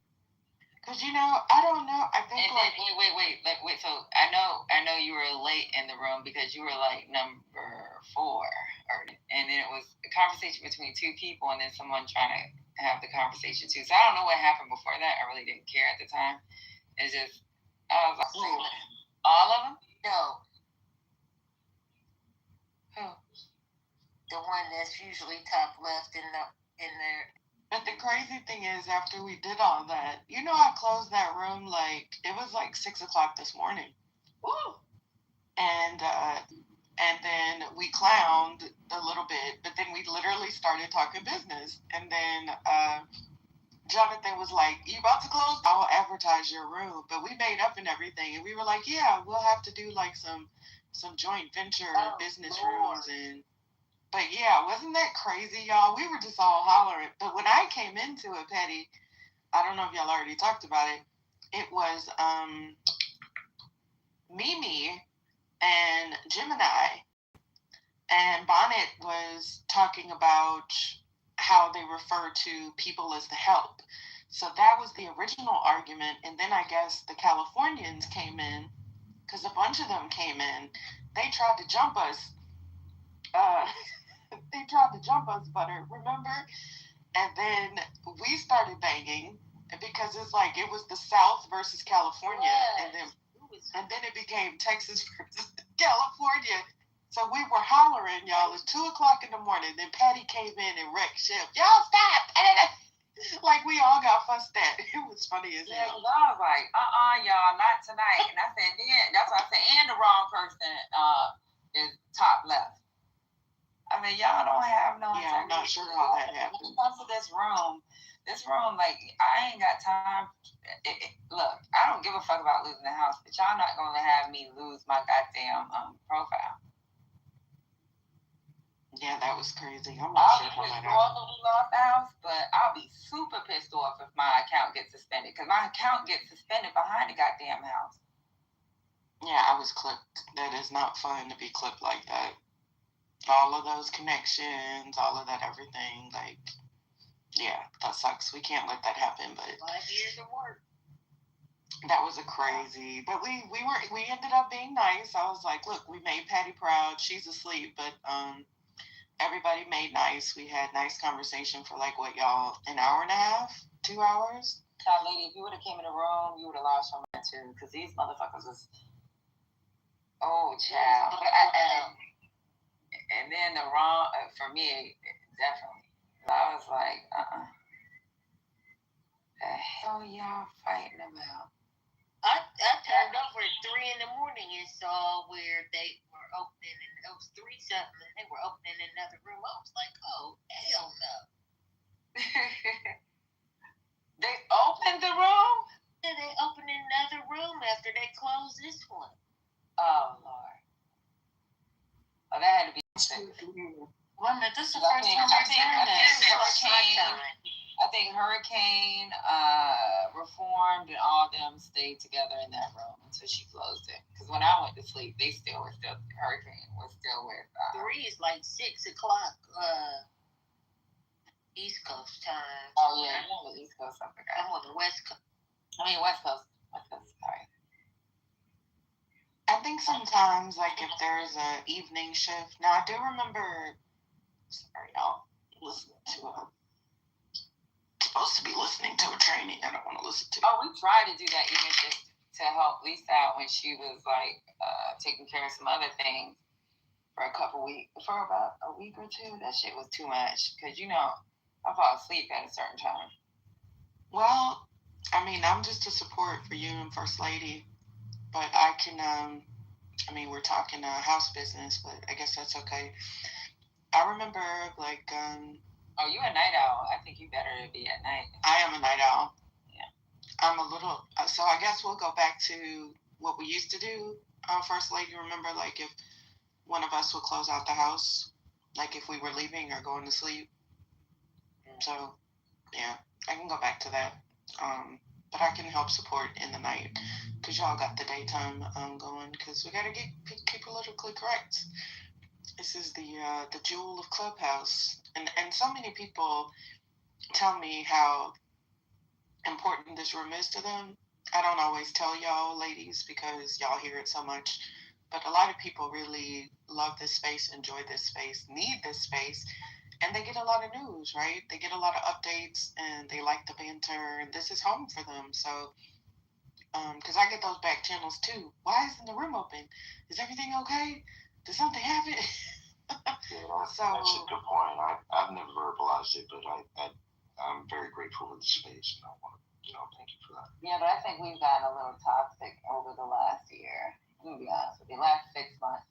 And we've always, like, would attack, but we've gotten a little too toxic. Like, we've never gotten reported, but for somebody to tell me that my house got reported, and it's been reported 3 times before, I was like, I said, yo, I know I'll be spazzing. But the thing is, he told me the reason why it was never a suspension is because I wasn't ever in the room. He just wanted to give me a warning because, like, this is, I'm like, damn, I haven't been in the room. So obviously, when he said that, I know for a fact since around December, I've, like, told myself, and then even me and my friend has been talking.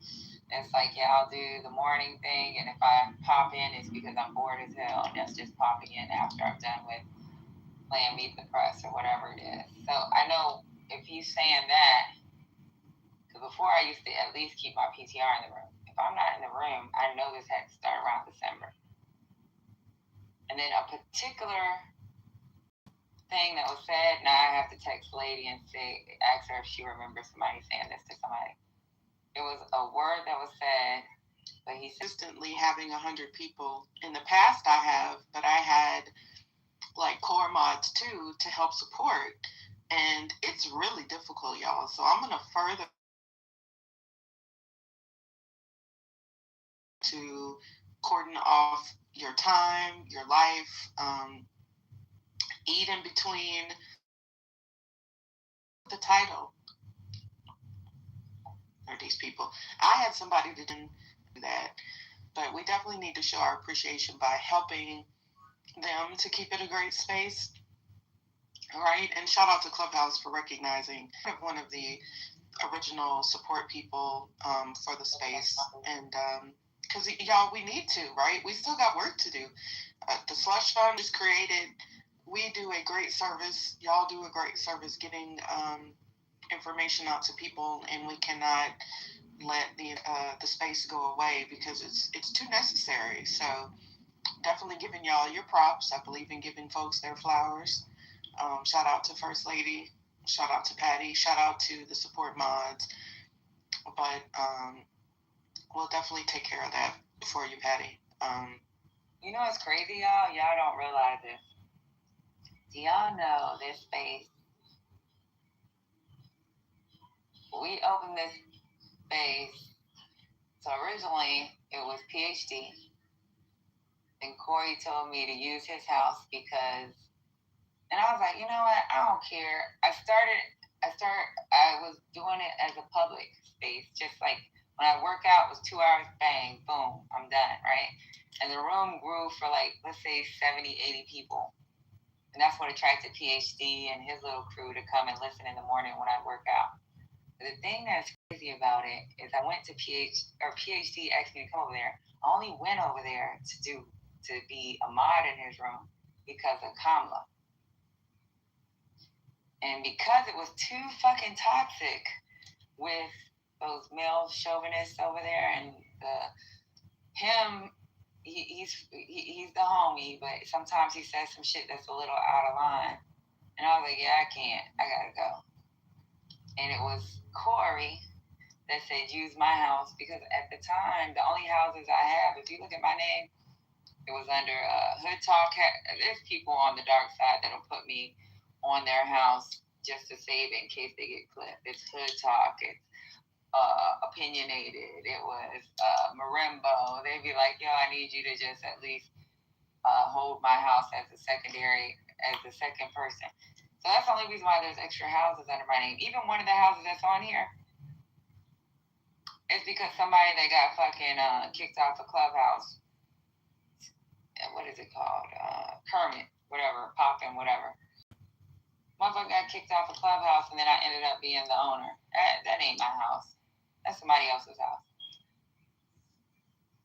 But it's crazy because I never had a house. And in a year and a half, me, Lady Mel, Just, a reformed, Van,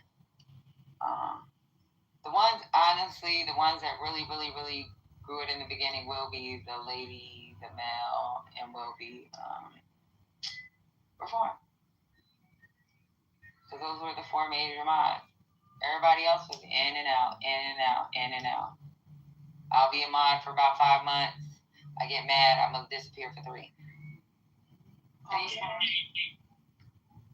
And that's what us being biracial dummies.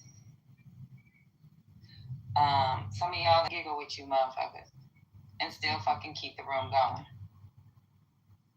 Reform do get crazy. Me and her get crazy. Big breaks, and it's necessary. Y'all know this app can be a lot. Even reform has been there every time, even if it's a problem. Oh yeah. Does she come in, even if she's pissed off, even if for an hour or 2 hours, but she come in. There's 4 major people that actually built this room, at least up until 16K up until last September, that was here every fucking day, all day. Whether we popped in and out, it was made, like I said, Mel, Reformed, and Lady, and myself. Every day. And you created it for ladies. That's even in the original setup of the room, if y'all read it. And shout out to Patty for basically creating a space for women. And remember, that was a huge part, that she wanted women to have a safe space to come and have these conversations. Because it was not safe for women always across other rooms. And First Lady to them. Yeah.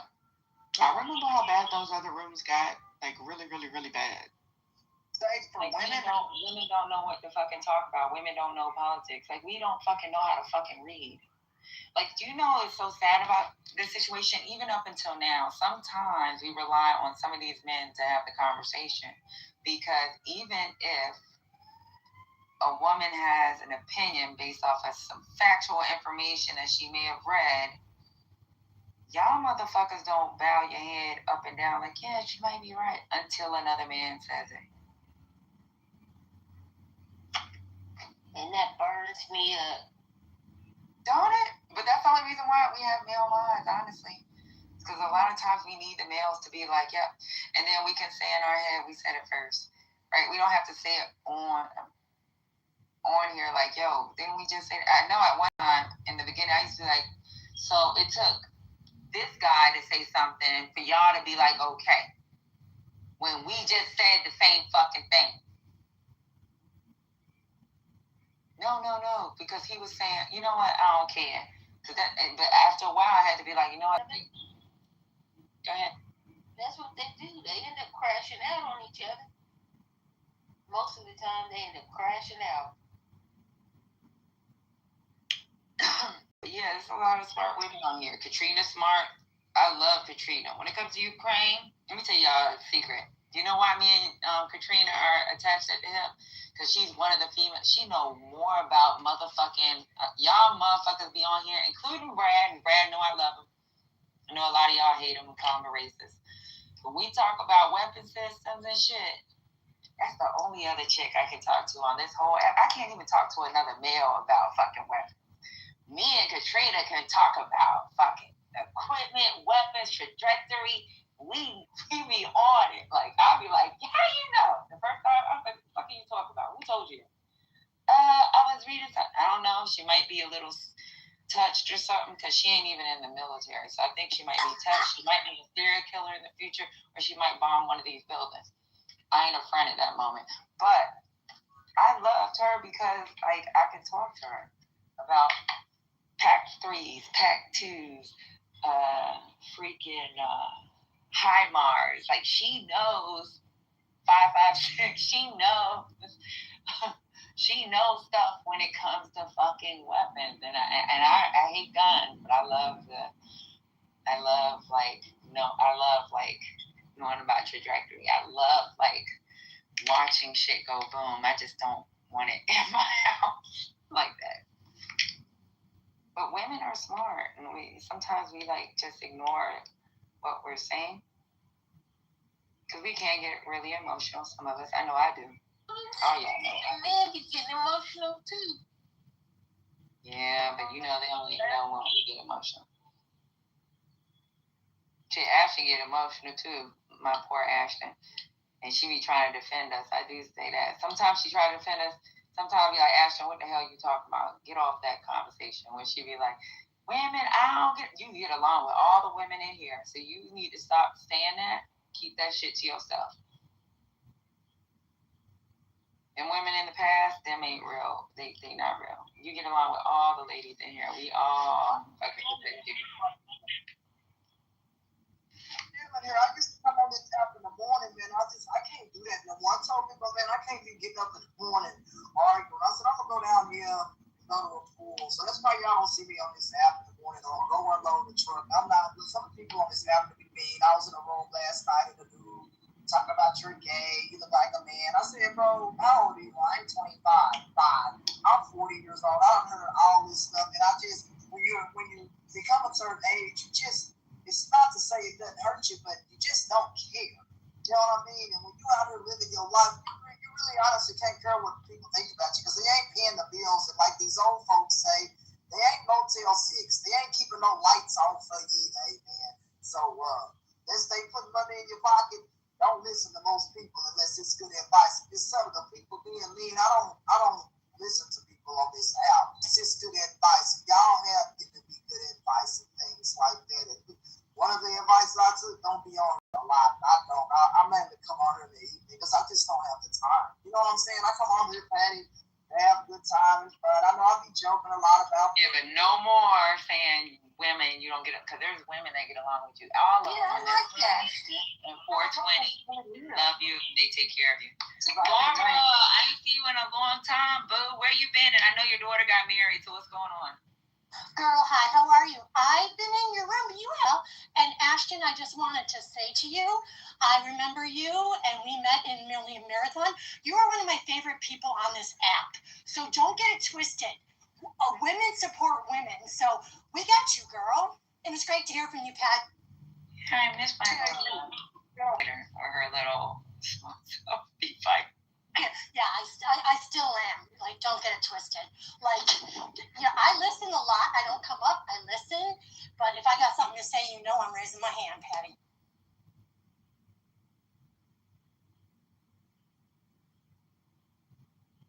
Yeah, y'all. We do appreciate y'all supporting us as much as y'all have. We appreciate y'all supporting our sister. Now it's Misa.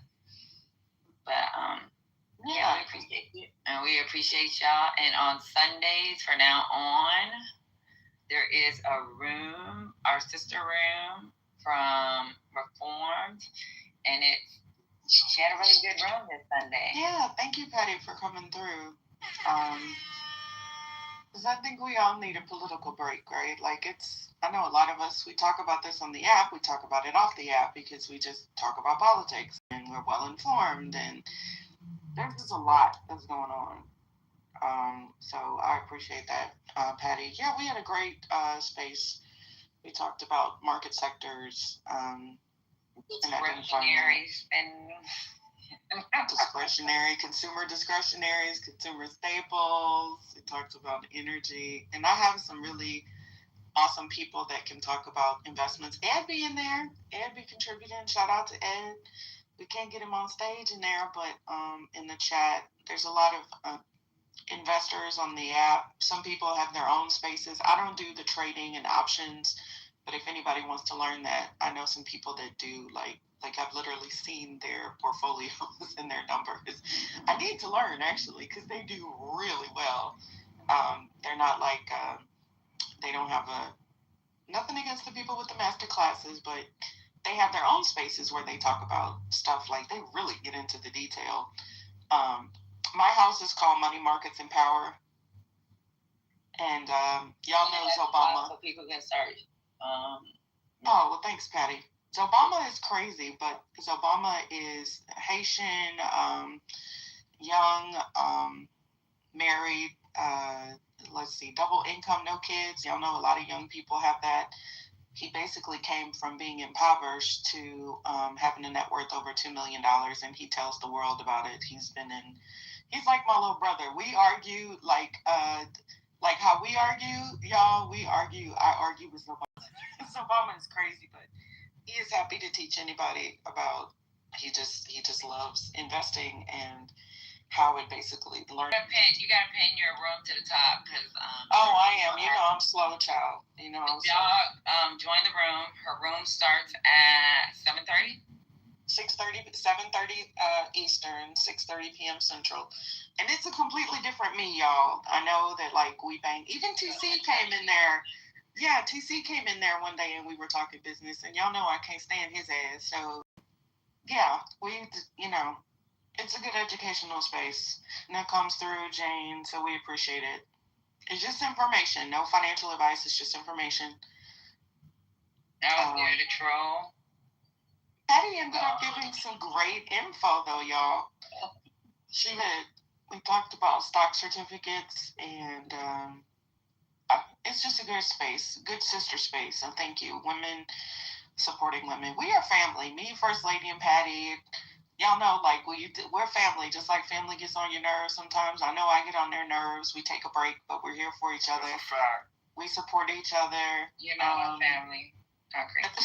No, I'm saying that I confirm that she gets on.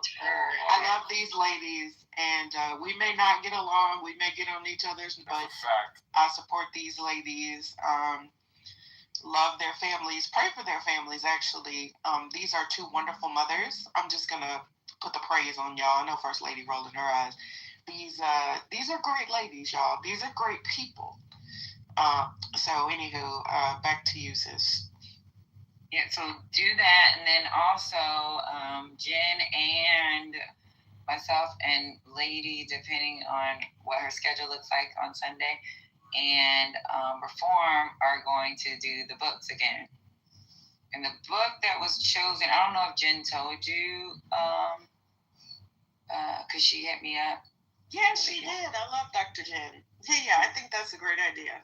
So the book that was chosen, and is Obama. We're trying to keep it within interest or somewhat with politics, but I'll tell you which one. Because there was two books we looked at. Let me see what she Prepared to get sick of us. It was Dreams from My Father. That's one. It was Dreams from My Father. And it's one chapter. We're going to do, because each of those chapters has chapters so long. With the audibles, the chapters, like, each chapter is approximately, I think the longest is like 50 minutes. But there are about 40-some odd minutes. And there'll be breaks in between to talk about things coming out of the book. And that'll be, I think, to start that room around, because your room starts at what time your room starts again? My room starts at 6:30. And 6:30. And she wanted to start at 5. Yeah, and just to have a nice, clean, and I think that would be a nice, chill thing. And Sunday, I know a lot of people listening to that, so I'm looking forward to that too. So yeah, we're excited, y'all. We're excited. But we make some great guests. And hopefully we have to play the boogie at around that time, so she can add her anecdotal. These clients, you know how she likes to explain something. It's funny as hell. And Dr. Jen is really cool, y'all. Her background and stuff is super cool. So, yeah. Where is First Lady so we can hear that melodious voice? We need a song. But Lady, you on? Hello. I think she's here all the time, like I used to be. And then, because she had something to do tonight. That's right. Y'all know I'm close coming off mic. I didn't know about the room, but I'm looking forward to that, Mickey. We're still trying to work out the book situation, because it was this book, that book, and I was like, yo, it's got to be something that people resonate with. And we know a majority of our room is black, and then we have to also look at, like, so I know a lot of people don't like Beaver, a lot of people don't like Matt Cool, but they have supported us in every room. No matter what room I've been in, they'll be there. It's when we wanted to use a book that would be something that they could listen to and probably get some information that could maybe help them change their stance. So, yeah. Shout out to Beaver and Matt Cool. They are pretty cool magazine, at least to me so far. I wanted to give flowers to Reformed as well. Over the years, I sit and listened to her rooms and rooms that she was in speaking. You guys should really listen to what she's got to say about a few things. It has really made a difference in my life. So, I mean, just small changes, but big differences. Big differences. So, flowers to her. And I wish you the very best. I'm not going to be able to come this Sunday because my ass is going to be in Cabo, but I will be next weekend. So, I definitely give you your flowers for that. Thank you. Oh, Penny, come up. So we're gonna do. I know you love educational rooms. So we're gonna start our book club back up again because we stopped, and we're gonna start doing Sundays at 5:00, where we're going. The book we're gonna use for the next couple of weeks takes forever to get through these books, but we're gonna use Dreams from My Father, and that's Barack Obama. You already know. Sis. I don't know why I'm not saying that. Everybody knows that's Barack Obama. We're going to do one chapter at a time, and it's going to be on Sunday. So I think it's going to take us about 2 months to finish that book, but one chapter at a time on Sundays right before Reform does her financial flowers. No, it's not financial flowers anymore. I'm there. Just tell me. Or Money Markets and Power Room. Money Markets and Power Room. My phone cut out. I typed the book in the chat. I'll order it today. We're going to start it this Sunday. This Sunday. So we're actually, how we do it, Penny, because you weren't here back in the past. Somebody didn't matter how. In the past, how we did it was, whether they had the book or not, we just told them what the book was, and we played the audible. So I got credits. I get my credits, my audibles, and we played the book. And we do the breaks in between whatever like with 107 days, the chapters were quick, so we can go through 3 or 4 chapters a day. With Obama's book, we're only going to be able to do 1 chapter. And with the 1 chapter, it's about 40 minutes. Each chapter max is 50. We talk about chapters while we play the audible, but we break it down. You know how we break down a lot of 10 minutes. Talk about that first 10 minutes, what people got, or how they interpret it, so we can come up with some good information, and then go into the next 10 minutes. But it'll be 1 chapter. 1 chapter on Sundays at 5:00. And then we'll move whatever we have as a crowd over to Money Markets and Power, so that Reform can talk to people about trust. She has special people that'll come in the room that'll help you if you got questions about certain things that you're investing in. And then basic teaching, basic stock teaching, just basic teaching, something simple. And then I came back the next week and was like, oh, I found it where I can do it for free for the military. Because shit happened to us, right? Oh, yeah. We talk about everything from budgeting to how to invest to... Before I have a favor to ask. Everything. It's not for me. This is for someone else. Oh, hey, Benny. Hey, babe. A metaverse friend of mine just lost her dad. And how do I say this? His life insurance lapsed, and so yeah, it's not good. And so, well, I can only do so much, and she's been asking kind of for help and whatnot. And what I was thinking was maybe if you could do a room on awareness. I asked her if she was okay with the vulnerability of using her story in hopes of maybe just getting some support. I think she said she only needs $1,800 more. It's not a lot. But basically kind of just making spreading awareness on how to keep up with things like that. What you need, and then what we need to do as adults with older parents sort of thing. So I wanted to connect with you, see if you were open to that. And then this, you know what I mean? This has nothing to do with me. She'll come in, she'll explain their story, and then maybe 100 people are in the room. We all give $10, $15. She can bury her dad because she can't even breathe right now. It's just that sounds like we can also do that in IGB. Those crazy people in IGB be real generous. Yeah. But definitely, y'all. I have had estate planning attorneys. One of my main mods used to be an estate planning attorney out of Florida. I've had CFPs. I've had people, and because I just remind y'all that we're all going to die and we have to take care of the people that are living. That's like my main focus. It's not really investing. So, absolutely, Penny. I am so sorry to your friends. And if you give me the information, I'm happy to help out a little. But I'll also let Lou know, because that would be sometimes I just like to do things, y'all, to reach out to more people. But in my spaces, y'all know that I've met 100 people personally on the app, just from social groups, and also just business stuff, right? And plus, everybody and their mama seems to be from Houston or come through Houston on Clubhouse at some point in time. It's California, Texas, and New York must be at least in the Clubhouse for some reason. But I probably, honestly, I'll talk to at least probably 1,000 people. I don't tell. Penny is someone I have conversations with. I never say that, but Penny does, right? So I don't tell people's business. I'm still a fiduciary, y'all. You can Google me if you want to. Good luck. Conversation with somebody, y'all know that.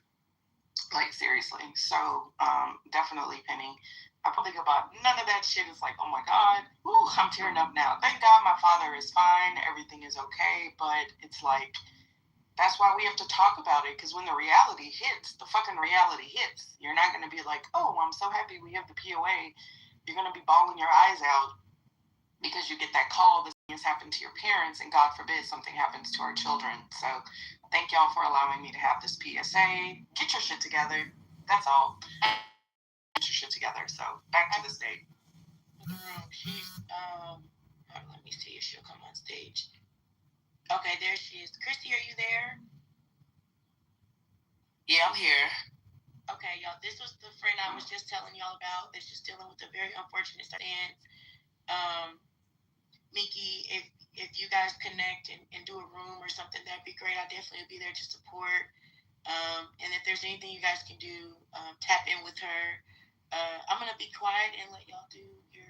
Wait, I'm happy to meet you. Nick, do you keep going on about this? I don't just have a high school diploma. I don't have a Series 66. You have been perpetuating this for years.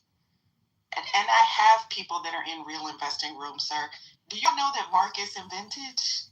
Marcus is in my room, sir. You're literally in the Telegram with Marcus. So you're saying that Marcus doesn't come in my rooms? Marcus is a mod in my rooms, boo-boo. Do you want to speak to that? You just said no one who goes into real investing rooms doesn't know Miki. I have Marcus's number. Do you want me to ping him in here?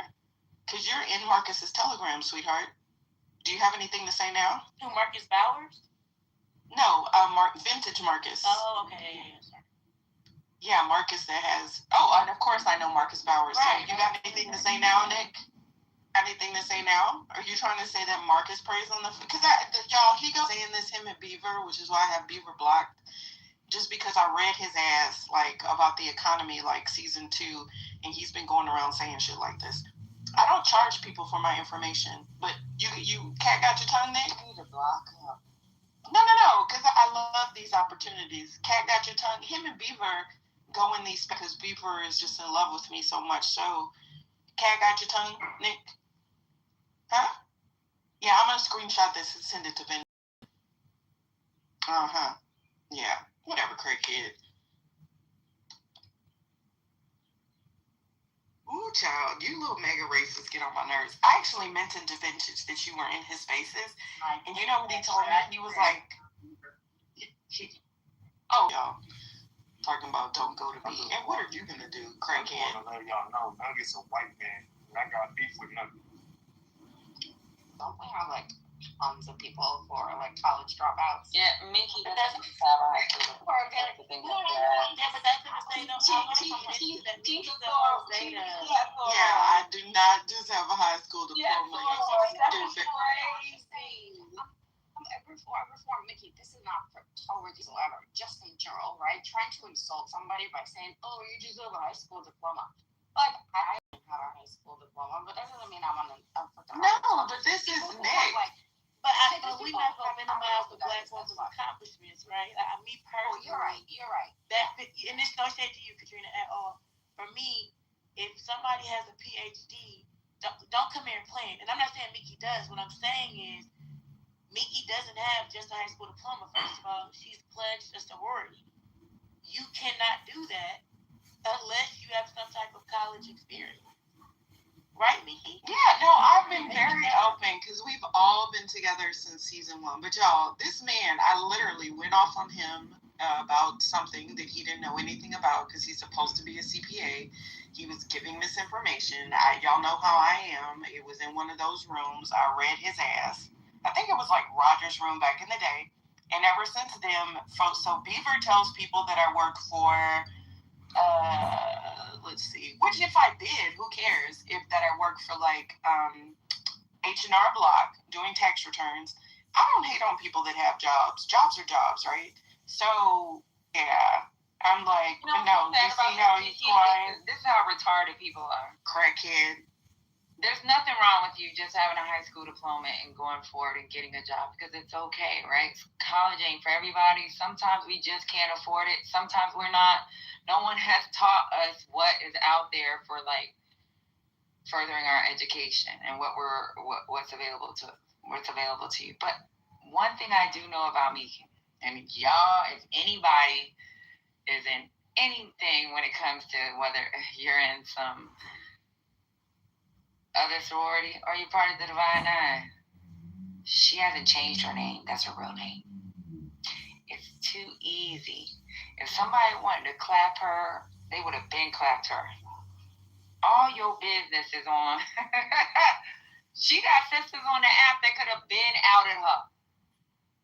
No, we have had all of those discussions. Everybody knows season 1, we all had our damn resumes, our LinkedIn profiles. Everybody remembers.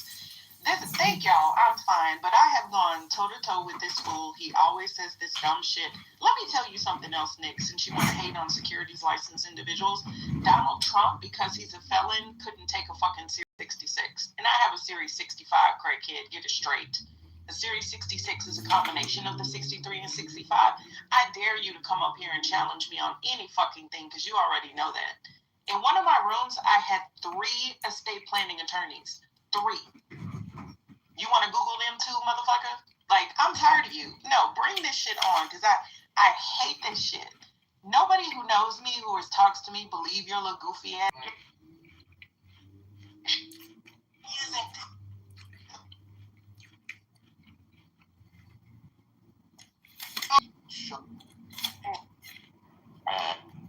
Instead.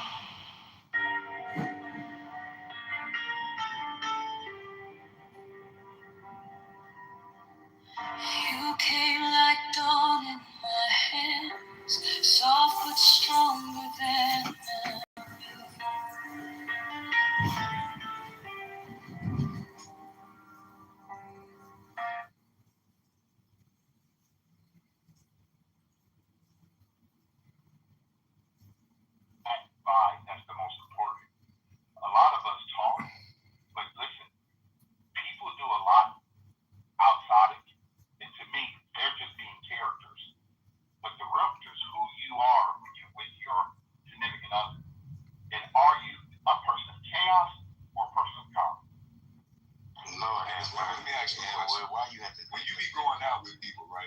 Let's just say we was out partying and stuff, and you was out with us. If we was like, I don't know, probably at the bar buying like 2 or 3 drinks, would you come up to the bar and be like, guys, that's too much, okay? It's too much, guys. Would you do that the whole night? I would just leave because one thing I'm not going to do is be in a public. No, I'm just, listen, for me, I like peace and I like calm. I'm not a chaotic person, chaos. I don't want arguments. I like peace, that's it.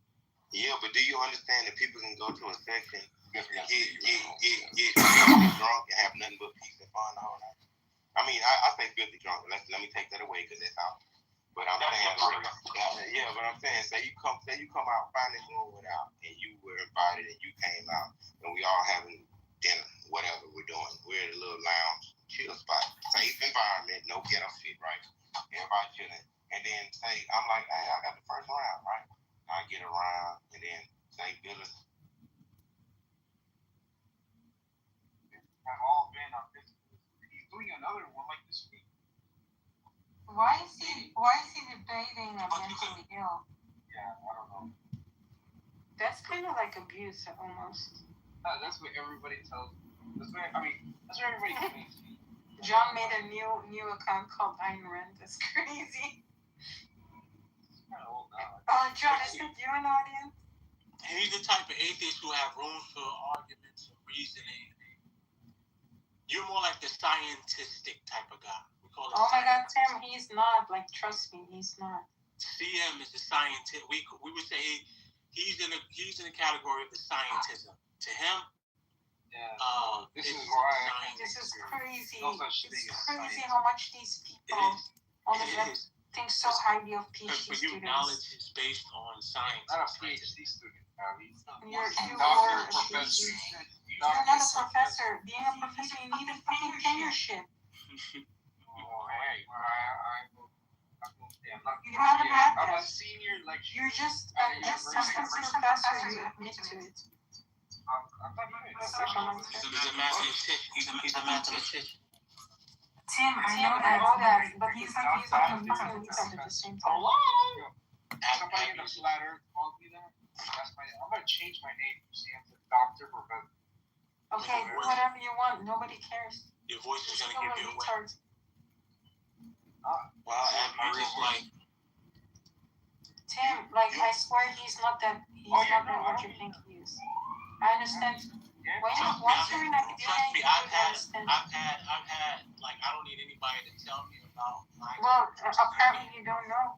We had enough. Well, what I don't know, I wouldn't say I don't know the experience. I don't have so many fans, right? I kind of like it. I have so many fans. Like, I'm a fucking gossip girl, and then everyone gets upset with me when I make gossip about people. But then, I don't know why everyone's so upset with me. Again, Fatima literally followed me around. YouTube. We were here before you came in. No, I know. Well, because you were in our room the whole day. You were in my own room.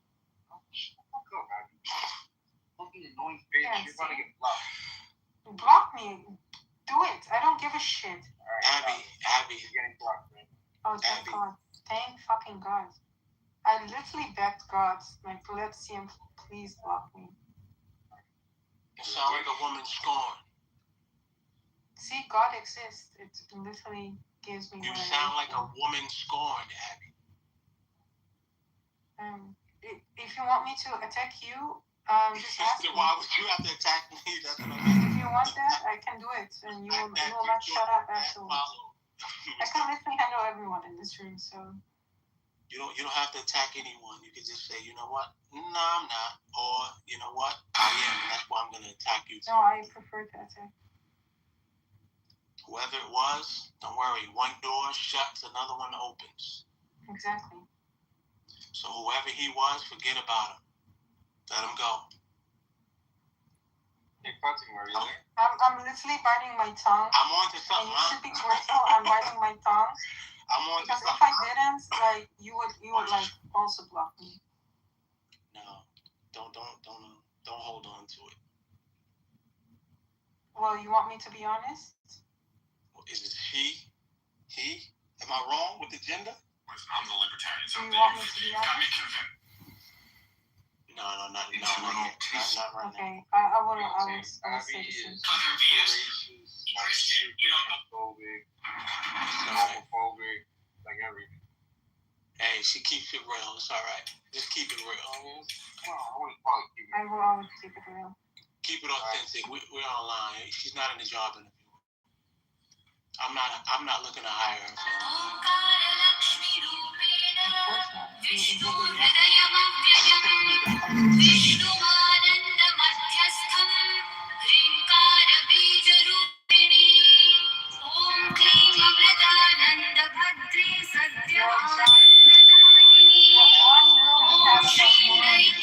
शरदां शक्तिमालिनि शत्रुमर्दिनि तेजः प्रकाशिनी देवी वरदा शुभकारिणी ब्राह्मी च वैष्णवी भद्रा कालिका रक्तशाम्भवी आकार ब्रह्मरूपेण ओङ्कारं विष्णुमव्ययम् सिद्धिलक्ष्मी परालक्ष्मी लक्ष्म्यलक्ष्मी नमोऽस्तुते सूर्यकोटिप्रतीकाशं चन्द्रकोटिसमप्रभं तन्मध्ये. But what about for men? Don't they get their versions or something like that? Yes, they do. Being a man is a blessing. Being a woman is just pure agony, pure pain. Yeah. Straight up with that. Suffering. There's nothing good about being a woman. So I don't think wants to become a woman, you know, when you're blessed with XY. Because it only, when you're a man, be that fucking pathetic. Yeah, I mean, I'm talking about the Muslim world, of course. Me as a Muslim, you know, I'm just telling you. Apparently I am, according to CM. So yeah, I'm gonna LARP this one now. Fucking Muslim. I've never heard you espouse any kind of Muslim rhetoric, not once. Oh, I used to troll on this app as a Muslim. But there is a judgment. Why would you do that? I don't know. It was like an ongoing troll back in the days when I was holding scientific rooms with this Jewish guy. He was calling me Palestinian and he was Israel. So that's why I became quote unquote Muslim, but not really. Just to troll and continue the role play. But yeah. Now, Andrew, use of God. You in the other room? What's that? No, this is the... What? What's going on? I hear somebody hot mic. Oh, yeah. I'm watching fucking Sam Shimon react to, like, fucking Andrew Wilson basically criticizing the shit out of fucking David Wood. And, like, David Wood is, like, fucking getting burnt, bro. David Wood is, like, right away. So, like, he doesn't even know what eschatology is, so he's, like, getting fucking cooked by Andrew Wilson, fucking asking him all these questions about, like, what his views are on Christianity is, and it just seems like he's pointing out that basically David Wood is a grifter, so his content revolves around, like... Has he ever given you 12 rice? You're giving him time with him. That's the thing. That's my thing. Oh, you got affiliation with paying for it. Yeah, and I'm still willing to fucking fight for America. I don't think your fat ass can climb a fucking molehill. I can make it real. That's Do you seriously, just tell me, do you really work there? I'm 50 years old. 23 در قبالش ایران حمله موشکی پهپادی میکنه خیلی گسترده به اسرائیل که اسرائیل جواب بیاد بده جلوش رو میگیره بایدن. So that's the end of the South. We finished, end of the point, finished, تموم شد. Symbolically, that makes it the same vibe as climate change activism. High civilization, high Western civilization. I mean, it's the technology that you just get. I mean, it comes out of a war, it comes out of the military. It's this just extraordinary feat of scientific ingenuity and blood, sweat, If you keep zoning out in conversation and forgetting what people just said, the next 30 seconds will change your life. See some of it. I'm 43, and my manager says I have the best memory on the team. I started training 9 minutes a day a month ago. These left-wing religions is essentially an anti-civilization view that My fear turned gold in your eyes, and my whole night broke in two.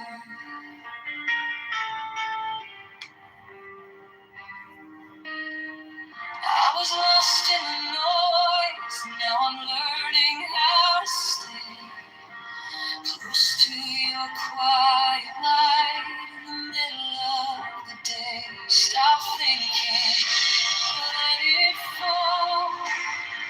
Take the deepest breath of them all. Don't run from the feeling. One more second, you can't stop believing. Wisdom of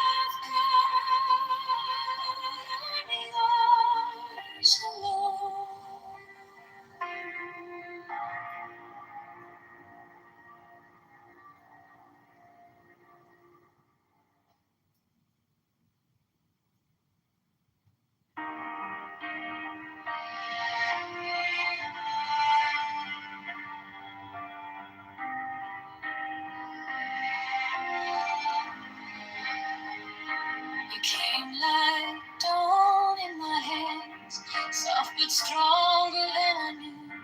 My fear turned gold in your eyes, and my old night broke in two. I was lost in the noise. Now I'm learning how to stay close to your quiet light. In the middle of the day, stop thinking. Let it fall.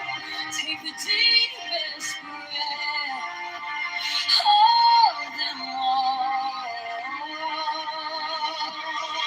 Hold it close, don't run from the feeling. One more second, you can start believing. Wisdom of God, now it's joy. Wisdom of God, now it's love. Wisdom of God, my heart is open. Wisdom of God, I rise above. Hold, hold, hold. Let it go, go, go. You are the answer. I needed to know. Your touch is a steady rain on the dust of who I was. Every wound gets named, then it fades in a hush. I don't need 1,000 signs when your name is in my chest. One deep breath, one brave step, and the rest can be blessed. I'm thinking, let it fall. Take the deepest breath. Hold them all. Hold it close, don't run from the feeling. One more second, you can't stop believing. Wisdom of God, now it's joy. Wisdom of God. Wisdom of God, my heart is open. Wisdom of God, rise above. Let it go, go, go. You are the answer. I needed to know.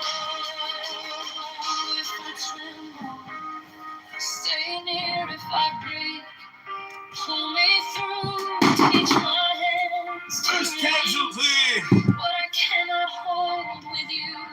Tend not night, tend not Second casualty. in your holy calm and the storm in my head lays down like a pall. Wisdom of God, now it's joy. Wisdom of God, now it's love. Wisdom of God, my heart is open. Wisdom of God, I rise above. Oh, oh, oh, let it go, go, go.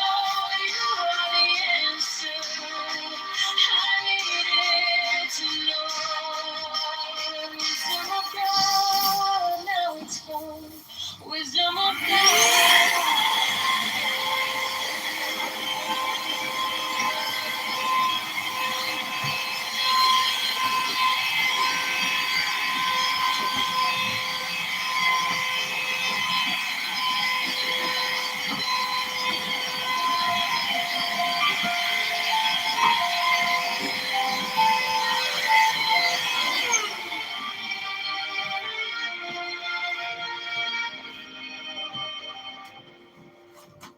Wisdom of God is now joy.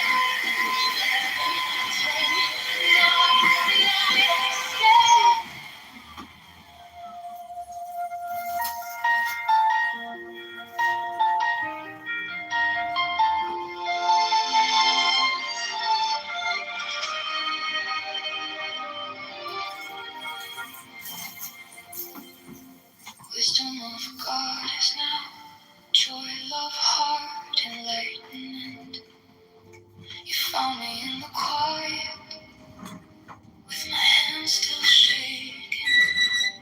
I was carrying the hurt like a name I couldn't drop. Then you touched my trouble, and the whole room stopped. Stop thinking, and you promised take the deepest breath of the day. Hold for 10, not 11, 10, not 9, stay.